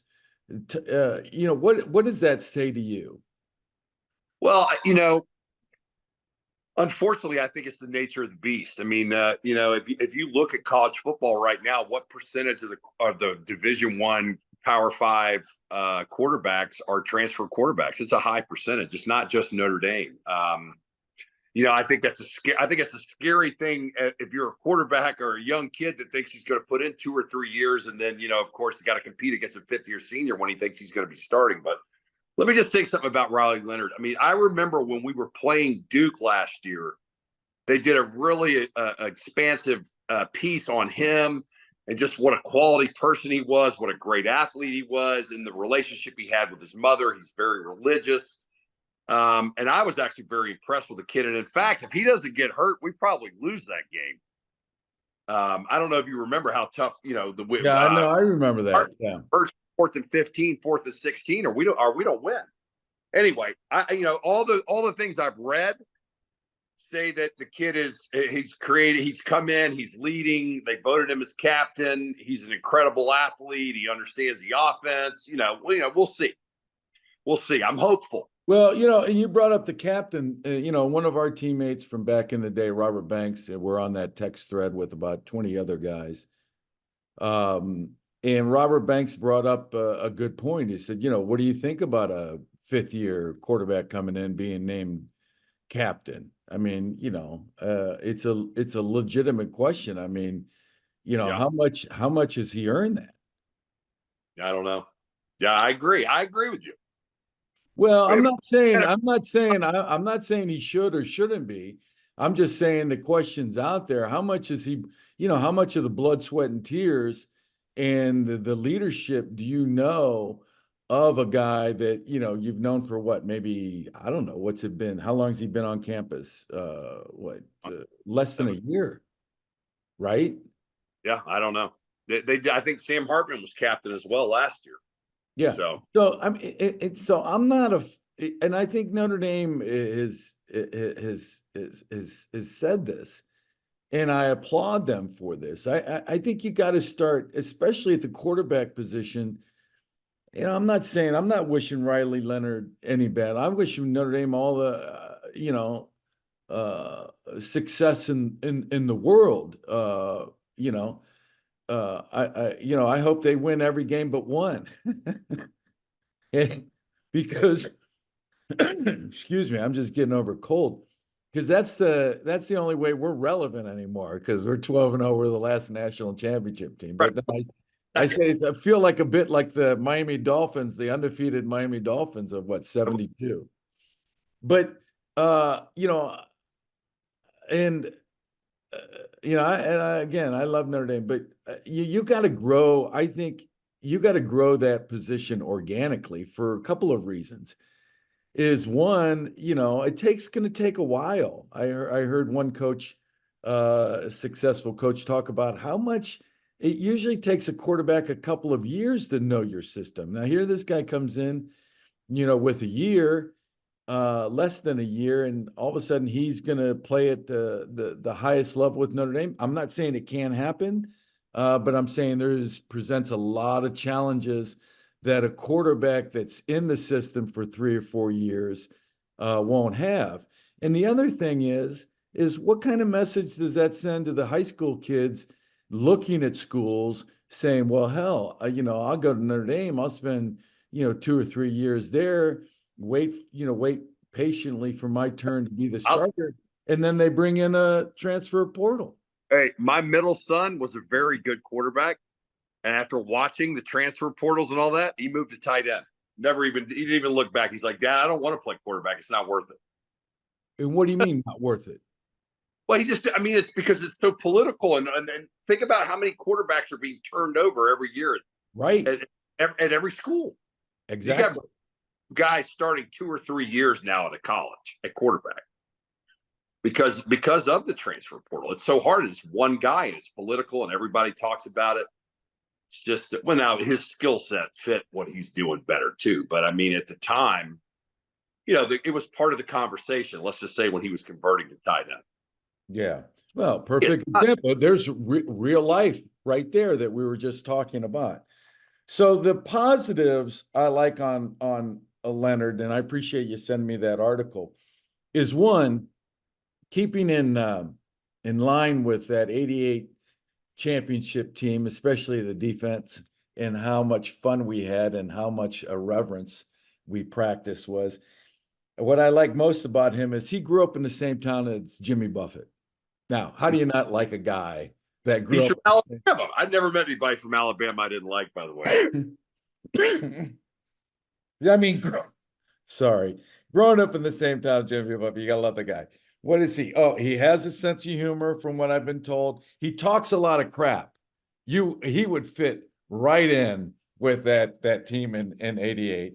And this one's really important. He can laugh at himself. Some of his teammates, Jaden Thomas, the wide receiver, was talking about he can laugh at himself, and that's real important right there. Yeah, he said, "Listen, I think he's a kid." I mean, and that's what I remember them sort of highlighting at in the Duke Notre Dame game last year, was how he and his mom have this banter that they go back and forth, and they're always having fun and laughing at themselves. And that's a great characteristic to have as a quarterback. Oh as you know. God, yeah, you can't. You got to. I mean, you have a bad play. You have a bad play. It's ancient history. Joe Montana always reminded. When I watched him play, he always reminded me of a guy like that. How about his physical tools? He's 6'4". That's awesome. Yeah, Love a big quarterback. Not only because they can see over the line, but shit, they're hard to sack. He's fast too, Frank. Yeah. Now, getting to that, one last positive. What I love is he knows he's going to make mistakes, and John Wooden always said, the famed UCLA basketball coach, he said, there are no mistakes in life, only lessons. And it sounds like he's come from that mold. And I'll tell you, when I realized playing football that I knew, when they told me when I got in the NFL, they said, hey, listen, we know you're going to make mistakes. Just make them 1,000 miles an hour. He goes, we'll correct the mistakes. And the weight of the world was lifted off my shoulders at that point. The negatives for him is, we talked about it, is being a transfer. I don't know if he knows the system as well, or has been in the system, or practiced the system, or played against coordinator. So nobody's going to know the system. I mean, this is the OC's first year. So, well, there you go. I mean, that's a challenge. The ankle surgery. I can speak from experience. I had ankle surgery, and it took me a good, I know the technology and the way they do surgeries now today is a lot better, but still, he was in a boot, 4 or 5 months ago or whatever. And, it's there. Was I the same player physically? No. But, I was able to do my job. So, we'll see that. Whether that manifests itself. You said he was really fast. I mean, let's see. Sure. He's fast enough. He's very athletic. He was a heck of a basketball. I think he was all world in basketball, I believe, as well. In that article that I sent you, they talked about all the different sports that he's so good at. Yeah, it says that's not a sport that he doesn't pick up. Look, Notre Dame was physically probably, bigger and stronger and faster than Duke, and he absolutely gave us fits. So, well, we've got now, go ahead. Always optimistic, but I think there's really no excuse for Notre Dame this year. I'll tell you that. When you say no excuse for what? For not being successful. I mean, they like I said, what is success this year? I think success they got to make. There is no excuse for Notre Dame not to make the playoffs this year. Yeah, no, none, no excuse. I don't care what, or that's 11-1, 10-2, whatever the record is. They've got to make the playoffs. Yeah, they really do, or that will not look good for the leadership there. Well, we've got about 20 seconds left in this. I want to thank Notre Dame Nation for joining us under the Golden Dome with Wes Pritchett and Frank Stams, two former linebackers from the '88 championship team, breaking down and previewing the Notre Dame season and leadership coming up. Next week we'll preview. We'll talk a little personnel. We'll talk a little bit about the A&M game, and hopefully we can get Timmy Brown on board. So thank you, Wes. Hello, thanks for joining us on Under the Golden Dome. You're with Frank Stams and Wes Pritchett. 1988 All-Americans on the last national championship team at Notre Dame. Frank, Notre Dame squeaked out a game at Texas A&M against a tough opponent in a tough environment. What are your thoughts about the game? Let's dig into that a little bit. Talk about the offense, the defense, where we are, where we think we can go, what the schedule looks like, and sort of get a download on where we think the status of Notre Dame football is right now. Yeah, no, great. I appreciate that. Evaluating week one, we're going to give it to you just like they get it in the locker room. Honest and unfiltered. And it's not going to be the politically correct analysis. I never really thought A&M, when is in the caliber of Notre Dame. They've got great athletes, don't get me wrong. But I just thought Notre Dame had better, simply they had better athletes. But the big question mark was, and the big question mark is, under any coach, is that coach developing the athletes? Is he preparing his athletes for his players for the season, for a big game like that on the road? Is he making the right game time decisions? We were lucky to have a guy, and we'll, as we go through, under the Golden Dome, I mean, we're really, there's a standard there. 12-0, perfect season. We had a coach, Lou Holtz, that had a hell of a standard. There was nobody that had in my humble opinion, had a better work ethic than him, was better prepared than him, lived football, studied it, was a statesman for football. I mean, the guy could have been president of the United States. He was so accomplished and determined to do whatever, to succeed and achieve whatever the task was in front of him. So that's the standard Wes and I are working from. So having said that, my biggest question mark going into the season in this game, does Marcus have them prepared? Has he developed the athletes? And of course, and now what is the opponent on the road? A&M, I didn't think was, they don't have the athletes that Notre Dame does. But that doesn't mean you always win with the best athletes. You win with performance. You lose with potential. I like Notre Dame in that game. I've got the DraftKings betting slip to prove it. What I was really impressed about, I was, concerned, but then and hopeful, because they started the game. The quarterback had a rocky first half. He had a rocky first three quarters. But that, in the first half, I thought the running backs ran hard. They were tough to tackle in the open field. They were running through tackles. Offensive line, they graded out as a C. Defensive line, I give them a B in the first half. The secondary, I give them a C. But by the end of the game, I give them an A+. My point being is that team got better, and they finished the game.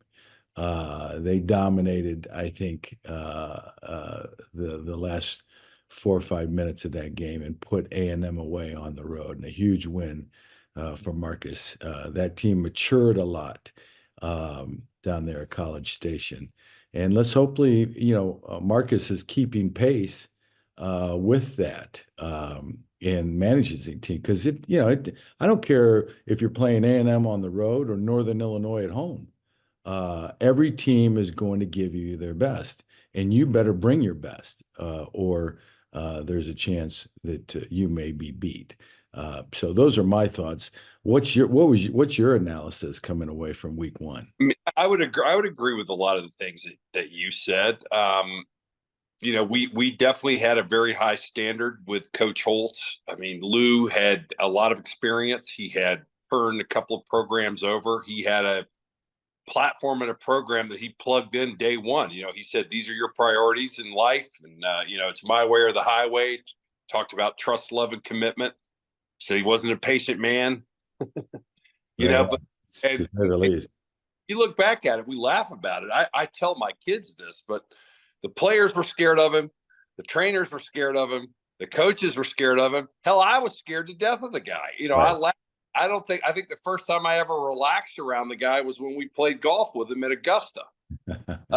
35, 30 plus years after playing for him. So I think most people recognize that fear is a tremendous motivator.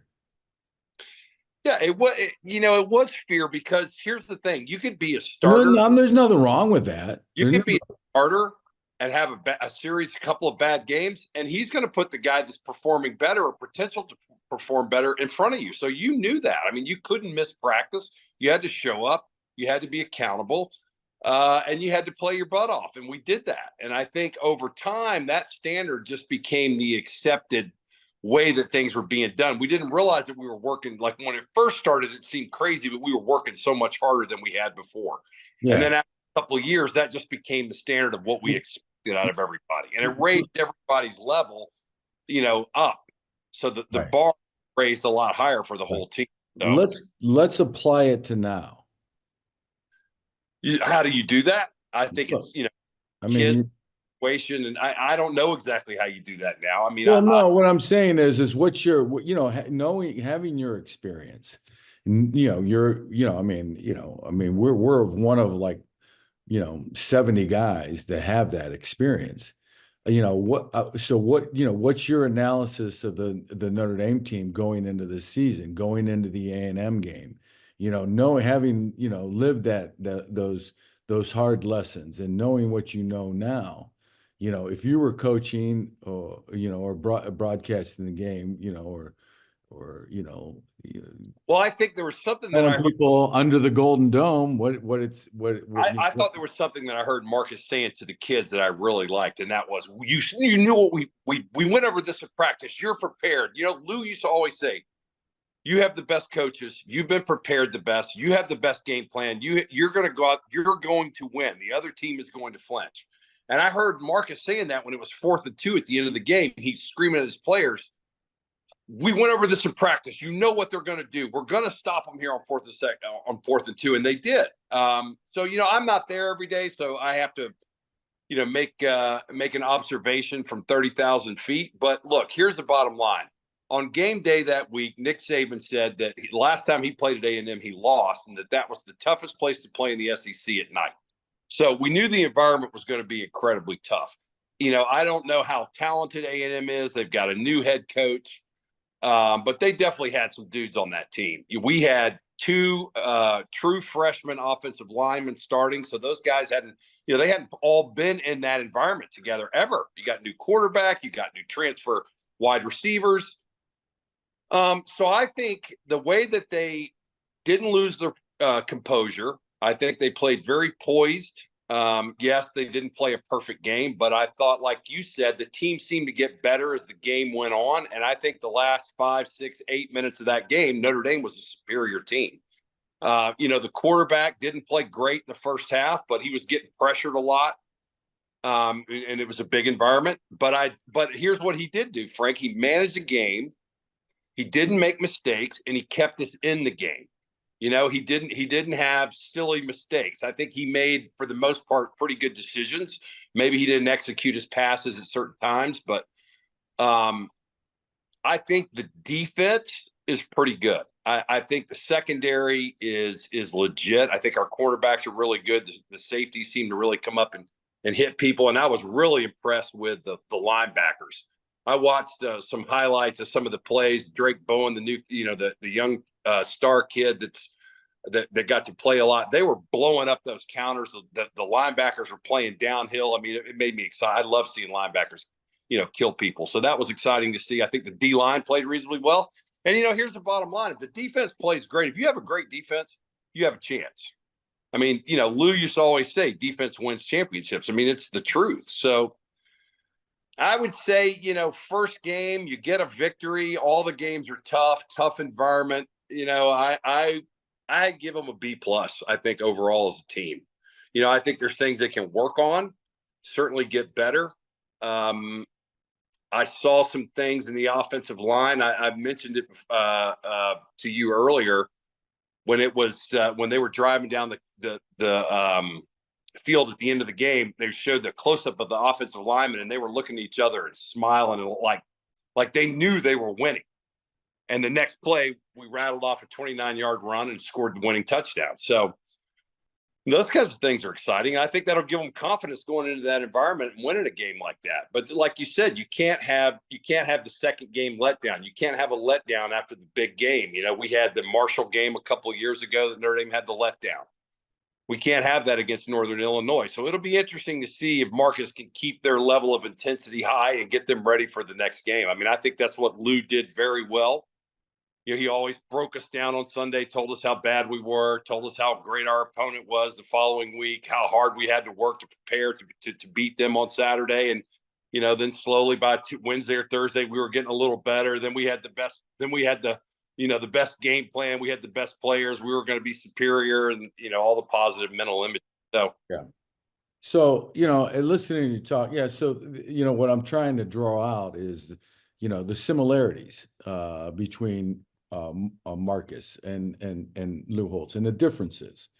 You know, what his style is, the lessons he's teaching his players. Maybe, you know, point out his shortcomings, and point out things that he's doing better than Lou Holtz. You mentioned, you know, giving confidence to his players. You know, we're ready for this. We prepared for this. We know what they're going to do. You know, that's wonderful. Players need to eliminate doubt. You know, doubt is just a killer. You got to play with extreme confidence out there. And that's what Marcus is trying to accomplish. And, you know, and Holtz was masterful at tearing you down early in the week. And then I'll never forget, you know, I think our last practice before the game, he would say, I deem you ready for this game. And, you know, and that was something after hearing a week of, you know, telling you that you did everything wrong under the sun, to say, hey, you're ready now to play. And, you know, that it doesn't sound like it means much, but it did. You know, as far as Saban's comments, you know, tough place to play. I think they were playing against a little tougher quarterback at that time. And, you know, that quarterback from A&M, you know, God bless him. I bet he's a great quarterback, but he was just that stage was a little bit too big for him. And the coach Elko, he commented on that at halftime. He said, we got to get our quarterback to settle down and make plays. The quarterback did not play well. Now, that could have been in large part to what Notre Dame was doing defensively, or, you know, he was just not up for the moment. But I'm sure he's a good quarterback. You know, our quarterback did settle down a little bit. And like you said, you know, he didn't lose the game, which is really important. You don't have to be, you know, All-American every game, but you just can't lose the game. I don't think, you know, I don't know if they had a turnover. If they did, I know we had an interception on defense. I don't think he threw an interception. Right, which is huge. So that's big. Yeah, and I you know, I want to say A&M had a couple of turnovers, and Marcus commented on this at halftime. He said, you know, listen, and off of both of those turnovers, if I remember correctly, they got very little points, if any at all. And he made the comment as like, you know, we need to be more opportunistic. When we get those turnovers at midfield and get that short field, we got to take advantage of it and bury that. They did not do that in the first half, and that's something that they need to do. But yeah, the team got better, got stronger as it went on. You know, and gives you it's a great momentum builder there, that first game on the road like that. But what do we all know? It's the 48-hour rule, right? Enjoy it. And now you're back to Northern Illinois, and you know, I think Notre Dame's almost a 30-point favorite against Northern. I know a little bit about Northern Illinois, being, you know, having covered some of the Mid-American Conference games. I'll tell you that they're a tough group. You know, they, you know, had a stretch at one time of owning that Mid-American Conference, going to you know, the championship game every year. So it's a physical group with good tradition, and they know how to play hard. Whether or not they've got the athletes to compete against Notre Dame, we'll find out Saturday. But like you said, Marcus has now got to manage that team to guard against any letdown going forward. Yeah, I agree. Everything you said is spot on. I mean, look, those MAC teams, those are all 3-star kids that love football, that play hard, that want to be coachable. They're going to play fundamentally sound, but Notre Dame. You got to think Notre Dame's got better athletes. If they go out there and just don't lay an egg, they should be all right. But look, football, like you said, you lose on potential. I mean, you've got to be dialed in mentally to play football at a high level. I don't care how talented you are. If you're not dialed into the game plan, into your what you have to do every play, your responsibility, then you're not gonna do well. So, I think if you look back at our team, Frank, in '88, we had a lot of kids. I mean, it's easy to look back at us now and say what great players we had, but we had, I don't know the exact numbers, I should know this, but we had, 7 or 8 guys that were first-year starters that ended up almost all of them being All-American, right? We had Zoritz, Stoney, Smagala, Todd Light, who was on offense starting for the first time, Grunhard, Tony Rice, Ricky Waters, Rocket. So we didn't know how good those guys were going to be. And you remember the first game of the year, we played Michigan, and that was, Michigan was a great team. And we were lucky to win that game. They missed a field goal at the end of the game. And, I don't think that we played our best game against Michigan necessarily that year, but we won the game. And, and then the next week we got a little bit better. The next week we got a little bit better. And then, of course, we beat Miami. And I think after that, the confidence level as a team and the way that we gelled as a team on offense and defense, we went into the stratosphere. So, one game at a time, get better every week. Don't have a letdown. I think the young guys on the offensive line are going to gel. I heard Marcus mentioning that. There's no way they're not going to get worse, right? As long as they're healthy. So, I think there's a lot to be excited about. I always want to be cautiously optimistic with the Irish because, a lot of times I've felt this way before. But I do think that we're deeper. I think we've got skilled athletes. I think we've had, and I think Al Golden's doing a really good job on defense. Denbrock has, great notoriety as an offensive coordinator. So, we'll see. Yeah. Yeah, we'll see. I love that famous proverb. We'll see. Going into Northern Illinois, what do you expect from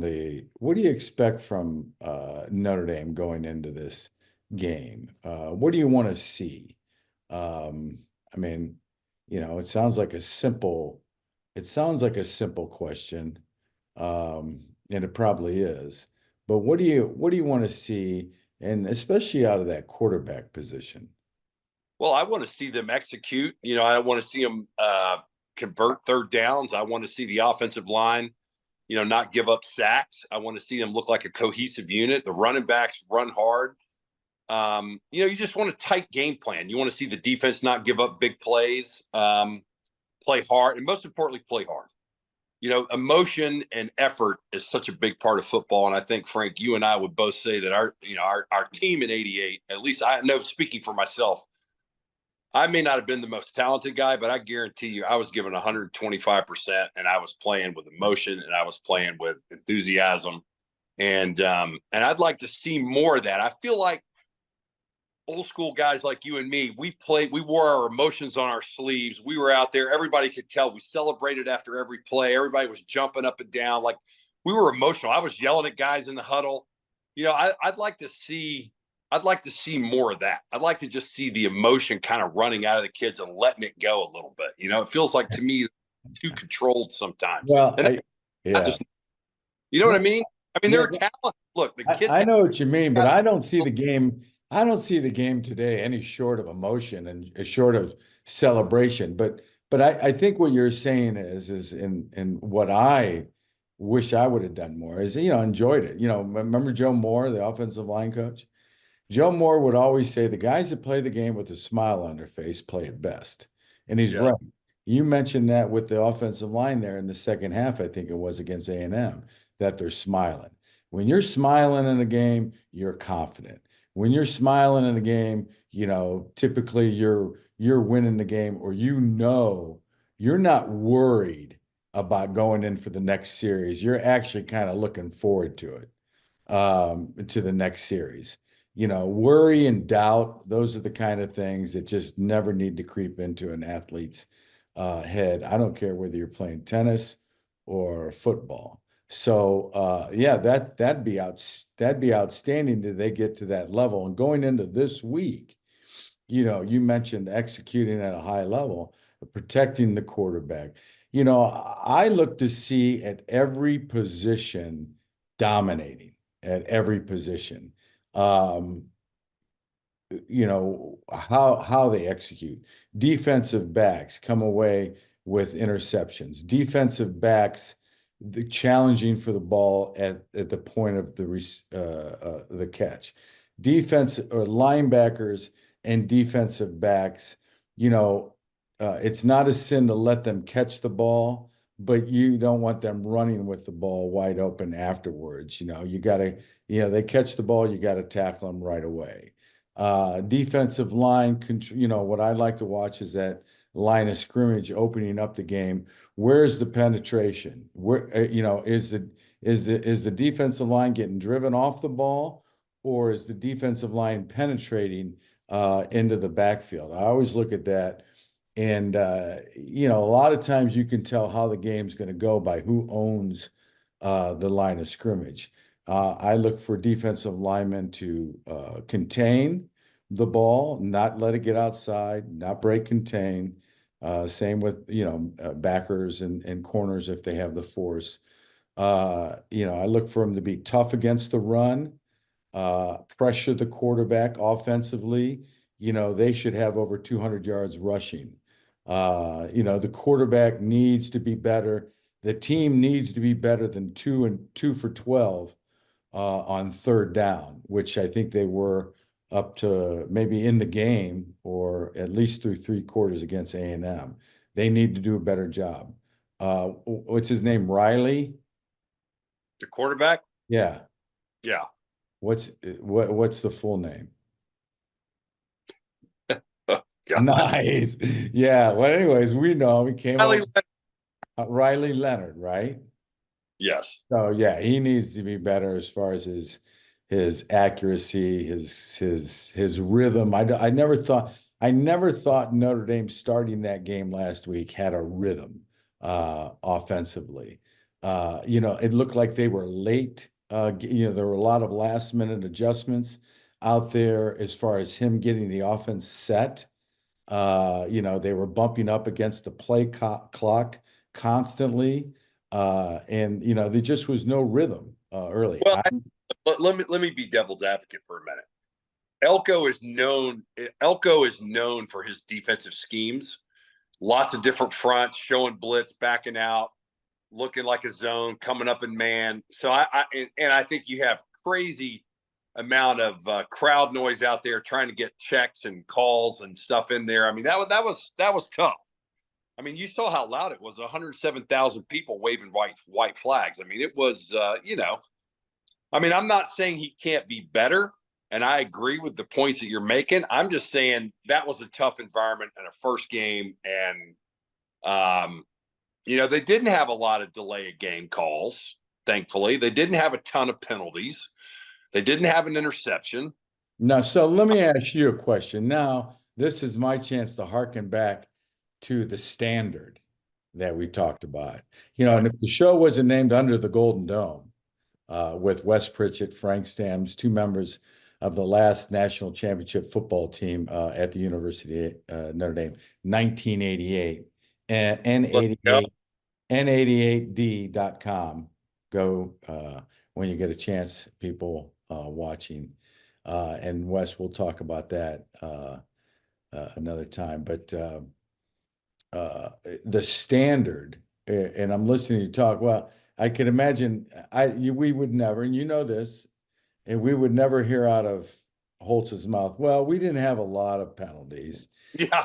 We didn't do a lot of bad things. I mean, it was zero tolerance for just about everything. Now, that was his standard. In reality, the guy was a little softer than that, but not much, not much. But there was, You're right. yeah. I mean, there was one standard, and that was, zero tolerance for, mental errors, I mean, just think about it. turnovers, The thing long about plays, big plays. Anyways, go ahead. no, sorry, I didn't mean I was interrupting you, but You're all right. You're fine. Lou was, if you really go back and think about it, Frank, his attention to detail on everything. Remember when we first started out and we had those early morning workouts and we all threw up the first day? It was supposed to be a walkthrough, but just the way that he would make us put our feet on the line and we had to go to the next unit, the next station. And then in practice, just the way that he meticulously in special teams and everything, how we always kept the play to the inside. You always had to have your outside shoulder free. It's so ingrained in my head when I watch football now. It drives me insane that on punts, kickoffs, everybody's getting hooked. They give up the outside so much more than we used to. Maybe the game. I know some of the defenses now they actually want to bounce it to the boundary, which I don't understand. And I think if you go back and watch our film, at least I can speak for the defense. We tackled guys. We didn't miss a lot of tackles. There was not like when guys caught the ball, they got tackled. It drives me nuts to watch, and I'm not saying Notre Dame does that, but football in general, just the lack of tackling. No, I'm glad you brought that up because in that first quarter, Notre Dame's tackling was poor. There were some, on some of the short passes, some of the first down runs. When I say the runs for first downs came as a result of yardage after the first contact, and where if you get them down with that first contact or make that tackle on the initial contact, you're getting off the field.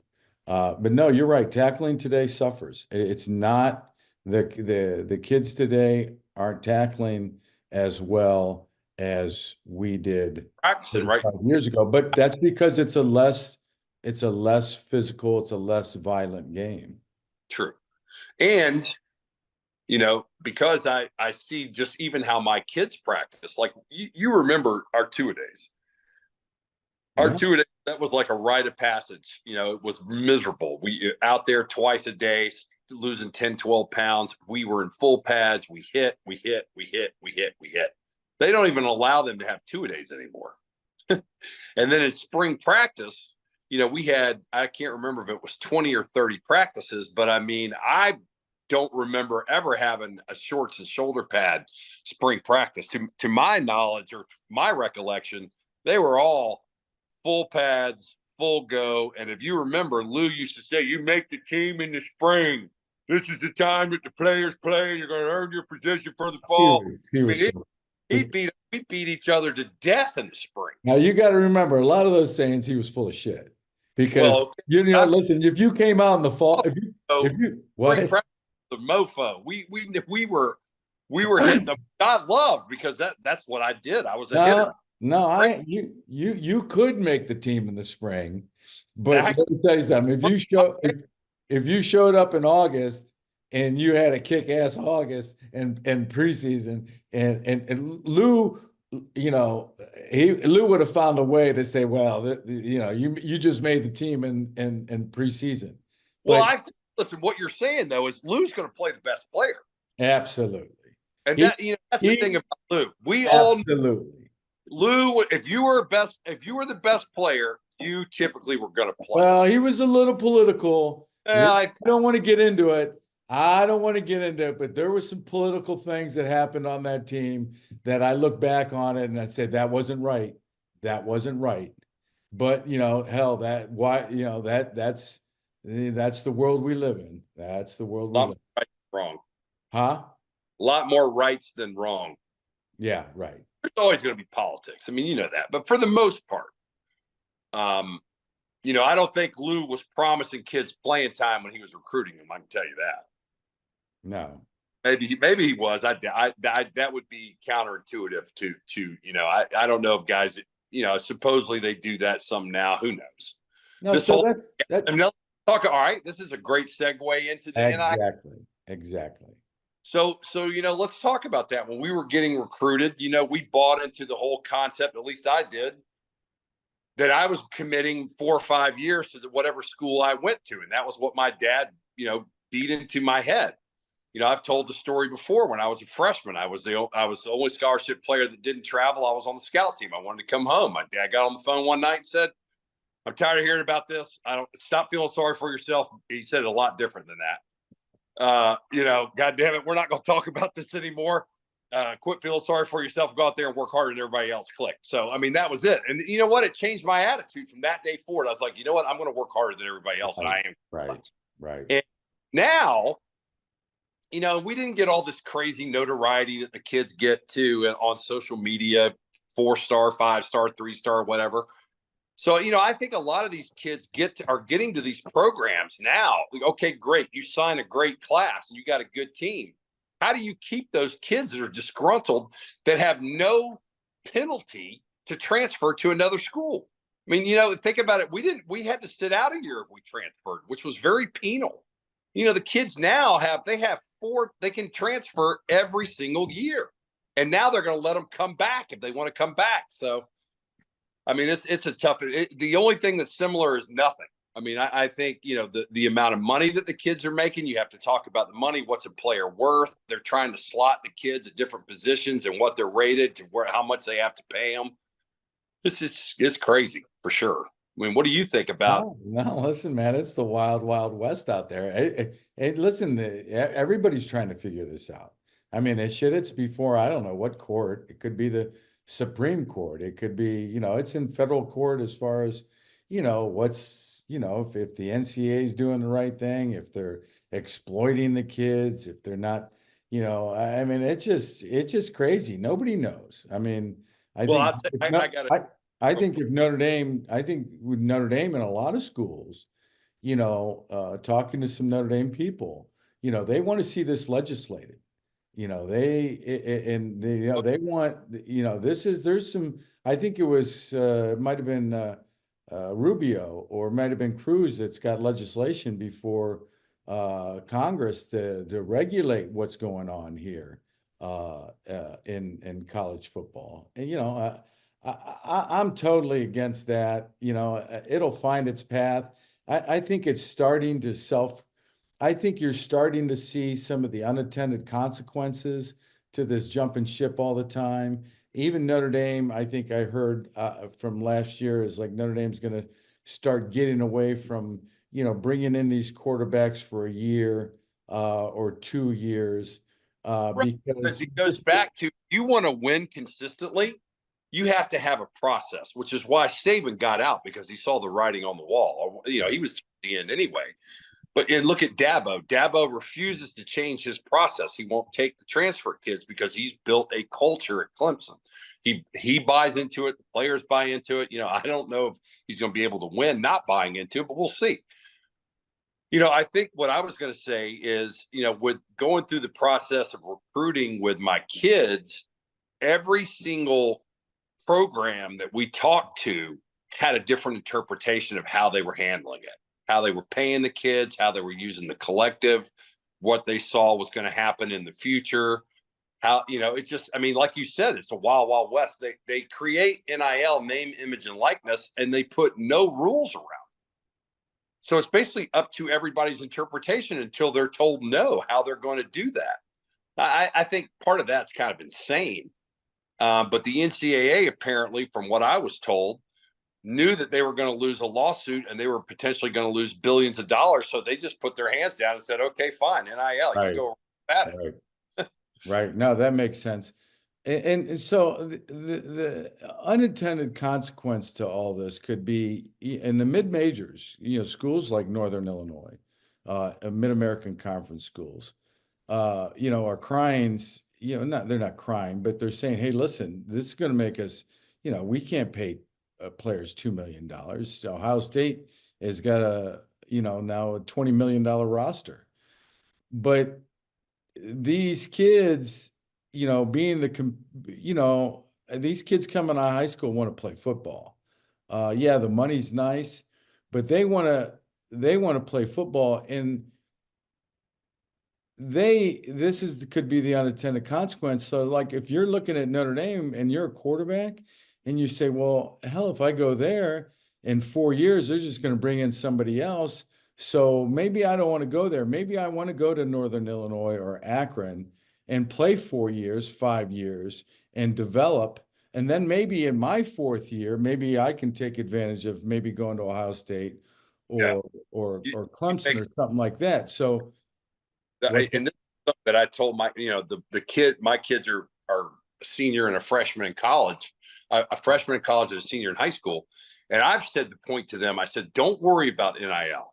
Forget about what you're hearing. None of it, it doesn't matter. Okay.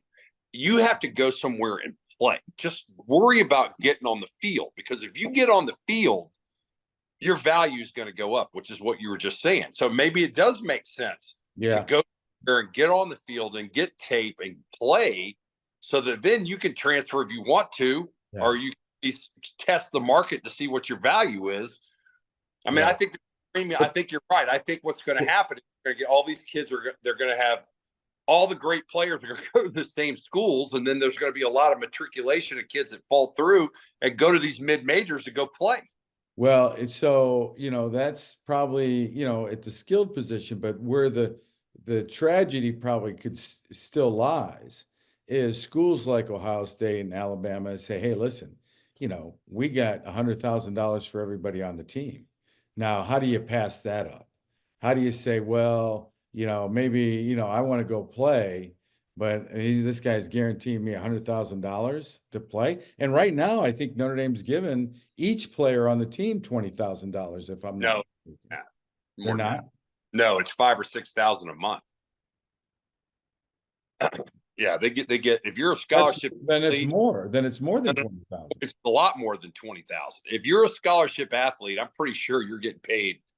You get paid $4,000 or $5,000 a month on top of your scholarship.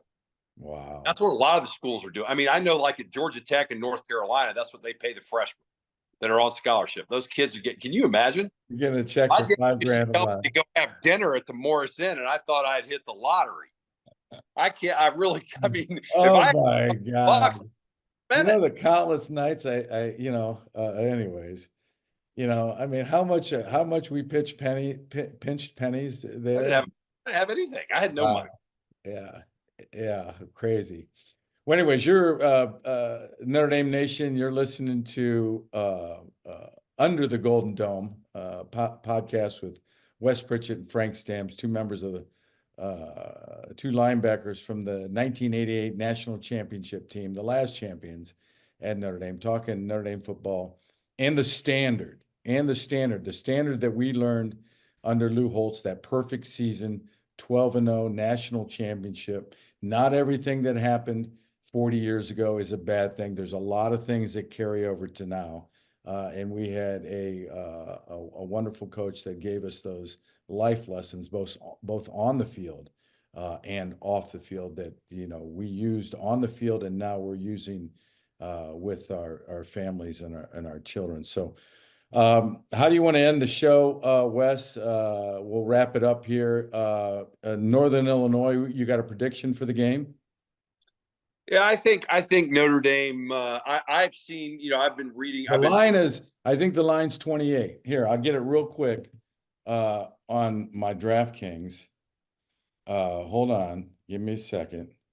Well, what I was going to say is I saw Marcus. He had either been interviewed or there was something I read, or an article where he was talking about how hard they had practiced on Tuesday, Wednesday, and Thursday. I think he's very cognizant of the potential for a letdown, and he's going to learn his way to navigate through that. This is his third year as a head coach.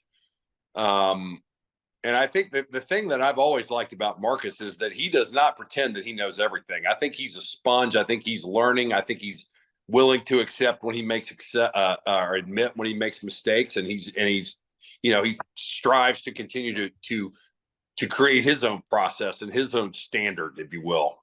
Yeah, he's got to get better. Marcus has got to get better.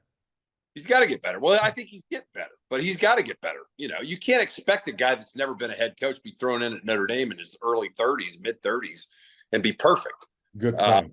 That's the best start. That's the best start that he's had at Notre Dame since this is now his full beginning his full third year. That's right. Right. So this is his best start. Championship. I mean, we won the championship, lose third year. So yeah. So we've got. I'm interested. So Notre Dame's a 28-point favorite. Do you like him in the game? I like the Irish. I think they've got too much. I think the offensive line gels. I think our running backs are going to be. Oh man, I would hate to have to tackle those guys the whole game. Right. They are fast, explosive. They run hard. You know, we didn't talk about the wide receivers. We can talk about that next week. But, you know, we have 3 grad transfers that are all really good. I think the Irish are too much. I think I'm going to be right on the line, 42-14 Irish. Gotcha. I like the Irish too. Yeah, I like them. I like them in a blowout. Yeah, I like that 42-14. Yeah, I'm going to go with you on that. 40-14. I like, Notre Dame to score a lot of points and no more than 2 touchdowns from Northern Illinois. Georgia Tech is 3 over Syracuse. You've got the inside lane on that. Who do you like? You know, it's hard for me not to get my emotion and heart involved because I've gotten to know the coaches there and the players. But I think Brent Key is a guy that you would have loved to play for, Frank, and I would have loved to have played for. He's an old school, nasty guy. I think he'll have. Nice. He really is. I mean, I go to practice. I watch the guy. He's out of control. I love it, though. Okay. I think the Jackets go up there and punch him in the face. I like the Jackets to cover that, up there. How about this one? Texas at Michigan. Texas is what I consider in a game like that a big favorite. They're a touchdown favorite. I think, well, that's a tough one. I tell you, the Big House, I don't think Michigan's as good as they were last year. I think they've got a lot of stuff around them, but, they're using that as motivation because they have this whole it's us against the world kind of mentality. Right. But Texas is good. I don't know. I think I like Michigan to, I think that game's a 3 or 4 point game. There's no way I would give 7 at the Big House. My opinion. Right. So I agree with you on Georgia Tech. I think they're for real. And what you told me about the head coach, I even like him more. I think Texas is going to kick the shit out of Michigan. All right. I think they lose a lot by losing Harbaugh. As quirky as that weirdo is, he's all bought into it, and he is a winner. He's a pretty good coach. So I'm going to mention some big time long shot here. My hometown, Akron, is at Rutgers. Akron went down to Ohio State last week and really played Ohio State, I thought kind of tough. Now, I don't know what that says about Ohio State, but I'd like to think it says Akron that guy's an all football guy. His name's Joe Moorhead. He eats, sleeps, breathes. We know that type of football. They're at Rutgers, a huge dog. And I like them to win the game. They are plus 12. Heard it here. Yeah, they're plus 1,200 on money line. So I like that. What's the line? The line is 22. Yeah, and that's not a big line for Akron, which was a cellar dweller last year in the Mid-American Conference versus a Big Ten team. So.